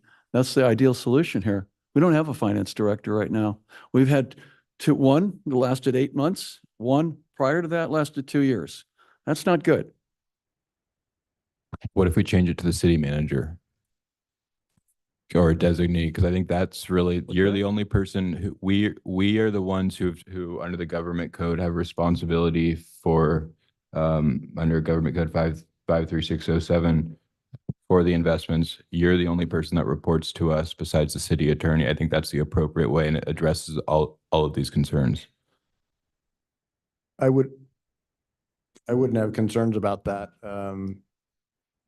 I do, to Councilmember Weiss's point, I do have great confidence that we're going to get great candidates as director of finance, but if that made the council more comfortable that it could be a designee. I mean, I think it's really the conclusion we've come to here is the only issue, managing day to day really essentially just means cash flow. Right. Beyond that, the question is giving the council information about whether Meter is complying with our investment policy. That's right. Which I have no problem with the city treasurer also providing that analysis to the council. So I think that creates a structure where we have the proper oversight of this, but we're still able to not create a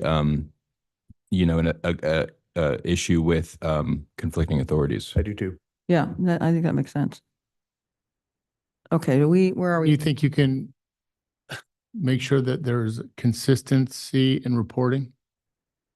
Yes. Well, and we do, like, we direct him, everything, any action that we take, we give the city manager the authority to do it, right? But he's not doing everything. Right. I mean, maybe Dave could, but that's his job. So I think that's the most appropriate way that's consistent with what the government code says, but our responsibility. And then it still gives having the city treasurer give us reports about their compliance with policies. Yeah, I think that sounds okay. Is that what Yeah, I you want to think do, Dave? I think it's a little cleaner. I think given where we are and where we've been, that works just fine. All right. Okay. So in other words, on page 81, these references to finance director would be city manager or designee? Is that what we're saying? Yeah. All right. I think we should also add a sentence in that section that says, that expressly says the treasurer shall be provided information, on the outside investments necessary for her to create the 41004 report. I'd like to see that expressly stated in the policy. Yeah, we will include that in section 5 and section 20, which also discusses reporting. Okay, so I think we have the structure of reporting straightened out. So I would also, so monthly, we'll get a report to the council on investment performance and the strategy. We'll get that. Quarterly, what would we do quarterly? We'd have You could have Audit committee. we'd have the audit investment committee, we'd have the treasurer, we'd have this finance director, we'd have the city manager, and maybe the council liaison to the committee. And you'd have that quarterly. And typically meter, I would imagine. Meter too. Yeah, meter too. right. Well, first meter. Yeah, then everybody else. Yeah. Okay. So I think we have the structure set up now. Now the question of the compensation we have to tackle. So for the remainder of the term, I'm fine with keeping it as is. Going forward, I think really, I think as policymakers and with a fiduciary obligation, we need to be informed by best practices and never just do things because how they've been done in the past. We need to do things based on in this instance, our safeguarding, internal controls and creating them where necessary, but also, making sure that we're following the government code. So I really think that this position of city treasurer needs to be based on both of those two things. An example of, I think, the TOT audits that never should have been given to the city treasurer, even though Laura has the ability to do them, they haven't been done 4 out of the 5 on a regular basis, they haven't been done in recent years. And that creates a problem because I didn't know that they weren't being done until Mark brought that up. And so we have a responsibility we should be auditing our TOT, but when you have an elected official overseeing something like that, that's not necessarily an internal control, that we could have outsourced that auditing. That's kind of this type of situation that, to me, that's not safe. That's not acting in the best interest of creating internal controls and proper safeguards. So I think that's an example of why we really need to look at how this position should be.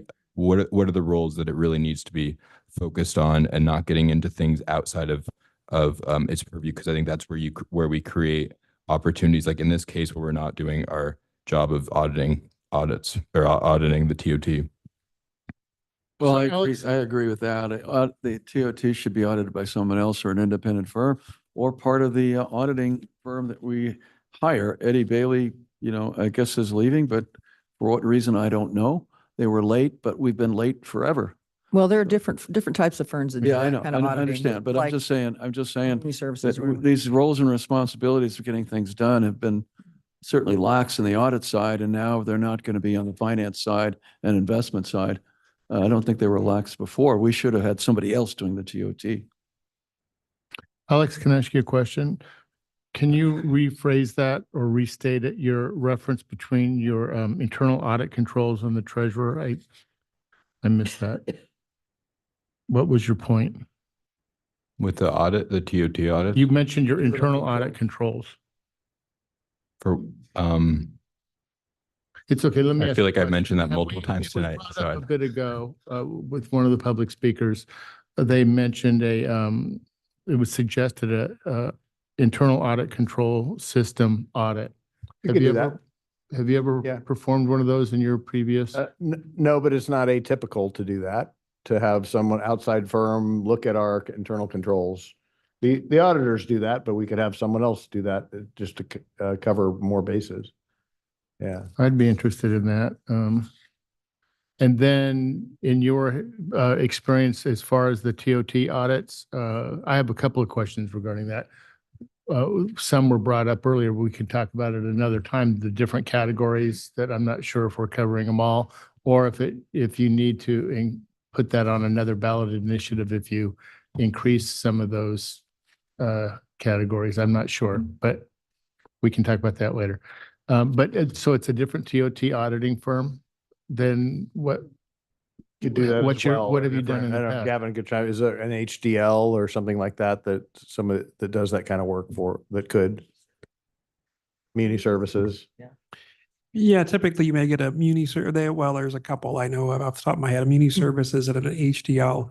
And they perform not only the audit, but they give more guidance on improvements to, say, your code sections and things like that, where a regular audit firm may not provide those additional services. They'll do the audit, but not that additional services and how to make improvements and where to change your code and, how to do more compliance, where your HDLs and your muni services have that arm to do that.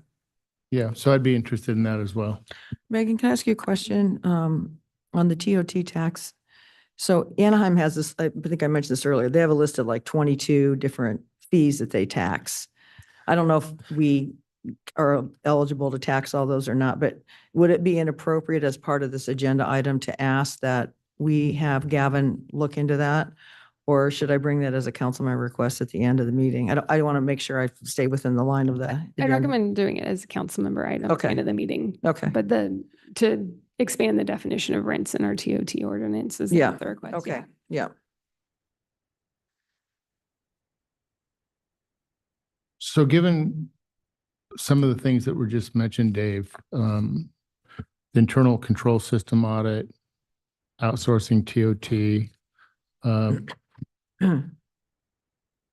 would it be, and especially the internal controls audit, would going through that process, would it help us better identify what's expected of the treasurer? I don't know.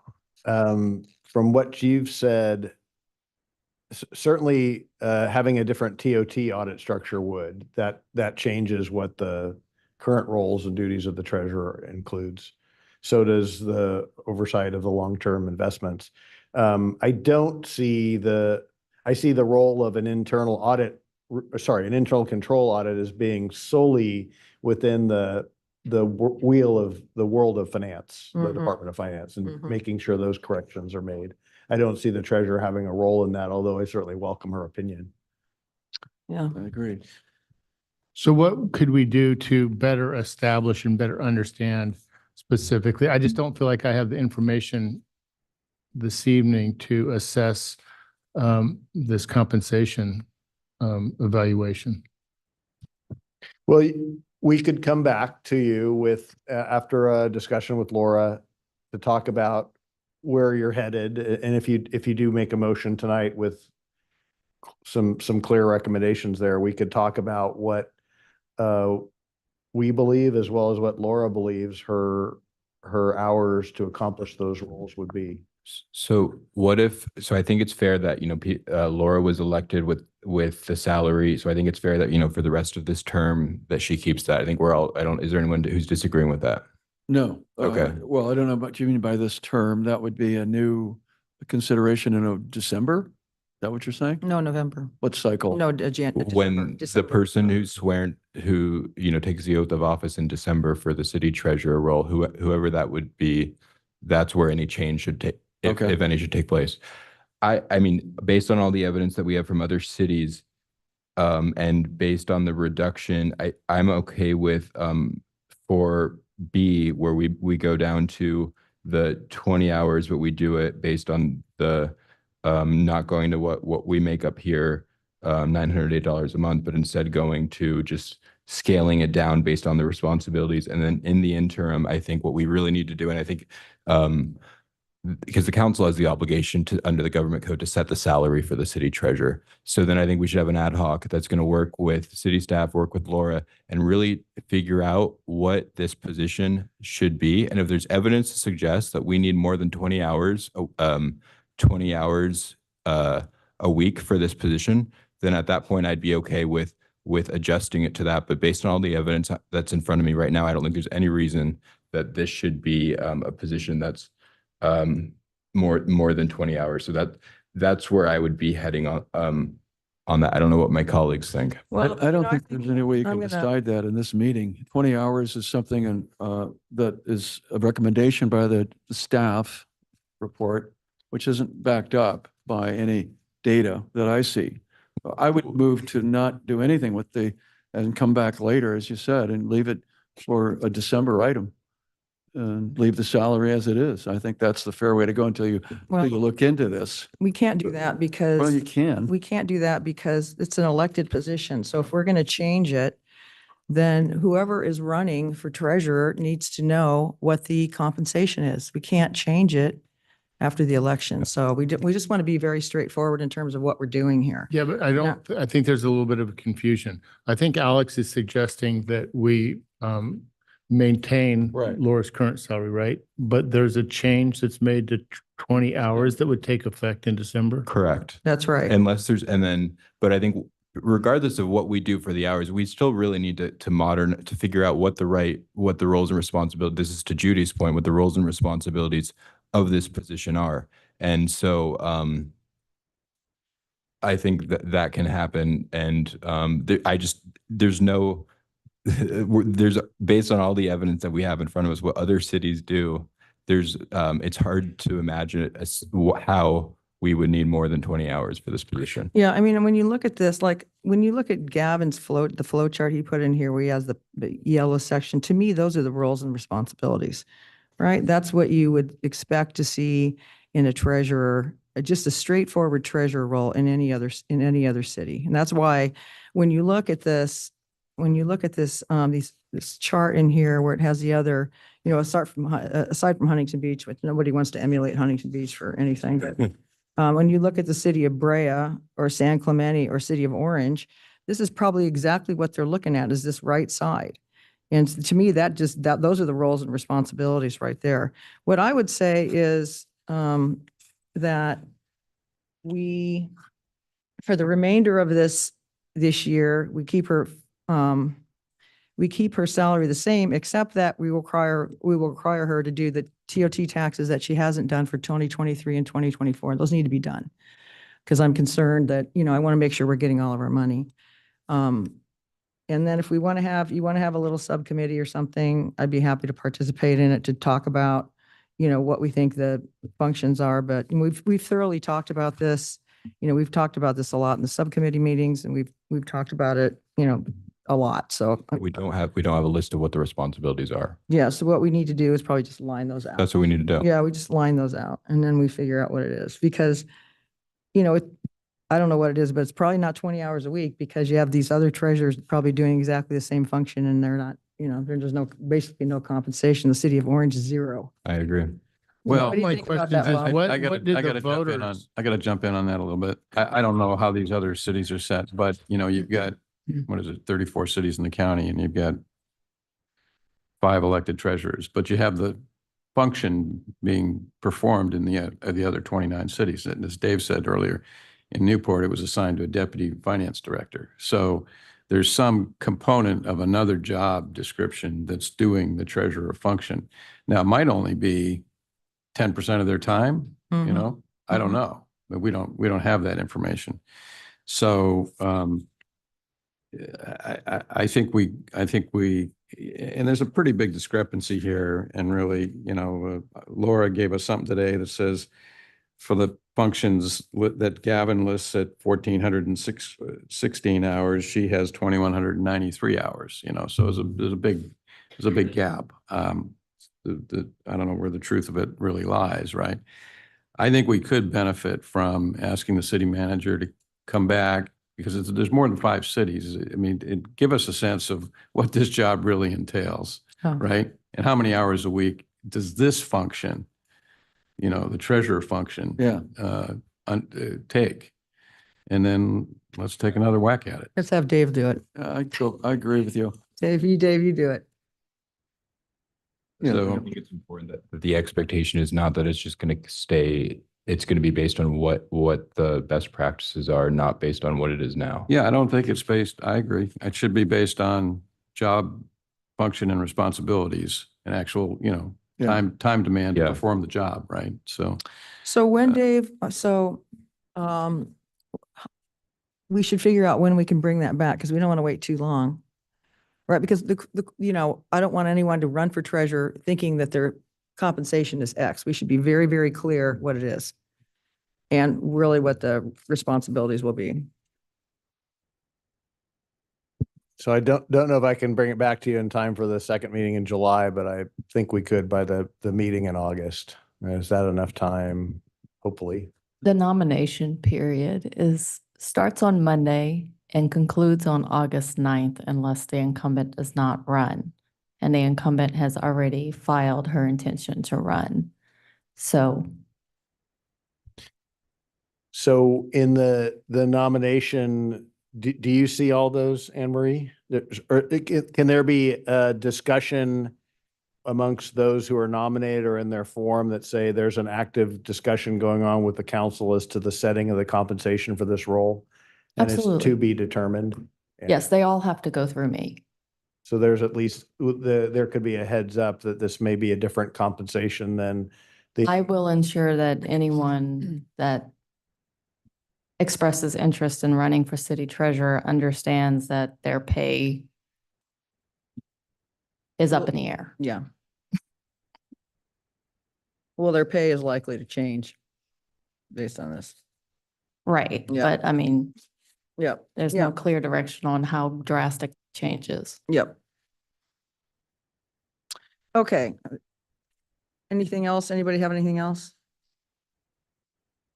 So I think we're clear on the only other recommendation, and Mark, you made a comment on it, but maybe we should include it as a formal recommendation in our adoption is the conducting the audit, the internal controls are internal control audit on the separation of duties and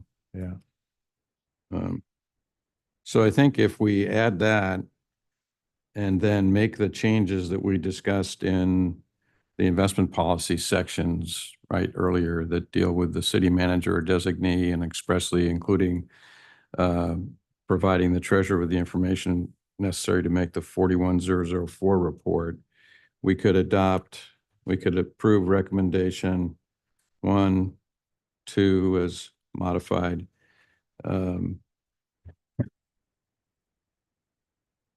And then we'd be leaving 3, 4, and 5 alone, right?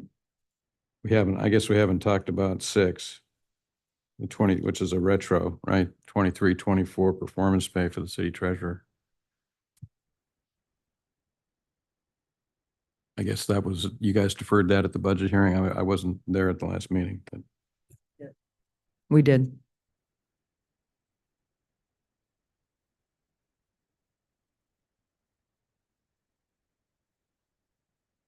Somebody remind me what, Laura could remind us, I'm sure. What was your EPP the last couple of years? 5%. But for the last couple of years? 5%. It's been 5% for many years. Yes. Many years, yeah. Okay, so I would think that we continue that for the 23-24 fiscal year. Would be my sentiment there. I'd support that.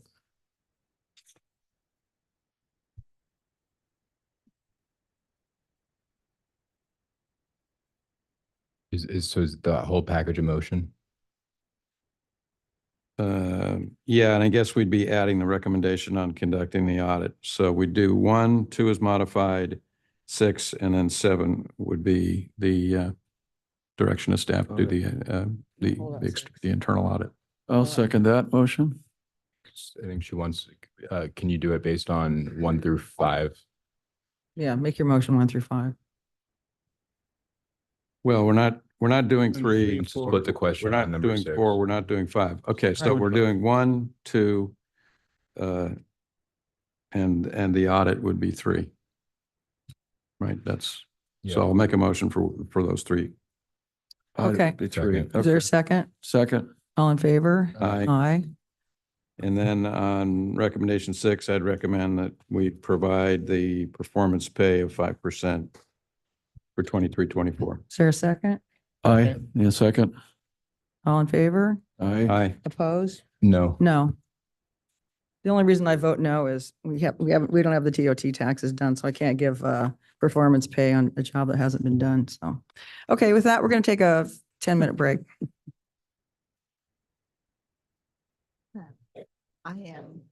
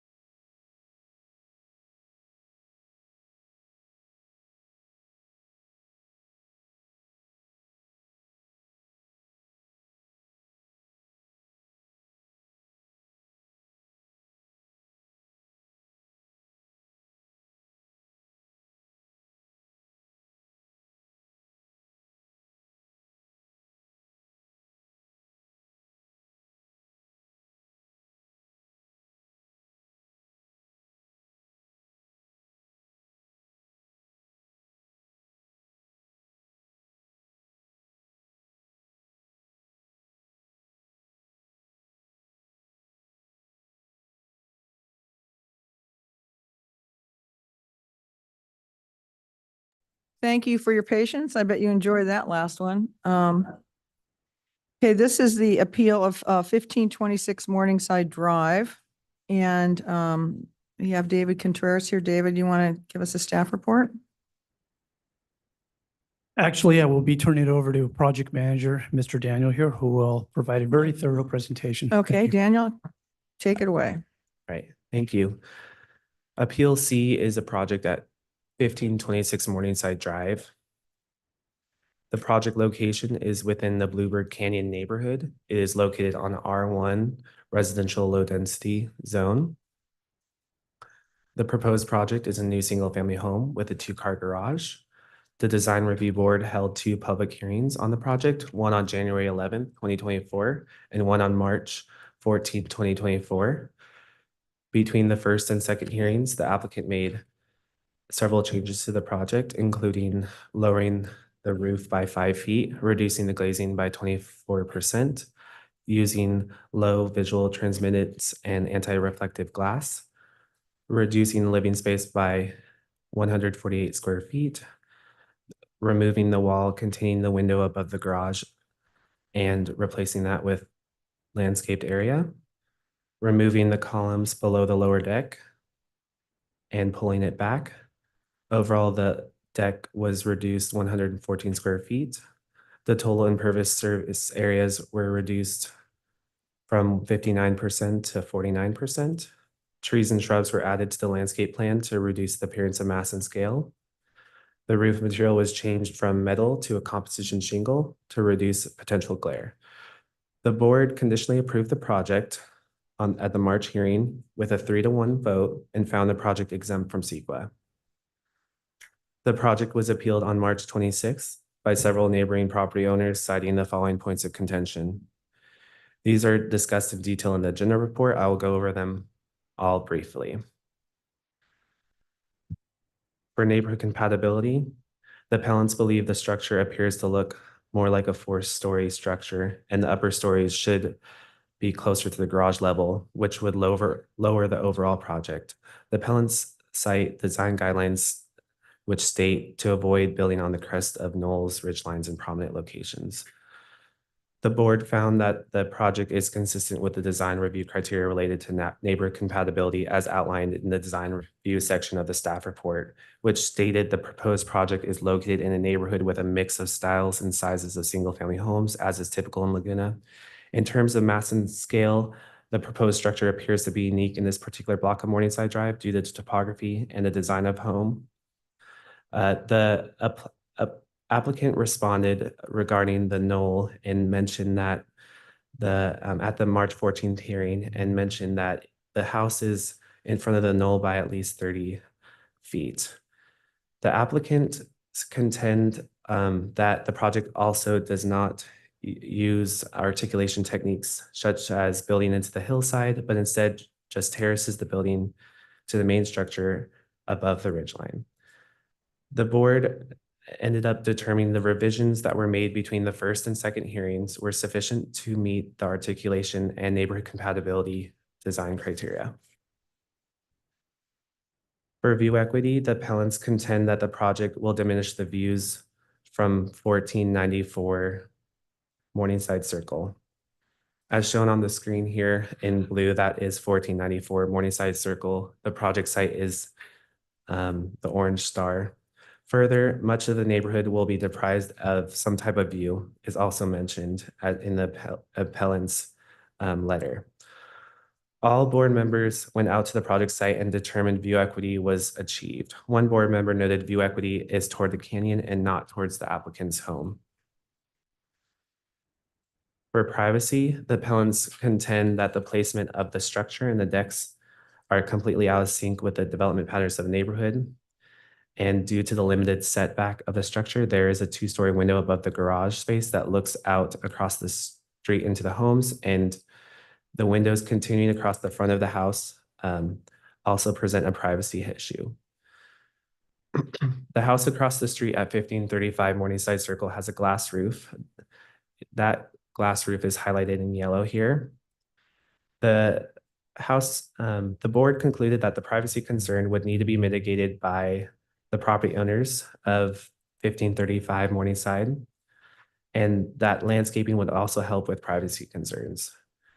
It should also note that the house itself is set back 30 feet from the street, whereas the garage is approximately 20 feet. And that is shown in this image right here. And garage design is also another point of contentions. And the appellants contend that the garage placement and space between the garage and the beginning of the upper level presents an image of mass and scale. And the appellants cite design guidelines 4.16 and 4.17, which state to locate the garage and minimize the impact of the perceived mass of the building and consider alternative garage configurations to reduce the perceived mass of the building. The board concluded that eliminating the window above the garage, as shown on this slide, that was eliminated and instead added landscaping in that space. It helps reduce the appearance of mass. The location of the garage is also set back to allow for parking. For lighting, the appellants contend that the outside lighting was addressed by the conditions of approval on the March 14th hearing, but intense lighting from numerous windows will have an adverse effect on the neighborhood. As a result of board comments, glazing was reduced 24%. The wall above the garage with the window was also eliminated. General plan policies. The following policies were mentioned by the appellant. These policies are linked to several design guidelines, including neighbor compatibility and view equity. These were addressed in the design review board staff report as outlined in the agenda report.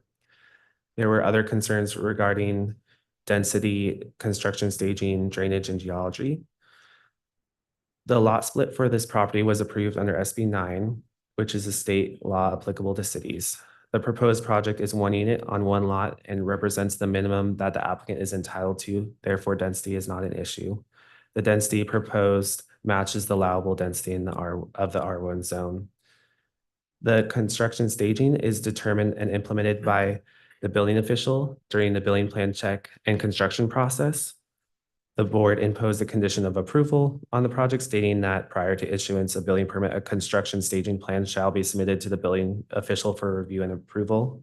The plan shall include a site plan that identifies construction material storage areas, construction parking, and site access, etc.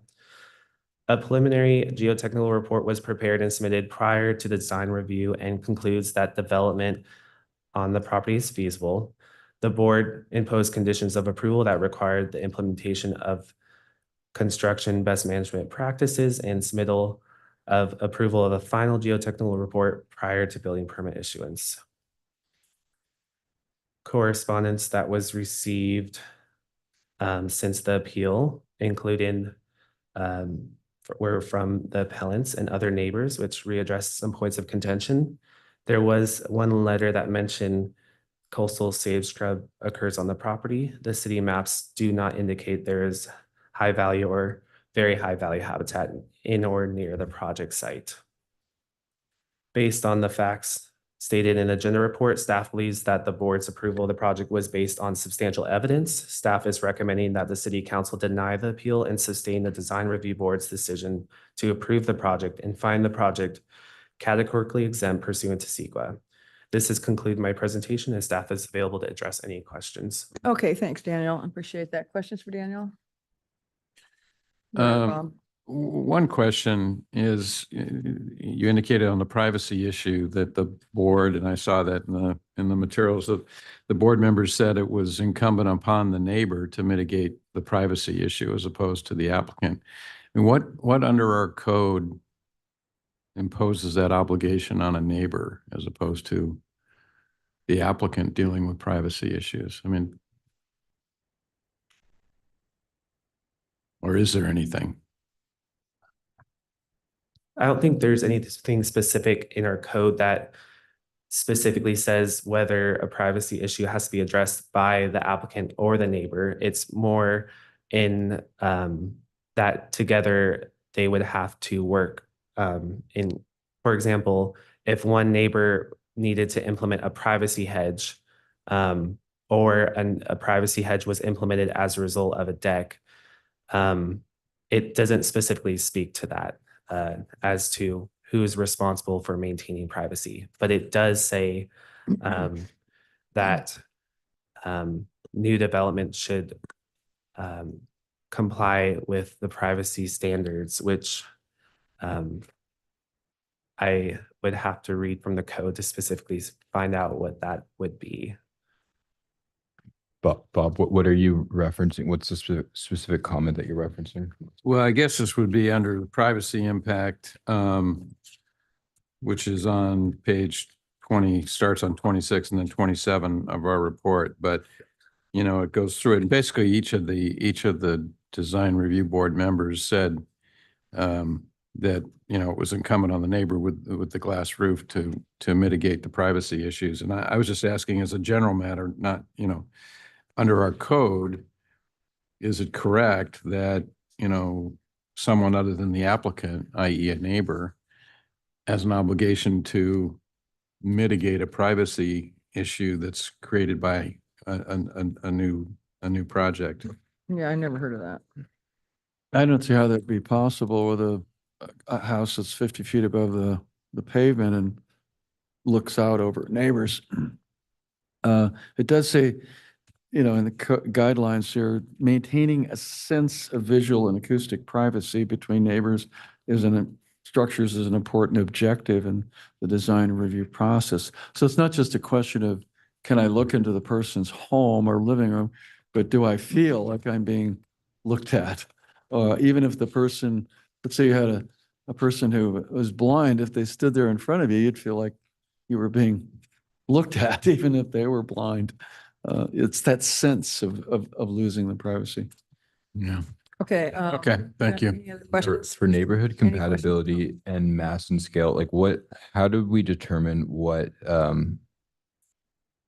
the neighborhood is in this instance? How did the design review board determine what the neighborhood was? Because I know in the list with the square, the size of the different homes, like some of them are in an area where it's like almost, in my view, it's a different block than this house. So how did they go about deciding what the neighborhood was this would be compatible with?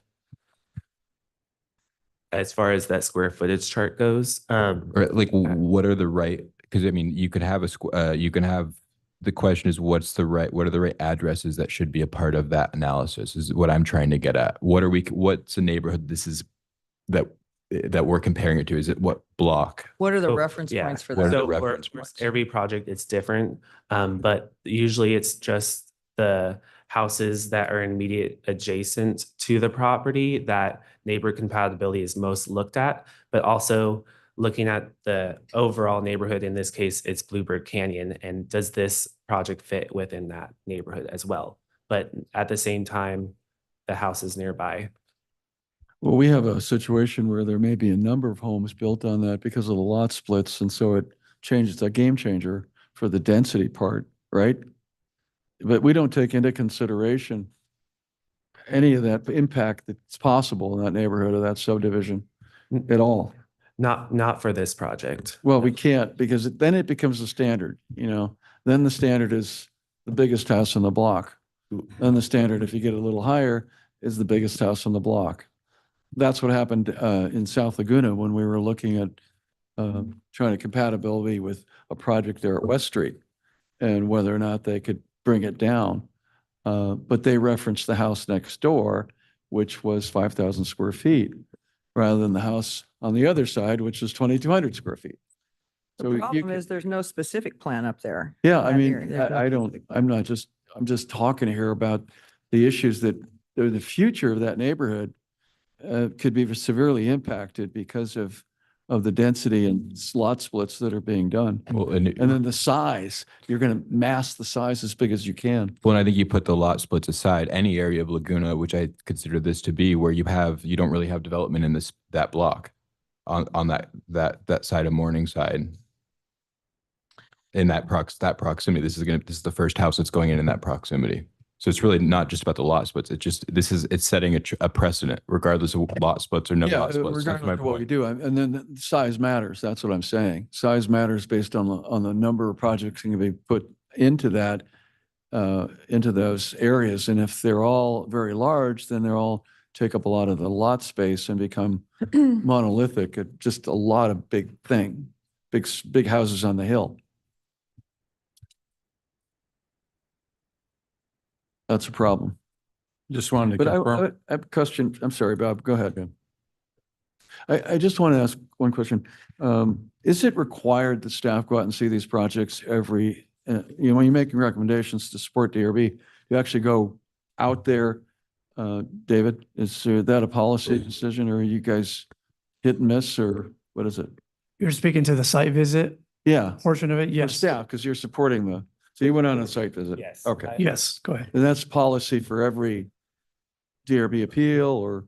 I would say for most projects, it depends on the project type. So in this case, this is a new single family home on a vacant lot. Certainly staff would want to go out there for something as unique as this. And I went out there a couple times, went up to the top of the knoll, had a look at it, climbed up there. First time didn't find the right pathway up there.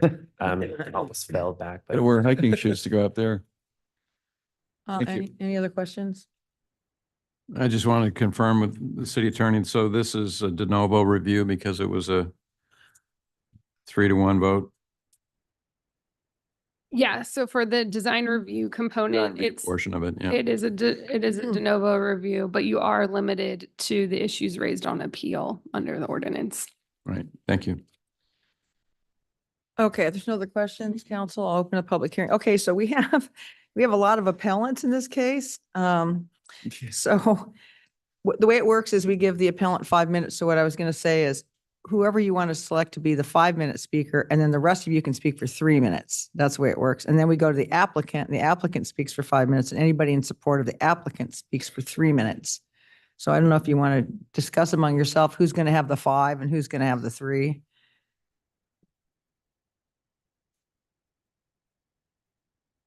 And as they're doing that, I just want to clarify, this was discussed earlier, but the lot split is not something that we're allowed to or that should be part of this conversation. Is that correct? Correct. The actual lot split, the SB 9 component is a ministerial action that the city council does not have authority over. So it's just limited to Question is the design project review. that's in front of us and whether it meets the design review criteria and our codes. Correct. Got it.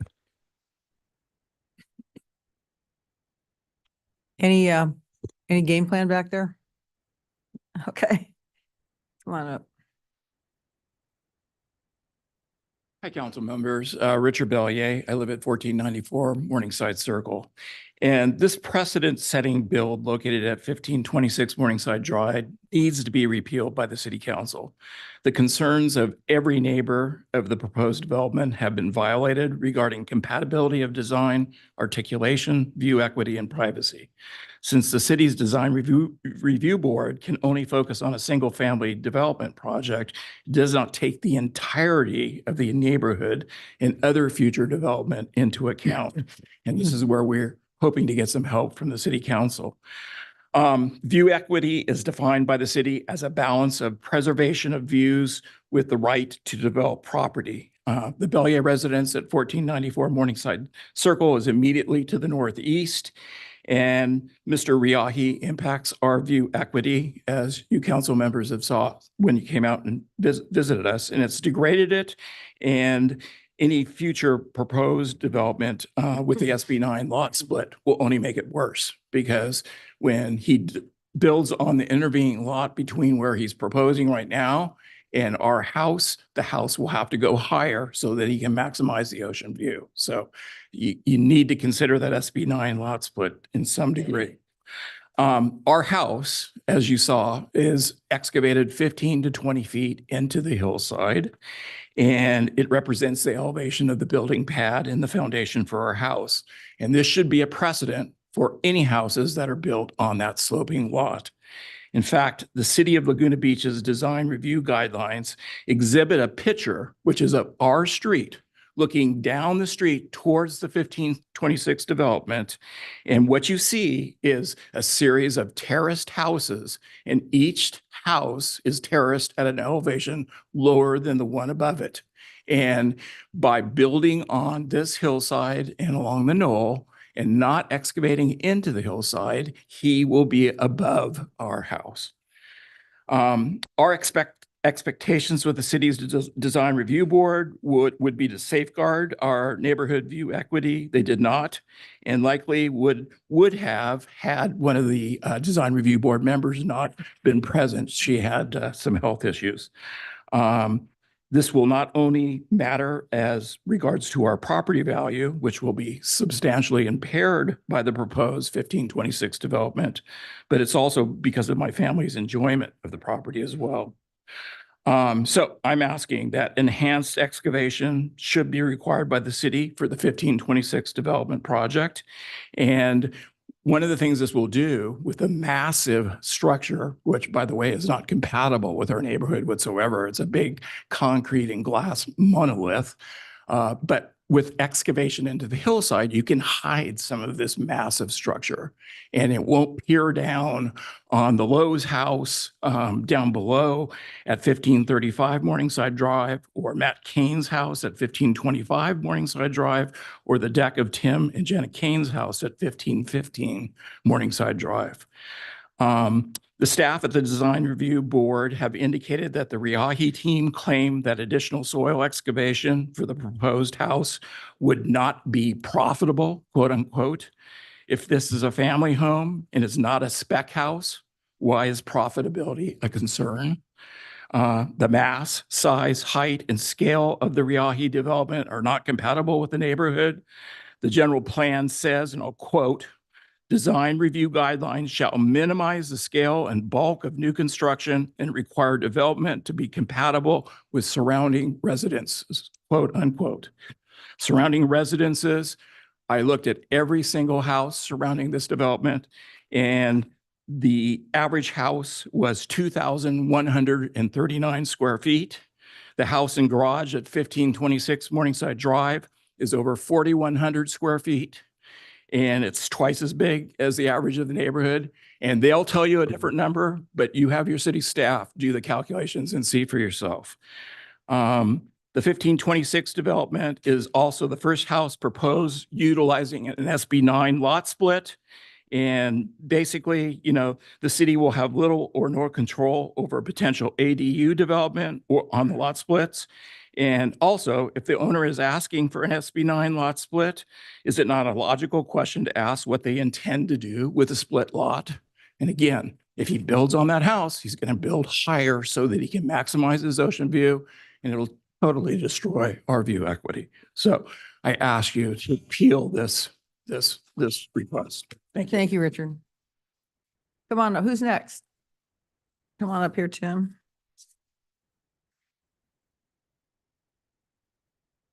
Hello, I'm Tim Kane. I live at 1550 Morningside. I'm also speaking from my brother who lives next door to me and can't be here today. Gave me approval to speak.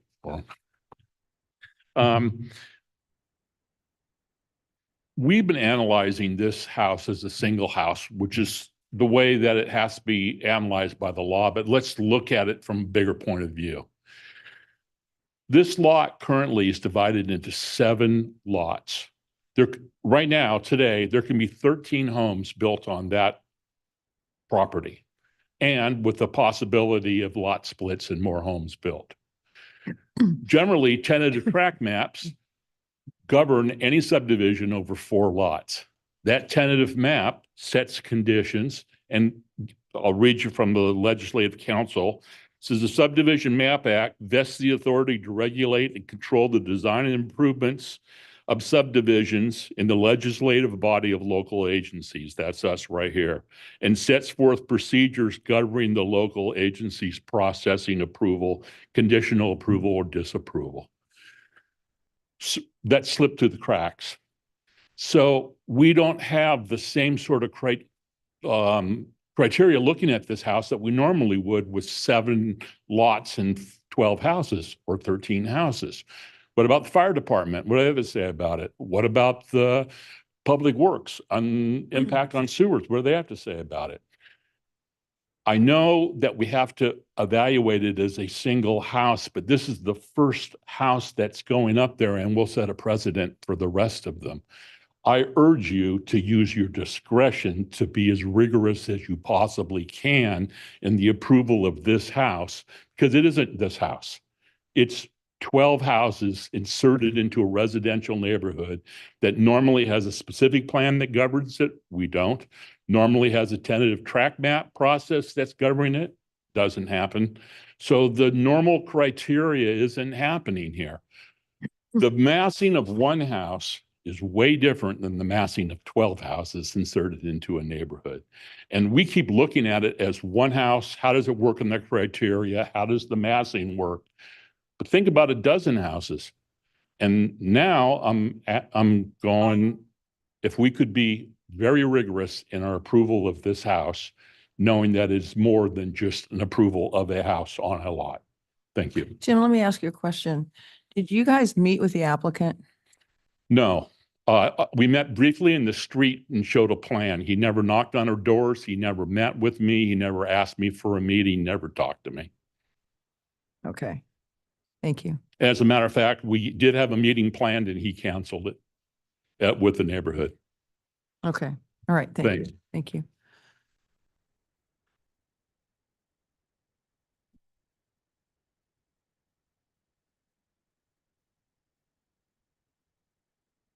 Good evening, Mayor Kempf and City Council members. My name is Pamela Adams, and I live on Morningside Drive, and a long-term resident there.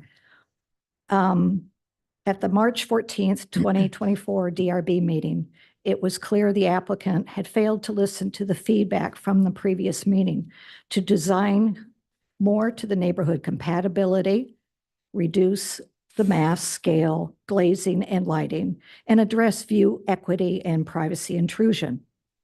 At a minimum, the applicant lowered the pop-up roof by 5 feet and added some vegetation to hide the massive glazing. Unfortunately, DRB approved the minor alterations with a 3-to-1 vote, minus one committee member, and ignored the view equity on Morningside Circle, and remarked that the privacy issues are the neighbor's problem and not the applicant's. I was told at this same meeting that the city staff and DRB were not going to address any other projects being reviewed because they were separate projects. However, the rebuttal letter I read to this appeal, the applicant tried to compare his project to the proposed project next door on this knoll as being apples to apples. With all due respect to the applicant, these are false comparisons in all categories. Lot size, he's divided his lot. The neighbor next door is maintaining his original lot, not dividing it up. The applicant has a sterile glass tower, and the neighbor next door is going to build an organic type of design like the rest of the neighborhood. Dear, I lost. The maximum lot coverage of a non-permeable hardscape versus a minimum lot coverage maintaining natural surroundings of the lot. There's also, he selectively compared larger homes in square footage, not in immediate area, versus the smaller square footages of the ones in our immediate neighborhood. There's a question on whether this is a spec house, as per a discussion with the architect at the first meeting on the street when they were showing us the first design, or if this is a family home. That scared me. That must be a primary residence for 3 continuous years per SB 9 requirements. The visual character of the neighborhood will be changed with this DRB approved project. In my opinion, 1526 Morningside Drive does not represent a design to set as precedent in the Bluebird Canyon neighborhood, but more appropriately, maybe in the Diamond Crestview neighborhood. I hope you accept the appeal and return this project to DRB. Thank you for all the time and energy you have taken to review our neighbors' concerns. Thank you. Thank you.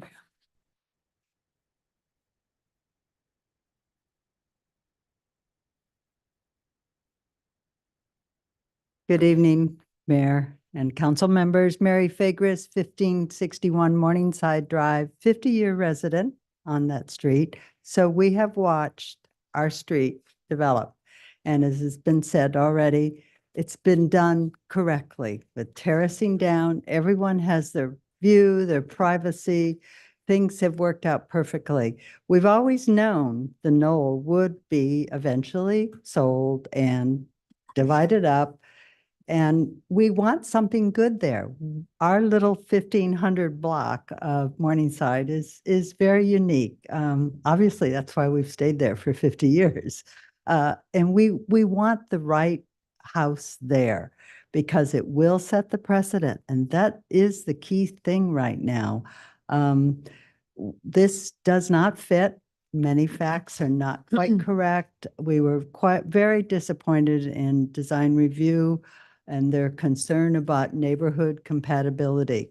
So we hope that you will take it upon yourselves to make sure that our neighborhood stays the way it is, and the development of the knoll will proceed with homes that will fit in with our community.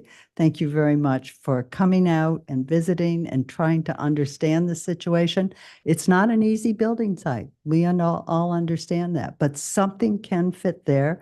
There is a design review project that it is approved now that's almost directly across from my house, and it's perfect. It fits in. It'll be just, it's going to be tough during construction because we're normally a very quiet area, but it's going to work. So please, we appreciate anything you can do to help us with this. Thank you again for your service. Thank you, Mary. So please. Good evening, council, mayor, everyone up there. Good seeing you all. Chris Prelitz, a 40-year resident, and I'm coming representing the Cover and Kane family, which owned the project at 1536.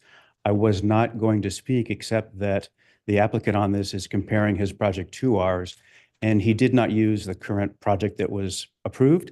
He has a much older, like 2 or 3 older picture, and he's also not adding the differences in the size, mass, and scale. So just really quickly, this project is 3,451 square feet on a 6,800 square foot lot with 32% open space.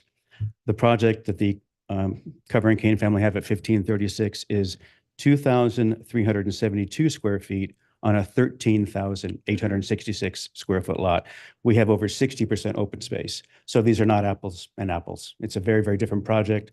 He has a picture where he pushes his building higher than ours. I think all of you have been up there. It's kind of common sense. You can see we're 7 to 8 feet lower than his project. So I just wanted you to correct that and have all the information so you can make an informed decision tonight. Thank you so much.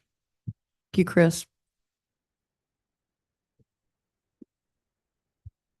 Hi, Anne Bellier. I don't think I can add much to what has already been said. Our neighbors are all in agreement. The size, scope, and compatibility are what are the major issues here. We appreciate each one of you coming out to see the project from not only our home on 1494 Morningside Circle, but our neighbors, the Lowe's, that the proposed project looks into their home. It doesn't fit. It really doesn't. As a neighborhood, we are all in agreement with the project Chris just spoke about. We approve that wholeheartedly. It's terraced in, compatible with the neighborhood, size, scope, all of that. We just ask that you hear our pleas and do the right thing. So thank you. Thank you, Anne. Anybody else speaking for the appellant? Okay. Okay, well, now we'll go to the applicant. Steve, you speaking for the applicant? Okay, so you have 5 minutes. Could you cue up the slide, please? Good evening. My name is Steve Kawaratani, and greetings to the mayor, council members, and staff. The applicant team confers with the findings presented in the agenda report, which recommends an unqualified denial of the appeal. While the council shall exercise its independent judgment to the evidence, the presumption is the DRB approval was reasonable, valid, and not an abuse of discretion. Incidentally, the DRB was not swayed by many misleading statements you heard today. The appellants have the burden of proof to demonstrate that the DRB's approval was otherwise and have failed to do so for the following reasons. Next slide.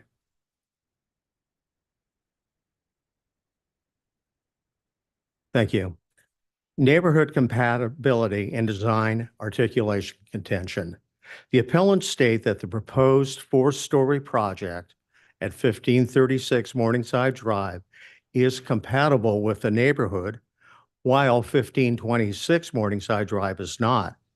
However, 1536 Morningside Drive is taller, wider, and more massive in appearance by 32%. The DRB found that the proposed 3-story program for 1526 Morningside Drive is neighborhood compatible. The DRB found that 1526 Morningside Drive meets the design articulation criteria. The DRB found that the view equity contention was false, that no view equity issue exists. Privacy contention. The DRB was unanimous in finding that no privacy issue exists. Lighting contention. The proposed lighting was approved with 53 fixtures, 33 for landscape and stairs, with the stairs on a 30-minute timer. 1536 Morningside Drive was approved with support from the appellants for 97 fixture. Garage orientation contention. The garage is configured facing the street, consistent with the appellant's own garages. Topography and lot depth make an alternative configuration infeasible. Neighborhood outreach contention. Contrary to the appellant's assertion, the project team reached out to the neighbors after the initial neighborhood meeting. Next slide, please. Site excavation contention. The proposed structure, as you can see from the drawing, is deeply embedded into the hillside, and additional lowering would require a basement level. Geological report contention. Geofirm's July 2022 report concluded the proposed development should not adversely affect adjacent properties. Drainage contention. The city's Public Works Department reviewed and approved the drainage plan for efficacy and safety. Size contention. Numerous homes in the general vicinity are similar in size or larger than the proposed 3,451 square foot home that is on a 6,800 square foot parcel. Next slide, please. Ridgeline contention. Contrary to the appellant's assertion, the proposed structure is not located atop the ridgeline nor up to 20 feet above. The roof is below the ridge line on the left side, as you can see by the dashed line, and 4 feet above on the right side. Parking contention. The project provides 5 parking spaces, including a 2-car garage, compliant parking for 2 cars, and 1 off-street parking space. General plan policies contention. The DRB thoroughly analyzed the application and found the project in compliance with the land use element and policies of the general plan. SB 9 contention. The SB 9 parcel map was approved by the Director of Community Development in October 2022. A deed restriction requires the home to be owner occupied. Incidentally, 1536 Morningside Drive cannot be subdivided. Conclusion, the project was reviewed and approved by the Design Review Board over 2 hearings. Significant changes were made during the process. The application compares similarly with the 4-story 1536 Morningside Drive project that received unanimous neighborhood support and also received DRB approval. The appeal is not fact-based, without merit, and should be denied. Thank you. Steve, can I just ask you one question? Certainly. In the board member Gibbs raised the issue in his dissent about the fact that, well, the kind of 2 issues. One about the garage not being subterranean. I'm not going to ask about that. But the other issue that I think is well, actually, I will ask about that. But the second question is that there's a gap between the garage, the space between the garage and the home. So can you help us understand? Right. Why does that exist, and how do we look at that in the context of neighborhood compatibility? Right. So these are newer homes that are up on the upper side of Morningside. The land use element suggests to reduce massing that structures should be separated. This happened many times during Diamond Crestview's development, to where buildings aren't actually touching each other. It reduces the appearance of massing. That area, Alex, also provides an area for landscaping, which we are using to mitigate some of the apparent massing as well. So your argument is that that's to mitigate the massing? It does mitigate the massing, and it allows for greater landscaping. Okay, thank you. Thank you. Steve, I just had one question as well. What were the concessions, significant changes? What is that? What were they? Would you mind, George, if I had the architect answer that? I don't have it written down exactly. I can tell you that the project was reduced by 5 feet, that the deck area was reduced in size, the square footage was reduced in size, the landscaping was increased, the lighting was decreased, but I don't have the complete laundry list. However, it is in the staff report. Okay. Thank you.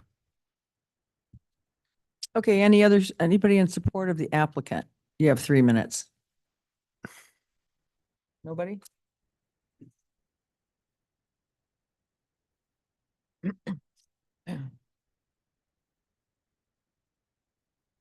Hi, my name is David Durdays. I live on Temple Hills Drive, but I own one of those 4 lots, 1560 Bluebird Canyon, which is just south of Covers and southwest of Mr. Yahi's. And I'm not here specifically to speak one way or the other, other than correct some facts that or false facts that I just heard. Mr. Bela, I'm not sure his name exactly, said that in one of the meetings, Mr. Riahi was talking about profitability.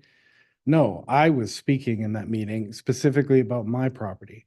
I've been fighting Dornan as my neighbor on 2095 Temple Hills Drive for years now. I finally gave up and bought this property to build my own home. But I cannot afford it unless I split the 2 lots and sell one of them. And to do that, I have to make sure that they're built in a way that is economically viable, and I can sell that property to have enough left over to pay for the house that I'm going to live in. So these quotes that we're hearing are being misapplied, and that's inappropriate in this situation. Additionally, there's 4 lots up there, and I've spoken to all the owners. Myself, I'm splitting it into 2 lots. Mr. Riahi has already split into 2 lots. Mr. Cover can't split it. That's 5 total. And I spoke to Mr. Ramita, who owns the other property on the southeast corner, and he specifically said they have no interest or plan to split their lots. So this quote of 12 lots is invalid. It's either maybe 6 or 7 max, assuming that Ramita splits his lot. But there's no intention that that's going to happen today. And ultimately, there's other statements that all the neighbors are happy with Mr. Cover's property. And I know this tonight's not about Mr. Cover's property, but I'm a neighbor. I own a lot next door to him, and I'm one of the appellants on his case coming up in a month. And specifically because of real material issues, both of process and fact of noncompliance with the hillside guidelines and many other things that are going to be brought up with that case. And I don't want to bring it up here, but ultimately it is not loved and wonderful property compared to everything else on that street. It has issues, and with all due deference to Mary, it is not the perfect example of a property in Laguna Beach. So ultimately, I really appreciate your consideration of this, but take the facts based on how they're presented. And ultimately, let's give the deference to the board who's done the due diligence up to this point and made their decision. Thank you. Okay, thank you. Anybody else speaking on behalf of the applicant? Okay, so now the appellant will have 3 minutes, so only one person, to send one person up. And if you wanted to address any of the comments made by the applicant, you can come on up. Anybody? You don't have to, no. Okay, good. Okay, we'll close the public hearing. So, in response to the last comment, this is not about an abuse of discretion. We're in de novo mode here. We have to make this decision based on the facts in front of us, not determining whether there's an abuse of discretion. Is that right, Megan? It is a de novo review for design review based on the issues raised on appeal. The code language does say that is a presumption, however, that the design review board did not abuse its discretion, that the determination was reasonable, valid, and not an abuse of discretion, and it's the appellant that has the burden of proof to just demonstrate otherwise. Okay. So I guess where I go with this is on page 46 of our packet, which is page 6 of the January 11, 2024 meeting, the first design review board meeting. I'm going to quote from number 9, neighborhood compatibility. The proposed project is located in a neighborhood with a mix of styles and sizes of single-family homes, as is typical in Laguna Beach. And this is, I think, the important part. In terms of mass and scale, the proposed structure appears to be unique to this particular block of Morningside Drive due to the topography and design of the home. See the discussion above, and then it tells us, go to design review 2 regarding mass. In that section, it talks, I'm going to kind of skip around a little bit, but as currently designed, the project appears to be large, presenting a 3-story structure when viewed from the street. Existing development on Morningside Drive in the area contains homes on the opposite side of the street, the downhill side of the street, that trail down the hill, and as such, they generally appear as 1 or 2-story homes from the street level. The subject lot is a vacant lot on the uphill side of the street along this stretch of Morningside Drive. The site is bordered by other vacant lots on this side of the street. And I think this is a really good analysis from the staff right here. However, there are other homes further up Morningside Drive that do appear to be larger and have more mass. And as such, this could be considered a quote unquote transitional point in the neighborhood. I think really that's the key in this analysis of neighborhood compatibility is, do we want this to be like the bigger homes that are not in this specific neighborhood, or do we want it to be like what this neighborhood is? And I do feel like it is. I think Tom Gibbs got it right that this house does not, so there's comments that we heard about SB 9. I keep hearing about 1536. I don't know anything about 1536 because I can only do 2 appeals for this one, so I can't get into that. Even if I wanted to, I'm not gonna. I don't have the capacity, so I don't know anything about 1536. What I have in front of me is looking at the block, and I think staff got it right on the first hearing that this appears like a 3-story structure that is incompatible with the neighborhood. So I'm interested to hear what my colleagues. This has nothing to do with SB 9 because really you could have a lot here that was already existing. I think SB 9 is a moot point. I disagree with some of the appellants about that. I think really what this comes down to is neighborhood compatibility, and I think the staff analysis from the January 11th meeting really got it right. And so I don't know what I'm interested to hear what my colleagues think. That's where I am. It's probably the one that troubles me the most because I went out to the property, and from the Lowe's house, it just looms over you like a castle was described here. It's just very massive. But when you go up to the site, you go, it looks fine from the top. So neighborhood compatibility to me, it says in the staff report on page 46, the square footage, the home is compatible with other homes in the area, but it doesn't say neighborhood. So I have a problem with the size relative to what Mary said. They're all 2,100 or 2,200 square feet. I don't know that's true. The staff report doesn't document that. So we just don't have enough information to say. It's like that one on South Laguna. Is it the size of the mansion next to the house you're going to build, or is it the small house in the north?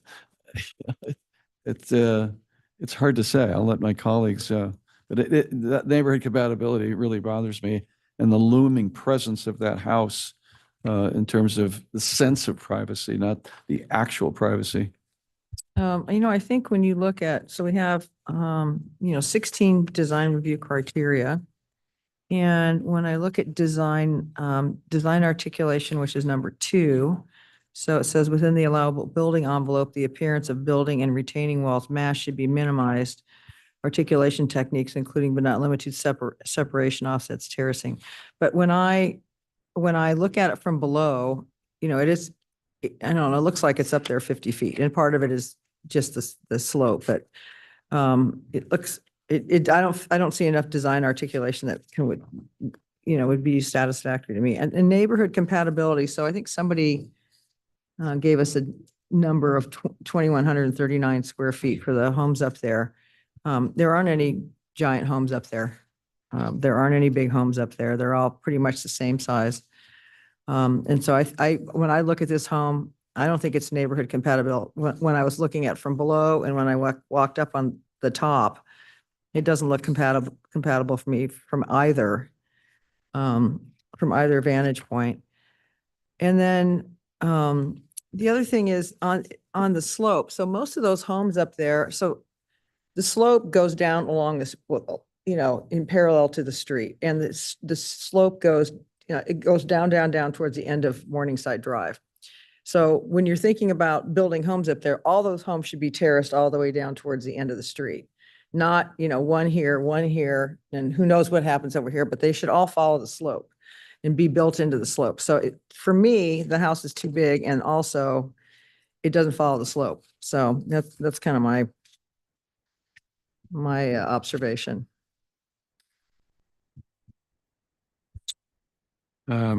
Yeah, I think you've hit on the two. My notes here reflect neighborhood compatibility and design articulation. Those are the two criteria that I think have not been satisfied.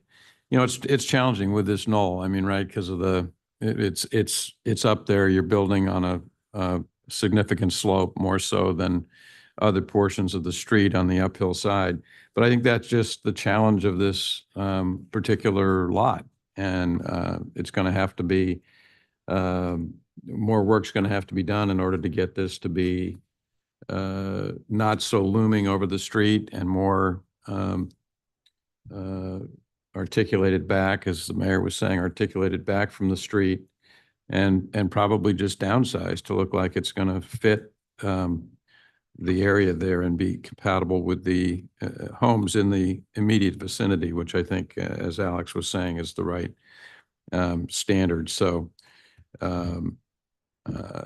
those are my two concerns there, and I think it just requires further work to work with this challenging lot to get something that's neighborhood compatible and more articulated in design. Yeah, I would agree, but how do you direct on the neighborhood compatibility, Bob? What would you do? I'd look at the homes more in the immediate vicinity, up the street there, not around the larger neighborhood. Like across the street. Right. That's right. I'd look at. Yeah, the one that's more contiguous with the house. Right. I mean, it's very obvious when you're standing there, when you look at all the houses on the street. Mark, do you have any comments? I think the distance between the top of the garage and the floor on the first level that Steve mentioned was an attempt to prevent mass is actually creating it here. I think that's one of the things everybody's picking up on. If you look at this distance here, it's quite a bit of space. So I think that they could pick up or reduce some of the massing by eliminating that. And maybe, I don't know about pushing the house back much further because it's going to start to create a complete subterranean room on Yeah. that first level, especially if they do eliminate that. So if they eliminate, see this area here? Yeah. So if you had a plate height here and then if it's excavated down to here now, this is going to come down and You just need be to bring the really height below down, grade. don't you? Well, that would bring the height down. Yeah. It looks like it'd bring it Yeah. down 5 Yeah. feet. That's what you should do. I think the easiest way to handle this is that the kind of the crux of the issue is what the definition of the neighborhood is in this instance. And I think the design review board, based on the analysis that I've seen, I think they look at this in the context of the broader Bluebird Canyon neighborhood where there are houses that look like this. And I think it sounds like what my colleagues and I are saying is that we want it to be consistent with apply design articulation and neighborhood compatibility within the context of the immediate area. And I think the design review with that will be able to work with and make a decision that I don't know that we need to give more direction beyond that thing. Well, I would agree that that street is unique in a way, and in the right side, especially, the houses are very eclectic, and this one sticks out like a sore thumb. So the neighborhood compatibility could be just one street, like Main Street or Forest Avenue.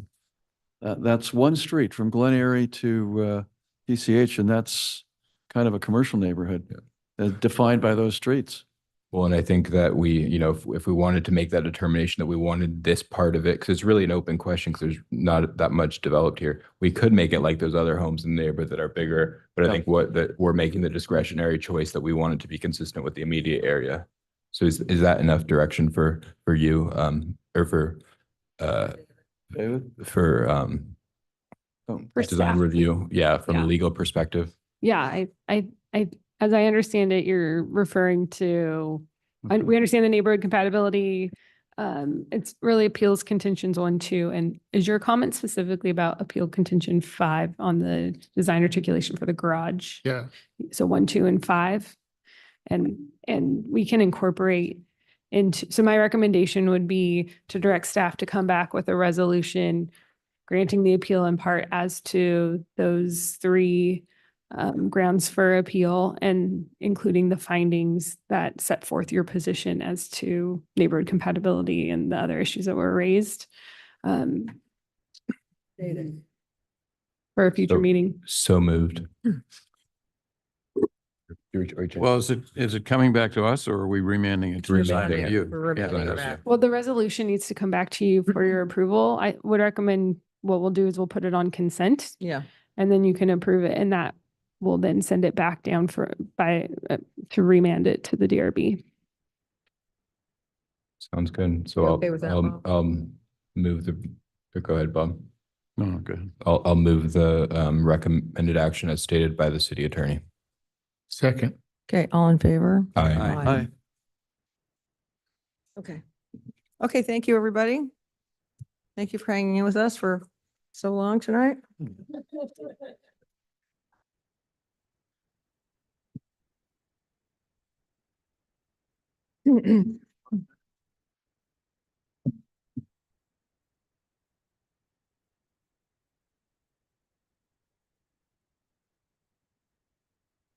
Neighborhood compatibility, it seems pretty clear to me in this case, and yet they didn't follow it. Yeah, I think, it's somewhat of an amorphous concept. And so It is have discretion, but when you're on one street and it's a unique street, and this is part of the street, and you go, uh-oh. Yeah, well, that tells us that the criteria that design review is using is somewhat too discretion. Okay, Maybe there needs to be written more better. let's get started. Okay, this is appeal of approval design review for new single-family residence. Yeah, remember. Okay, we're talking here. There would have been At 950 Baja Street in the Archbeach Heights Pacific Plan area. And I'll turn this over to David Contreras and Kate for staff report. Good evening, Mayor Kemp and council members. I'm Kate Kazama, an associate planner with the Community Development Department. And the last item before you tonight is an appeal of the approval of design review 23-1274 for a new single-family residence at 950 Baja Street. The slide before you is an aerial of the project site and surrounding area. The 5,000 square foot subject property is located on the east side of Baja Street between Capistrano and Cortez Avenue within the Arch Beach Heights specific plan area. The project site is currently vacant and has no prior development history. The applicant requests design review to construct a new 3,525 square foot dwelling with an attached 4-car garage, 520 square feet of elevated deck area across the second and third levels of the home, and an attached ADU on the first level that is not subject to design review. The design review board initially heard this project on November 9th, 2023, and during the hearing, the board received public testimony from 7 surrounding neighbors expressing concerns related to neighborhood compatibility, view equity, and privacy. After discussing the concerns raised by the members of the public and evaluating the project's consistency with the design review criteria, the board continued the project with direction for the applicant to 1, reduce the mass and scale of the building by lowering the overall height and pushing the dwelling further away from the street. 2, remove the spa from the 3rd level deck. 3, reduce the amount of glazing. And 4, ensure opaque windows are incorporated for all bathrooms facing a neighboring property. The applicant returned to the board on January 25th, 2024 for a second hearing and addressed the board's concerns by pushing back the 2nd level by removing the elevated planter area, reconfiguring the deck, and adjusting the building walls. The 3rd level was reduced as well by pushing back the 3rd level living area, eliminating the spa, and reducing the overall deck size. The width of the structure was reduced by 1 foot on the south side of the dwelling. Additional opaque glazing was added to the north-facing bathroom window, and the building color was modified to a tan color. Overall, 490 square feet of floor area was eliminated for the 2nd hearing. During the 2nd hearing, the board received public testimony from 9 residents expressing concerns related to neighborhood compatibility, view equity, and privacy, and the board provided additional direction to the applicant to make further reductions to the 3rd level on the north and west ends of the structure, to reduce the overall height of the structure, 3, further reduce the overall square footage of the structure, 4, incorporate additional frosted glass screening material on top of the perimeter wall along the north property line for privacy and security purposes, and 5, mitigate any privacy concerns created by proposed window locations. After discussing, the applicant returned for the 3rd and final hearing on March 28th, 2024, with the following modifications. They reduced the overall building height by 1 foot with plate height reductions. We reduced the west building wall on the middle and upper level.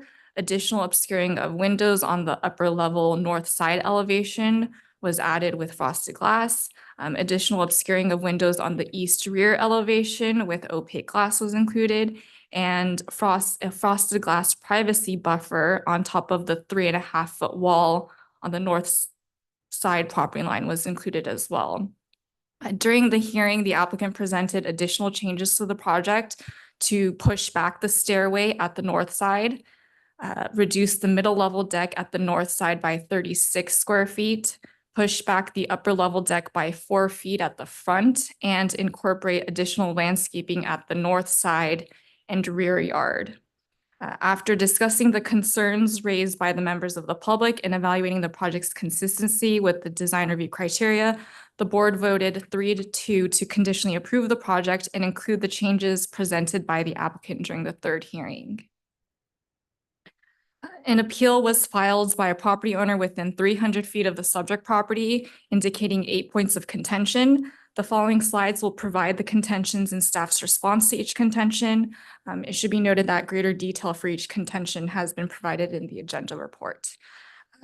Appeal contention 1 states mass and scale of the proposed structure were not accurately shown in proper context. The applicant provided architectural plans, including scaled and dimension elevation drawings, and scaled renderings to illustrate the design of the proposed structure. As required by the city's municipal code, staking was installed and certified by a licensed surveyor prior to each DRB hearing.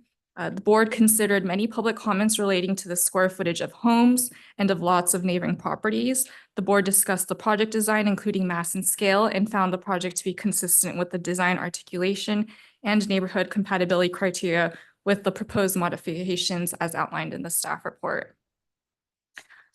Contention 2 states that privacy concerns were not addressed. Several of the surrounding neighbors raised privacy concerns across the 3 hearings.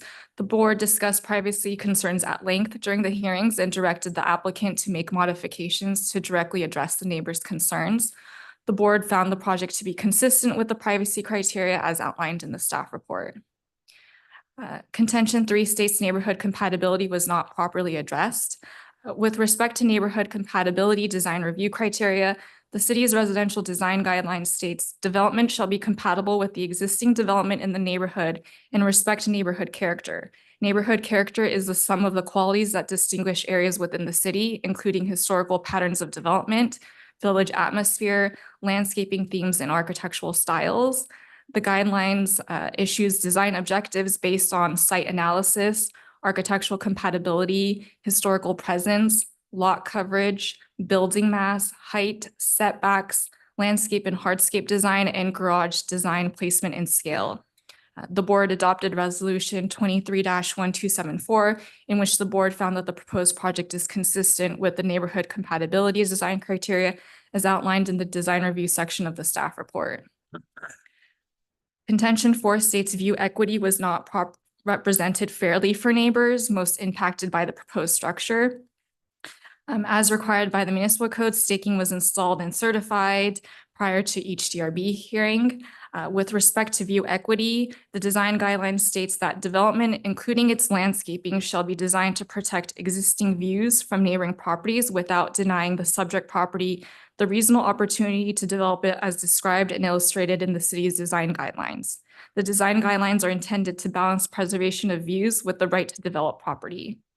Throughout the 3 hearings, the board's deliberation included discussion indicating view equity had been achieved and that the proposed structure would not unreasonably impact views for the abutting properties. The board adopted resolution 23-1274, in which the board found that the proposed project is consistent with the view equity design criteria as outlined in the design review section of the staff report. Contention 5 states there is little to no evidence of additional changes to design articulation of the elevations. The project design was modified for the 2nd and 3rd hearing as discussed earlier in staff's presentation. These changes were reflected in the submitted project plans and revised staking at the property. Contention 6 states that staking was installed incorrectly and was not revised to show the applicant's proposed modifications.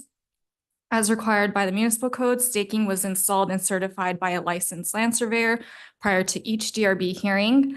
During the applicant's presentation at the 3rd hearing, the applicant indicated that the staking at the front of the property was inadvertently installed incorrectly for the 2nd hearing. Therefore, the project did not appear to be set back as far as actually designed to be set back. In other words, the staking at the 2nd hearing showed a bigger project than the project actually designed. The staking had been corrected and updated to reflect the additional modifications prior to the 3rd hearing. As a result, before the board made its decision at the 3rd hearing, they reviewed accurate staking of the applicant's proposed design. Contention 7 states additional modifications were proposed to the DRB at the 3rd hearing without revised staking or neighborhood communication. The city's municipal code requires restaking before each public hearing if the project is modified and the board determines it is necessary to restake. The applicant revised the staking prior to the 3rd hearing based on the revised project plans for that hearing. Before the hearing, the applicant met with several neighbors and board members to review the revised project design. Upon hearing the neighbor and board's remaining concerns, the applicant presented additional modifications to the board with a request for the changes to be included as conditions of approval. The board reviewed the proposed modifications and approved the project with the added condition that all modifications shown in the exhibit submitted to staff and presented to the board on March 28th, 2024 be incorporated into final building plans and reviewed for compliance with all code requirements. The board approved the project subject to such condition and did not find it necessary to hold another hearing or restake the project. I'll also add that since the third hearing, the applicant has installed additional staking to reflect the changes that were conditioned. They've left the original staking from the third hearing as well as the new staking for comparison purposes. And lastly, contention 8 states that the landscaping modifications were proposed without the ability for the neighbors or city's landscape consultant to review. During the third hearing, the applicant proposed installation of 3 pittosporum trees in the rear yard to break up the perceived mass of the structure at the rear, and the incorporation of hedges along the north side property line to address privacy concerns for the northerly neighbor. The landscape modifications were conditionally approved, subject to city review during the building plan check process. Therefore, the changes to the landscape plans are still subject to review.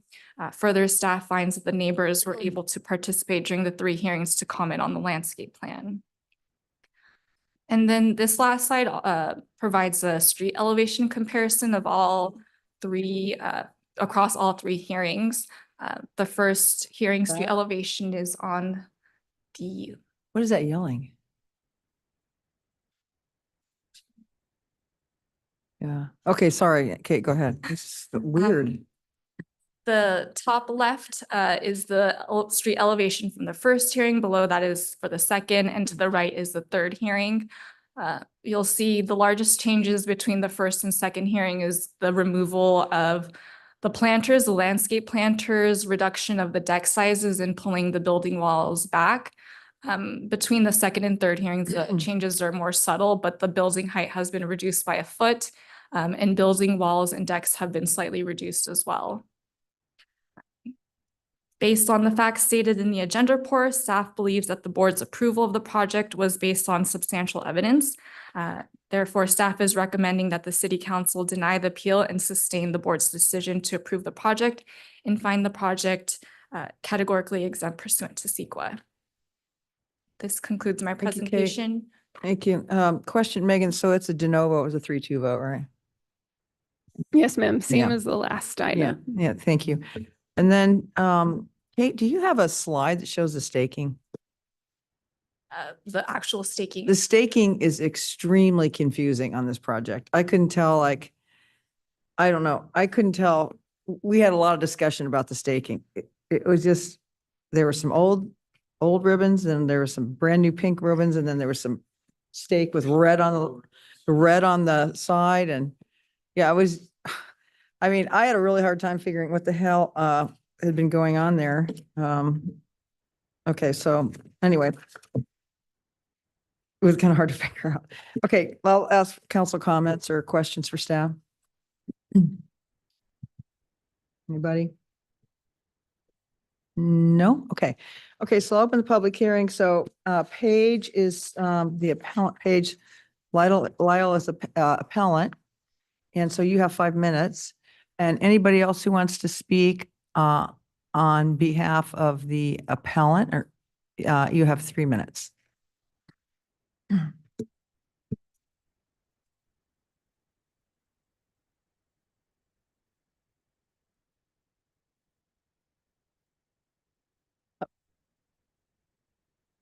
Good evening, City Council members, staff, and neighbors. Thank you for visiting our homes and listening to our concerns. My name is Paige Lyle, and I live at 940 Baja. I've lived in my home 22 years and attended many DRB meetings, specifically for 935 Baja across the street. Throughout the many projects proposed, there were communications and conversations with the architects and property owners. Our requests for meetings with this project team were ignored except for the last-minute meeting the day prior to the third DRB meeting as they scrambled to make last-minute changes. There are many issues with this project. Mass and scale are obvious walking up to it. For the second DRB meeting, we analyzed the information on all 5,000 square foot lots on Baja, Catella, Cortez, Capistrano, and Del Mar for a total of 33 5,000 square foot lots, with an average square foot of 2385. Many were built in the 60s and 70s, but 65 to 70% of those have been renovated. For the appeal, we have pared down the list down to only 5,000 square foot lots on the upside of the street, which is the location of this house. The list I provide is 15 homes. The largest is 3,082 square feet and an average of 2,256 square feet. This house is significantly larger. Four DRB members were concerned about the mass and scale, 3 even in the final DRB meeting. Some of the comments. The first, Tom Gibbs. The problem starts with the second floor and third floor balcony in particular. It looks like a big mass from the street. Don Sheridan. Find more than 18 inches. 24 inches would be very helpful, especially to the neighbors behind. Christine Thalman, privacy for 940 and 960 Baja. She was also concerned about the window glazing. For the second DRB meeting, the house was reduced approximately 500 square feet, which included moving the south wall north 1 foot and minor changes in front. They agreed to reduce the height 1 foot during the second DRB meeting. These changes had minimal impact to the mass and scale. All suggestions by the neighbors to reduce the size and height were ignored, or we were told it couldn't be done, including moving the garage entrance from the north to the south and sloping the driveway downward. We were told by other architects and engineers it could be done. They didn't want to do it. Some of the comments during the second meeting, Tom Gibbs, issue isn't 3-story, but overall mass hasn't changed. The 3rd story has to be pulled back significantly to match the terrain and compatibility and articulation that is neighborhood compatible, especially in light of the information on 5,000 square foot lots that have substantially less square footage than the project. Christine, push back and push down. Don Sheridan, project has to come down somewhat. Shared views. Privacy issues for Dr. Borelli.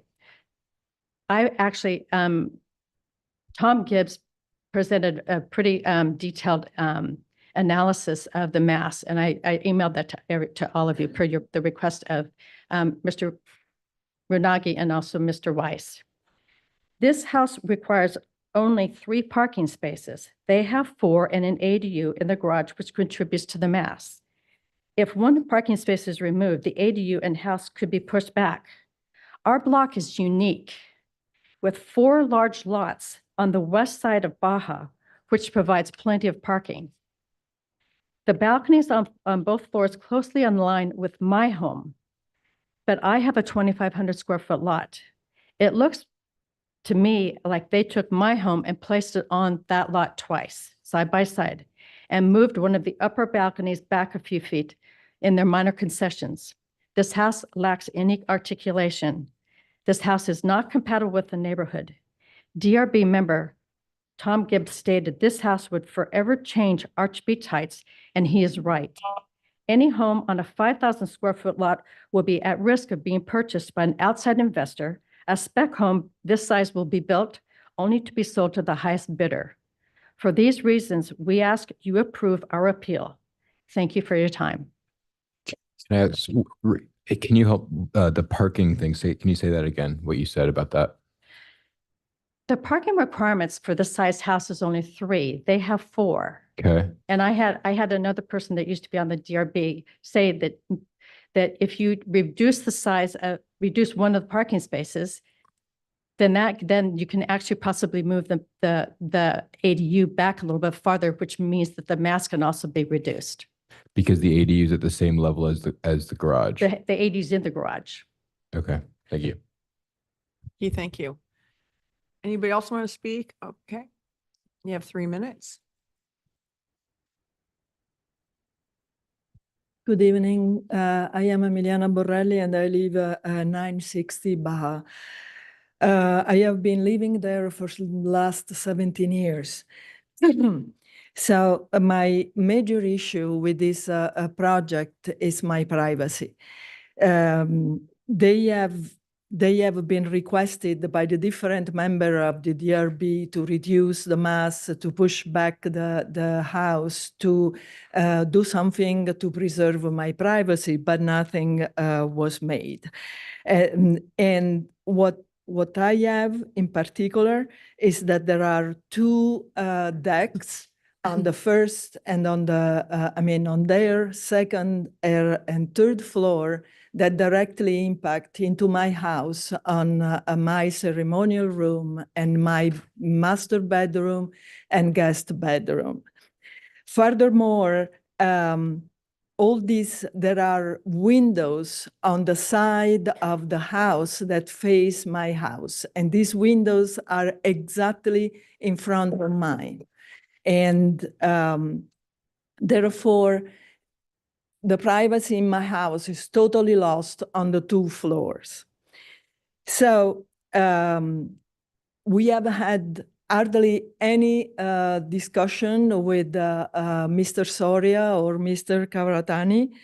And, there are problems, for example, even on my deck in terms of noise, in terms of there is a kitchen on the other side, so in terms of smell. And I really don't know anymore what to say and how to convince. For instance, on the design, there is a fountain that is just facing my deck. And so there again, there will be noise all the time. So nothing of this has been modified, or my opinion has been even asked to kind of find a common ground for both. So after this, the project was accepted at 3-2, I have been looking at the rules that govern the city of Laguna Beach, the residential design guidelines. And it's really stated in different chapter that, for example, give design consideration to outdoor areas as to indoor areas, considering existing development. This is not done. Avoid excessive building mass, not done. Avoid roof hanging and cantilever, not done. Where privacy is a concern, consider alternative design. For window, consider clerestory or obscure window, not done. Minimize the impact of decks and balconies, and it's not done. So I hope that the project as it is, impacts my house and my life as well as that of our neighbors. Thank you. Thank you.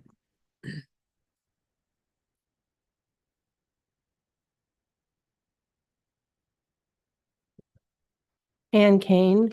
Good evening, Mayor and Council. I'm reading part of the letter Chris Ito sent you. She and her husband arranged plans to attend the June meeting, and when it was postponed, they were unable to reschedule. So she wrote, "It is unfortunate that an appeal had to be filed as a result of the March 28 DRB approval for the 950 Baja Street project.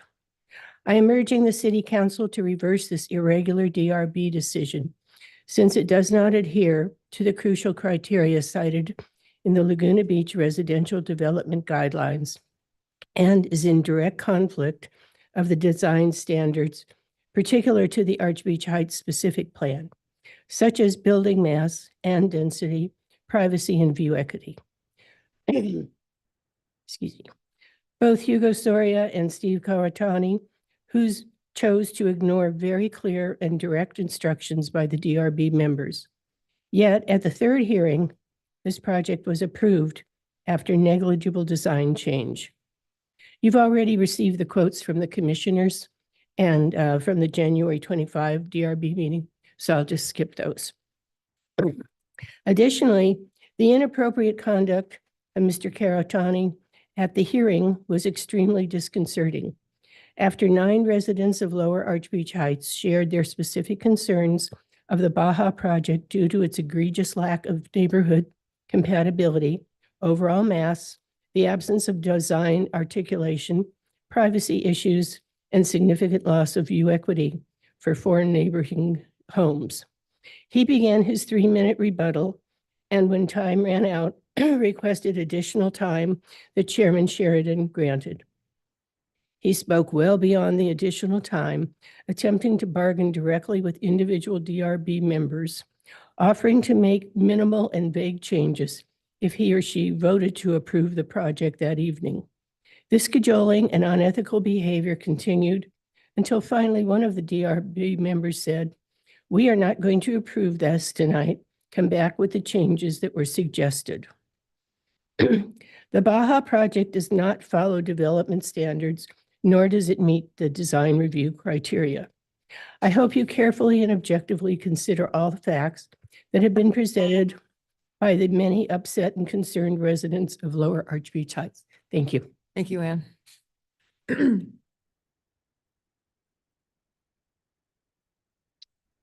on up. Hi, my name is Susan Bond, and I live at 955 Catella Street, and I'm directly above the 950 project, Baja project. And essentially, I just echo what everyone else has already said, so nothing really new. Just that, we're all very concerned over this project because it compromises a lot of different issues that have been discussed. It does not fit the neighborhood. It's not compatible. It's too large for the square footage. If one looks at the surrounding homes, this house is too large for the lot size as compared to the majority of homes in the neighborhood. Tom Gibbs recognized this in the prior DRB meetings. There has been no consideration on lowering the height of the house, which would assist with our view preservation. There are many options that should have been considered addressing that. If the project were allowed to continue as is, this would set a precedent that would affect the overall characteristics of Arch Beach Heights. People from all over the world visit Laguna Beach. It's known for its idyllic settings. This will harm Laguna Beach reputation if the project is allowed to continue. My concern. Thank you very much. Thank you.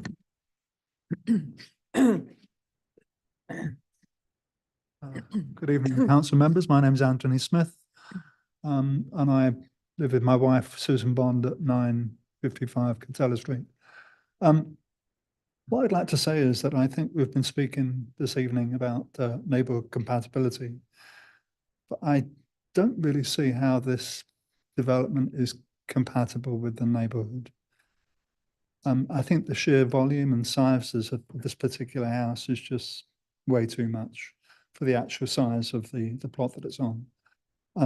We've spoken with various people in the past at the various meetings, design review board meetings, to actually ask whether the architect Hugo Sora could take on board the recommendations that both the board and the neighbours had. But it seems within that dialogue period that we haven't really achieved an awful lot. And I don't know whether that's because people have listened and not really actually taken any action to correct things, or if indeed those corrections were not actually voiced or communicated directly with the neighbours themselves. And I think that's been one of the big issues here, is that we've not had enough communication. And it's been very sparse, and it's been very remedial in the sense of really giving out accurate information.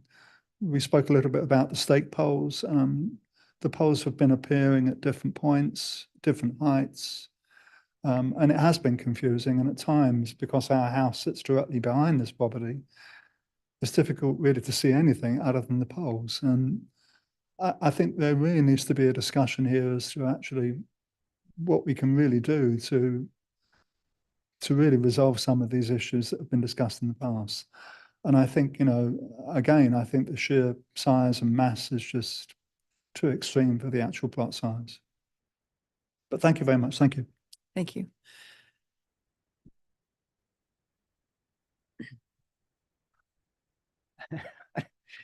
Good evening, Mayor, Council, staff, neighbors. My name is Vince DiBiase. I live in the neighborhood with my wife, and I've lived there for 25 years. We're at 1207 La Mirada. We're not adjacent directly to this, but Arch Beach Heights is my stomping grounds, and we live there and we love it. I'm one of the few architects around, I guess, that I actually like the design review process. I think it does exactly what it's supposed to do in this town because it's tight and it has views and it has values and it's unique. So I like it. And I always do the best that I can to fit within those things. I think I think you should deny that. I think this thing should be appealed and the appeal should be upheld. I'm Arch Beach Heights itself has a whole set of its own set of rules. If you've seen the guidelines for Arch Beach Heights, it's crazy because of the size lots, 25-foot lots, 50-foot lots, et cetera. 19-foot wide houses, 40-foot wide houses.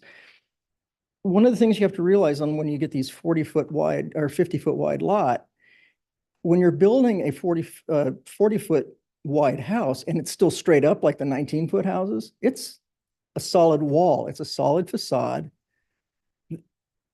No matter what you do with it. If you look at most of the 50-foot lots up there, the houses are pretty much L-shaped. There's pieces of them pushed back and pulled forward. By pushing decks back and forth and planters in and out, that's not changing the facade of the real structure back there. That's what's you need to work with. So having just a wall of, glass being disguised by planters going in and out is not what you're trying to do for proper articulation. One of the things I wanted to bring up too, because it's been brought up in the past years, that one of the questions was, can the house be lowered? And so I took a look at it. And one of the neighbors brought it up. What about if we move the garage to the south side? You know what? It works. You can drop the house 3 feet. That's a lot. Because when you're looking at each one of these lots, you have to look at them as individual lots, especially in Arch Beach Heights. Actually, one of the interesting things in your guiding principles, and this is part of the policy manual, not the rest of it. It says, ensure development is responsive to the individual site restraints. This is an individual site restraint. The people around there, they're already living there. You don't want to just plop something there that isn't being sensitive to those things. And I think that's what is supposed to happen here. I face it all the time. I'm an architect. I do this stuff. It's fine to have guidelines, but you also have to be sensitive to the street, the neighbors, what's going to happen, all of those things. If, say, they decide not to build it, even though they have a design review approval, well, that doesn't do any good. But if you actually appeal this thing and stop it and make it go back and take a look at it from a real aesthetic standpoint, you can at least establish something that is going to be consistent, long-term, and fit in the project, in the neighborhood. Right? Thanks very much. Thank you. Anybody else speaking on behalf of the appellant? Okay, the applicant has 5 minutes. Steve, you going to talk for the applicant?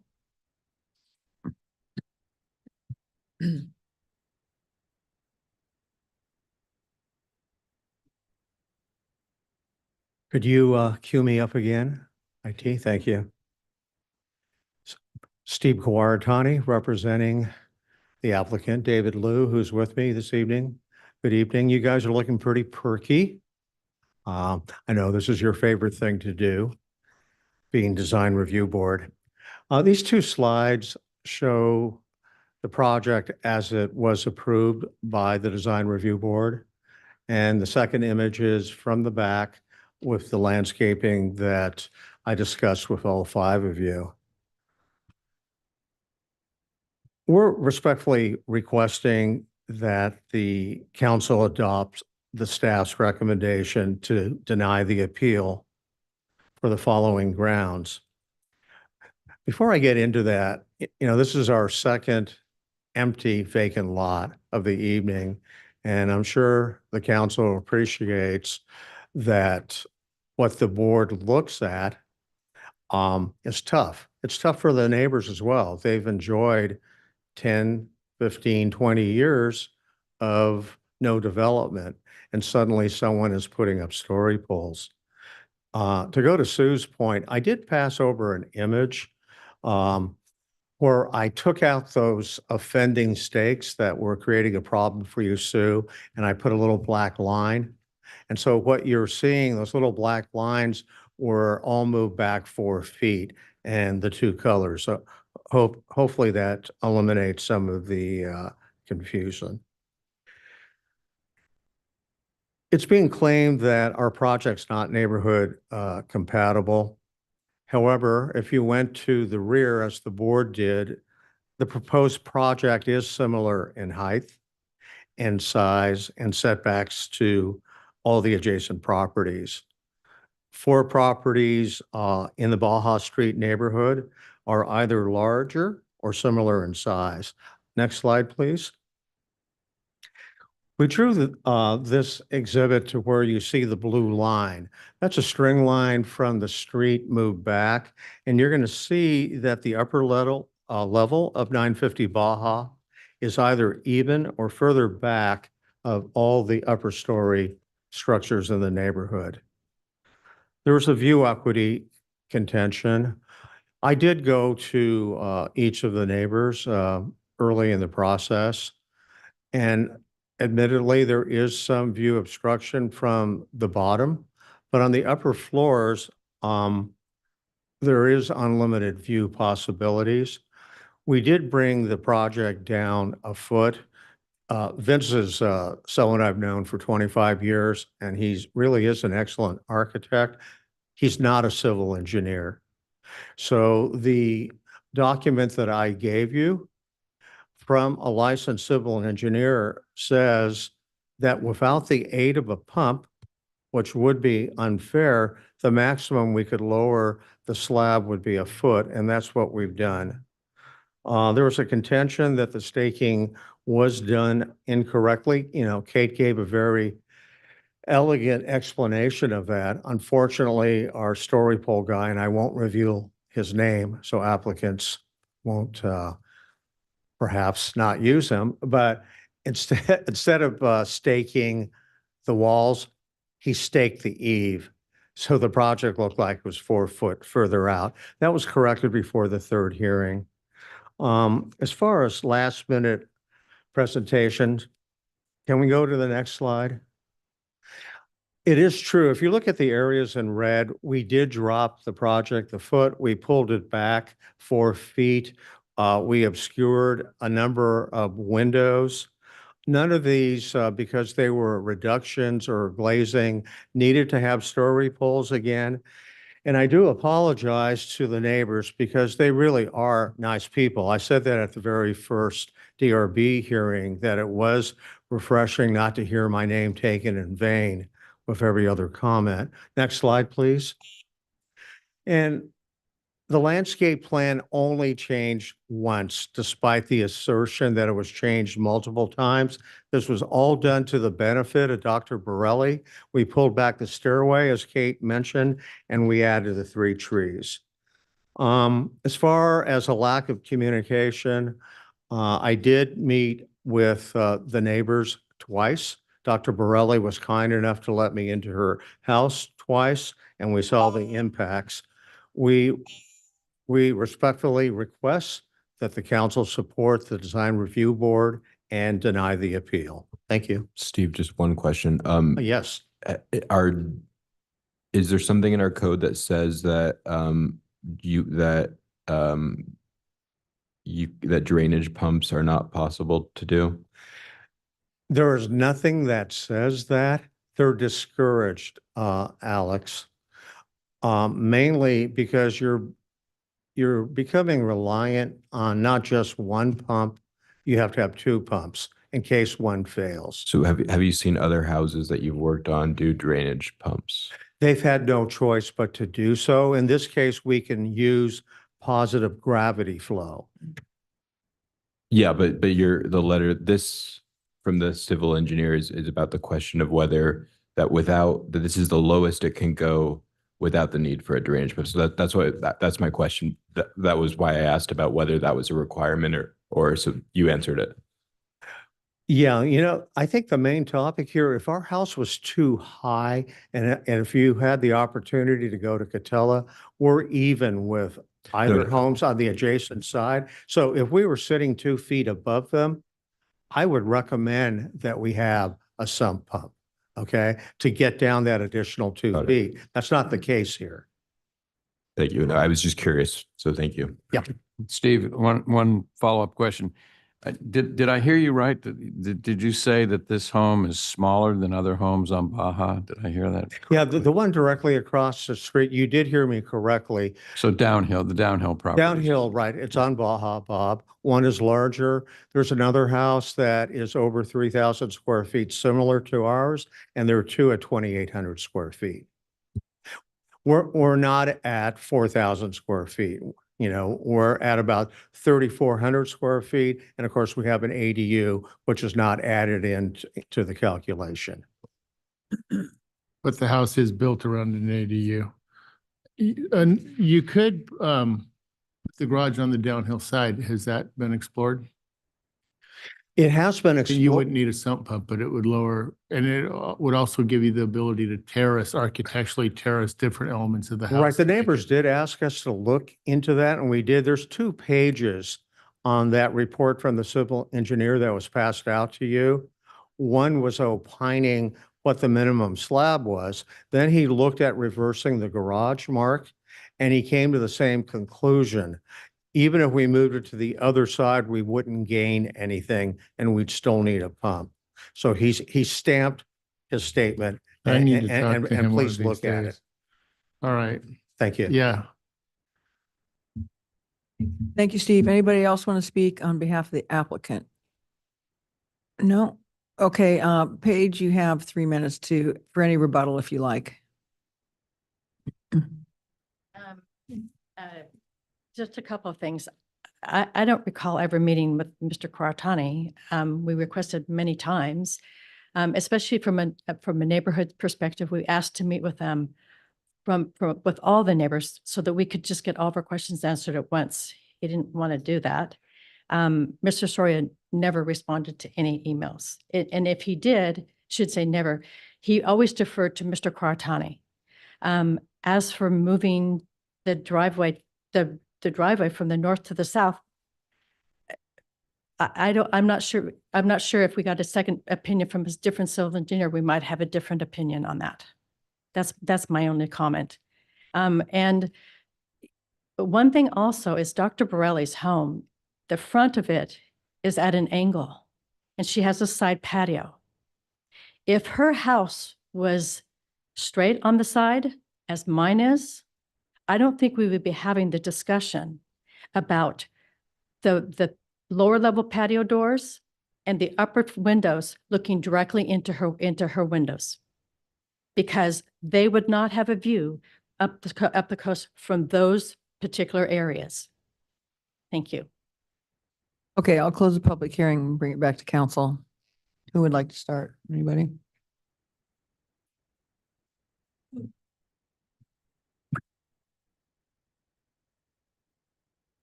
Well, I'll start. I think I did read over Tom Gibbs' review of this project April 2nd, and I found a lot of what he said very compelling after going to the site, looking at the site, meeting with the neighbors, looking at the viewscapes from their house.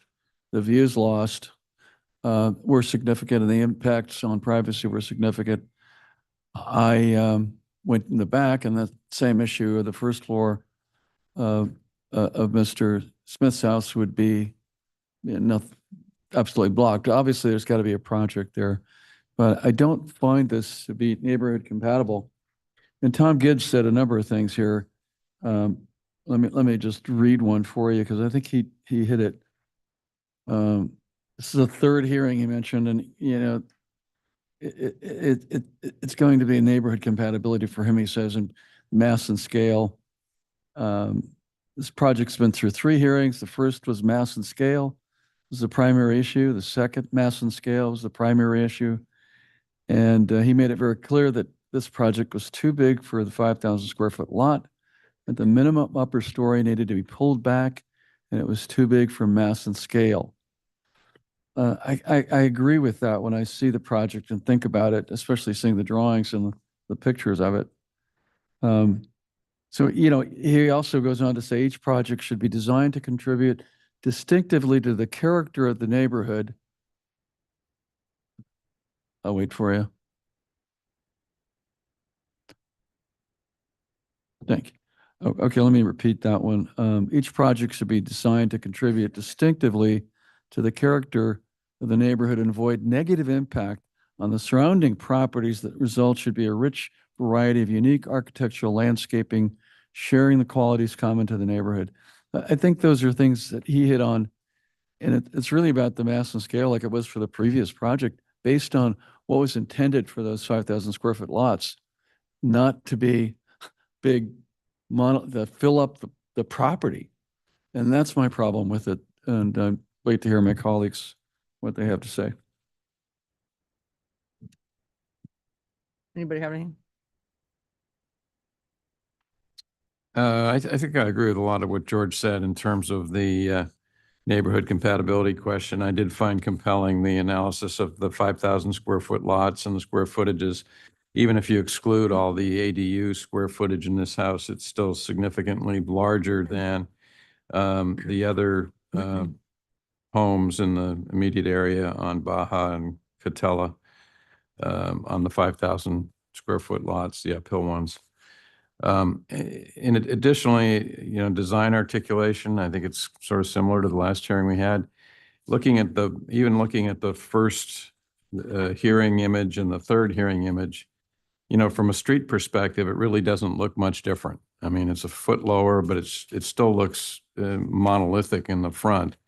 I think, as one of the speakers said, a lot of what happens on these larger lots up there is you have some kind of articulation back from the street on a third level, almost, sort of almost an L shape or some impression of that kind of L shape. So I do have concerns on those two levels. And then on the privacy on the home to the north, the code makes pretty clear you're supposed to avoid having windows directly opposite other windows that would neighbor windows that would cause a privacy issue. And I know Steve told me and I could see it on the plan, some of the windows have been obscured, and maybe staff can speak to this.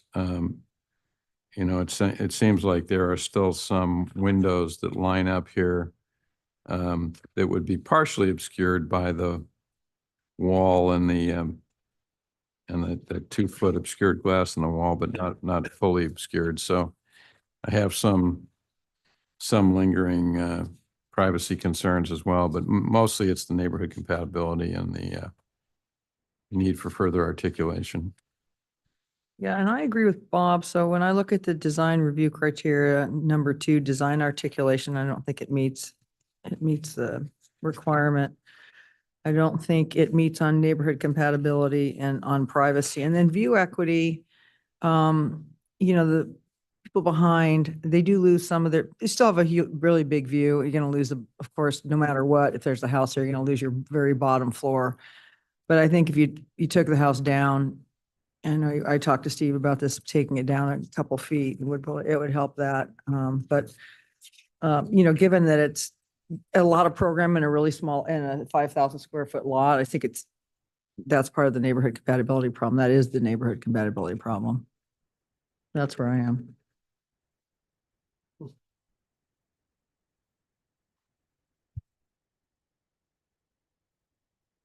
Oh, man. I would agree with your points and Bob's points. The articulation, neighborhood compatibility. I would like to see the garage on the other side personally, but whatever they can come up with. I think my 4 colleagues articulated it all better than I could at this hour. So thank you. So I think we're all of the agreement this needs to be remanded back to design review. Yes. Is there any other direction we want to give? Well, I'd like to see them use some of the neighborhood compatibility based on the square footage of these lots that were identified, I think by page here, and maybe use, the downhill side has some big houses, but they're hidden away. You can't even see them. So you don't even know a house was there if you look in some places. So it's not fair to use that because it's not really a neighborhood on that side. Not yet, anyway. So I think we have to use the criteria we have, or direct staff or DRB to look at different criteria for the neighborhood compatibility. Okay, can I have a motion, council? I don't know what that would be. I guess we're really just asking staff to prepare a resolution, right? Yep. Granting the appeal in part on the basis of the neighborhood compatibility concerns, the design articulation concerns, and the privacy concerns that were articulated in the discussion up here. And view equity. And view equity on the height. Yep. With it making an effort to reduce it somewhat.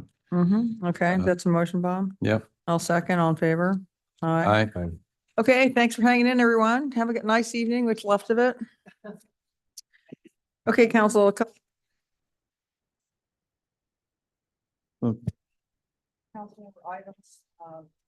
Mentioned this earlier. I would like to see, and I asked Laura this question, you couldn't answer it, so, but this, I would like to see the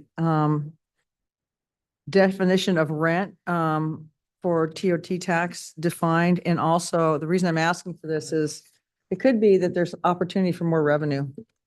So would that need to be part of this potential ballot initiative, changing the definition of TOT, or is that something we could do? So I guess maybe that's good that you're bringing this up now, because that if there was a ballot initiative, that could be Yeah, that's part of why I'm it, bringing it right? up. Okay.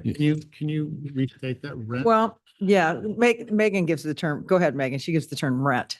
So the TOT ordinance, our TOT ordinance definition of rent, I think the request is to look at expanding the definition to include more charges that the that hotels or whatever transient uses include, so that the issue is that it expands then the base by which we would tax. Right. Resulting in Like an parking? increase. Like parking. Yeah, So- various, I mean. There's like, and- so Anaheim's got like 22 things. So I want to see if there's opportunity that we're missing on TOT tax. Mini bar? And our ordinance is just sort of broadly worded. It's not specific. So we need to take that list and cross-reference with what is Right, actually being right, taxed Right, by the exactly. hotels. And see what the delta is and see if, a couple of them don't make sense, but we could see, and the reason we're asking is it'd be a possible revenue enhancement. Yeah, we've talked about that a little bit with Gavin, and I don't know if he was going to talk to Megan or the city attorney, but as to, it's a good topic. We need to address it. This long story short, at this time of night, when we come back on the Yeah, no. 23rd, we need to address it. It's We need to good. bring It's a good point. So Yeah. let's see how quickly Gavin can bring it back to Yeah. us. So for clarification, that item will come forward as part of your, I think the direction is for, if there's 3 votes, for that to come forward as part of your July 23rd discussion on the revenue enhancements. Yeah, I guess we could make a motion. We're already looking at it because it's going to be part of what we're bringing back. We've already been directed to bring back TOT. Well, can you just fold this in then? Yeah, we Yeah. can do it. But if you want to make a motion, you can make a motion. I don't need to, I'm kind of out of motions. I'm tired of motions. Make a But- motion. But We'll do it. we'll do it. We're Okay. looking at it. Okay, We're right. looking at it. Fine. Right. Did you have anything, Mark? I had an item that I'd like to bring forward and see what council thinks. I think one of the things that we've talked about are audits, financial audits, and what we haven't really done is any auditing of our departments on an annual or even a 10-year basis for best practices policies that should be done. And I think all 8 departments or whatever number we have should be audited once every 10 years. And that's my discussion item for, you want to, Not for it to be audited every 10 years, but for some sort of a performance auditing function. pardon me?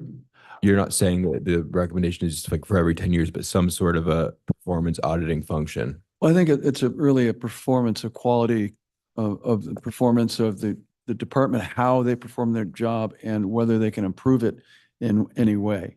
Yeah, based on best practices and. Yeah, that would be the application. It would include, where it's finance, it would include finance, of course, but it would be public works, it would be police, Yeah. fire, just to do every 10 years, once every 10 years. Well, I don't know if, I'm not for the ARP, I don't know if maybe it's 5 years, I don't know. Yeah. Or maybe it's, Well, but either. I'm in favor of bringing some sort of a performance auditing. Well, I'd rather do lean because performance audit on what? That's just giving Dave a bunch of work to do without, a lot of. I don't know. All it is. I'm not for it right now. That's okay. talk if I've about- got another vote, then that's fine. We can bring it up as a discussion item. So thank you. Okay, we are adjourned until July 23rd, 4 o'clock.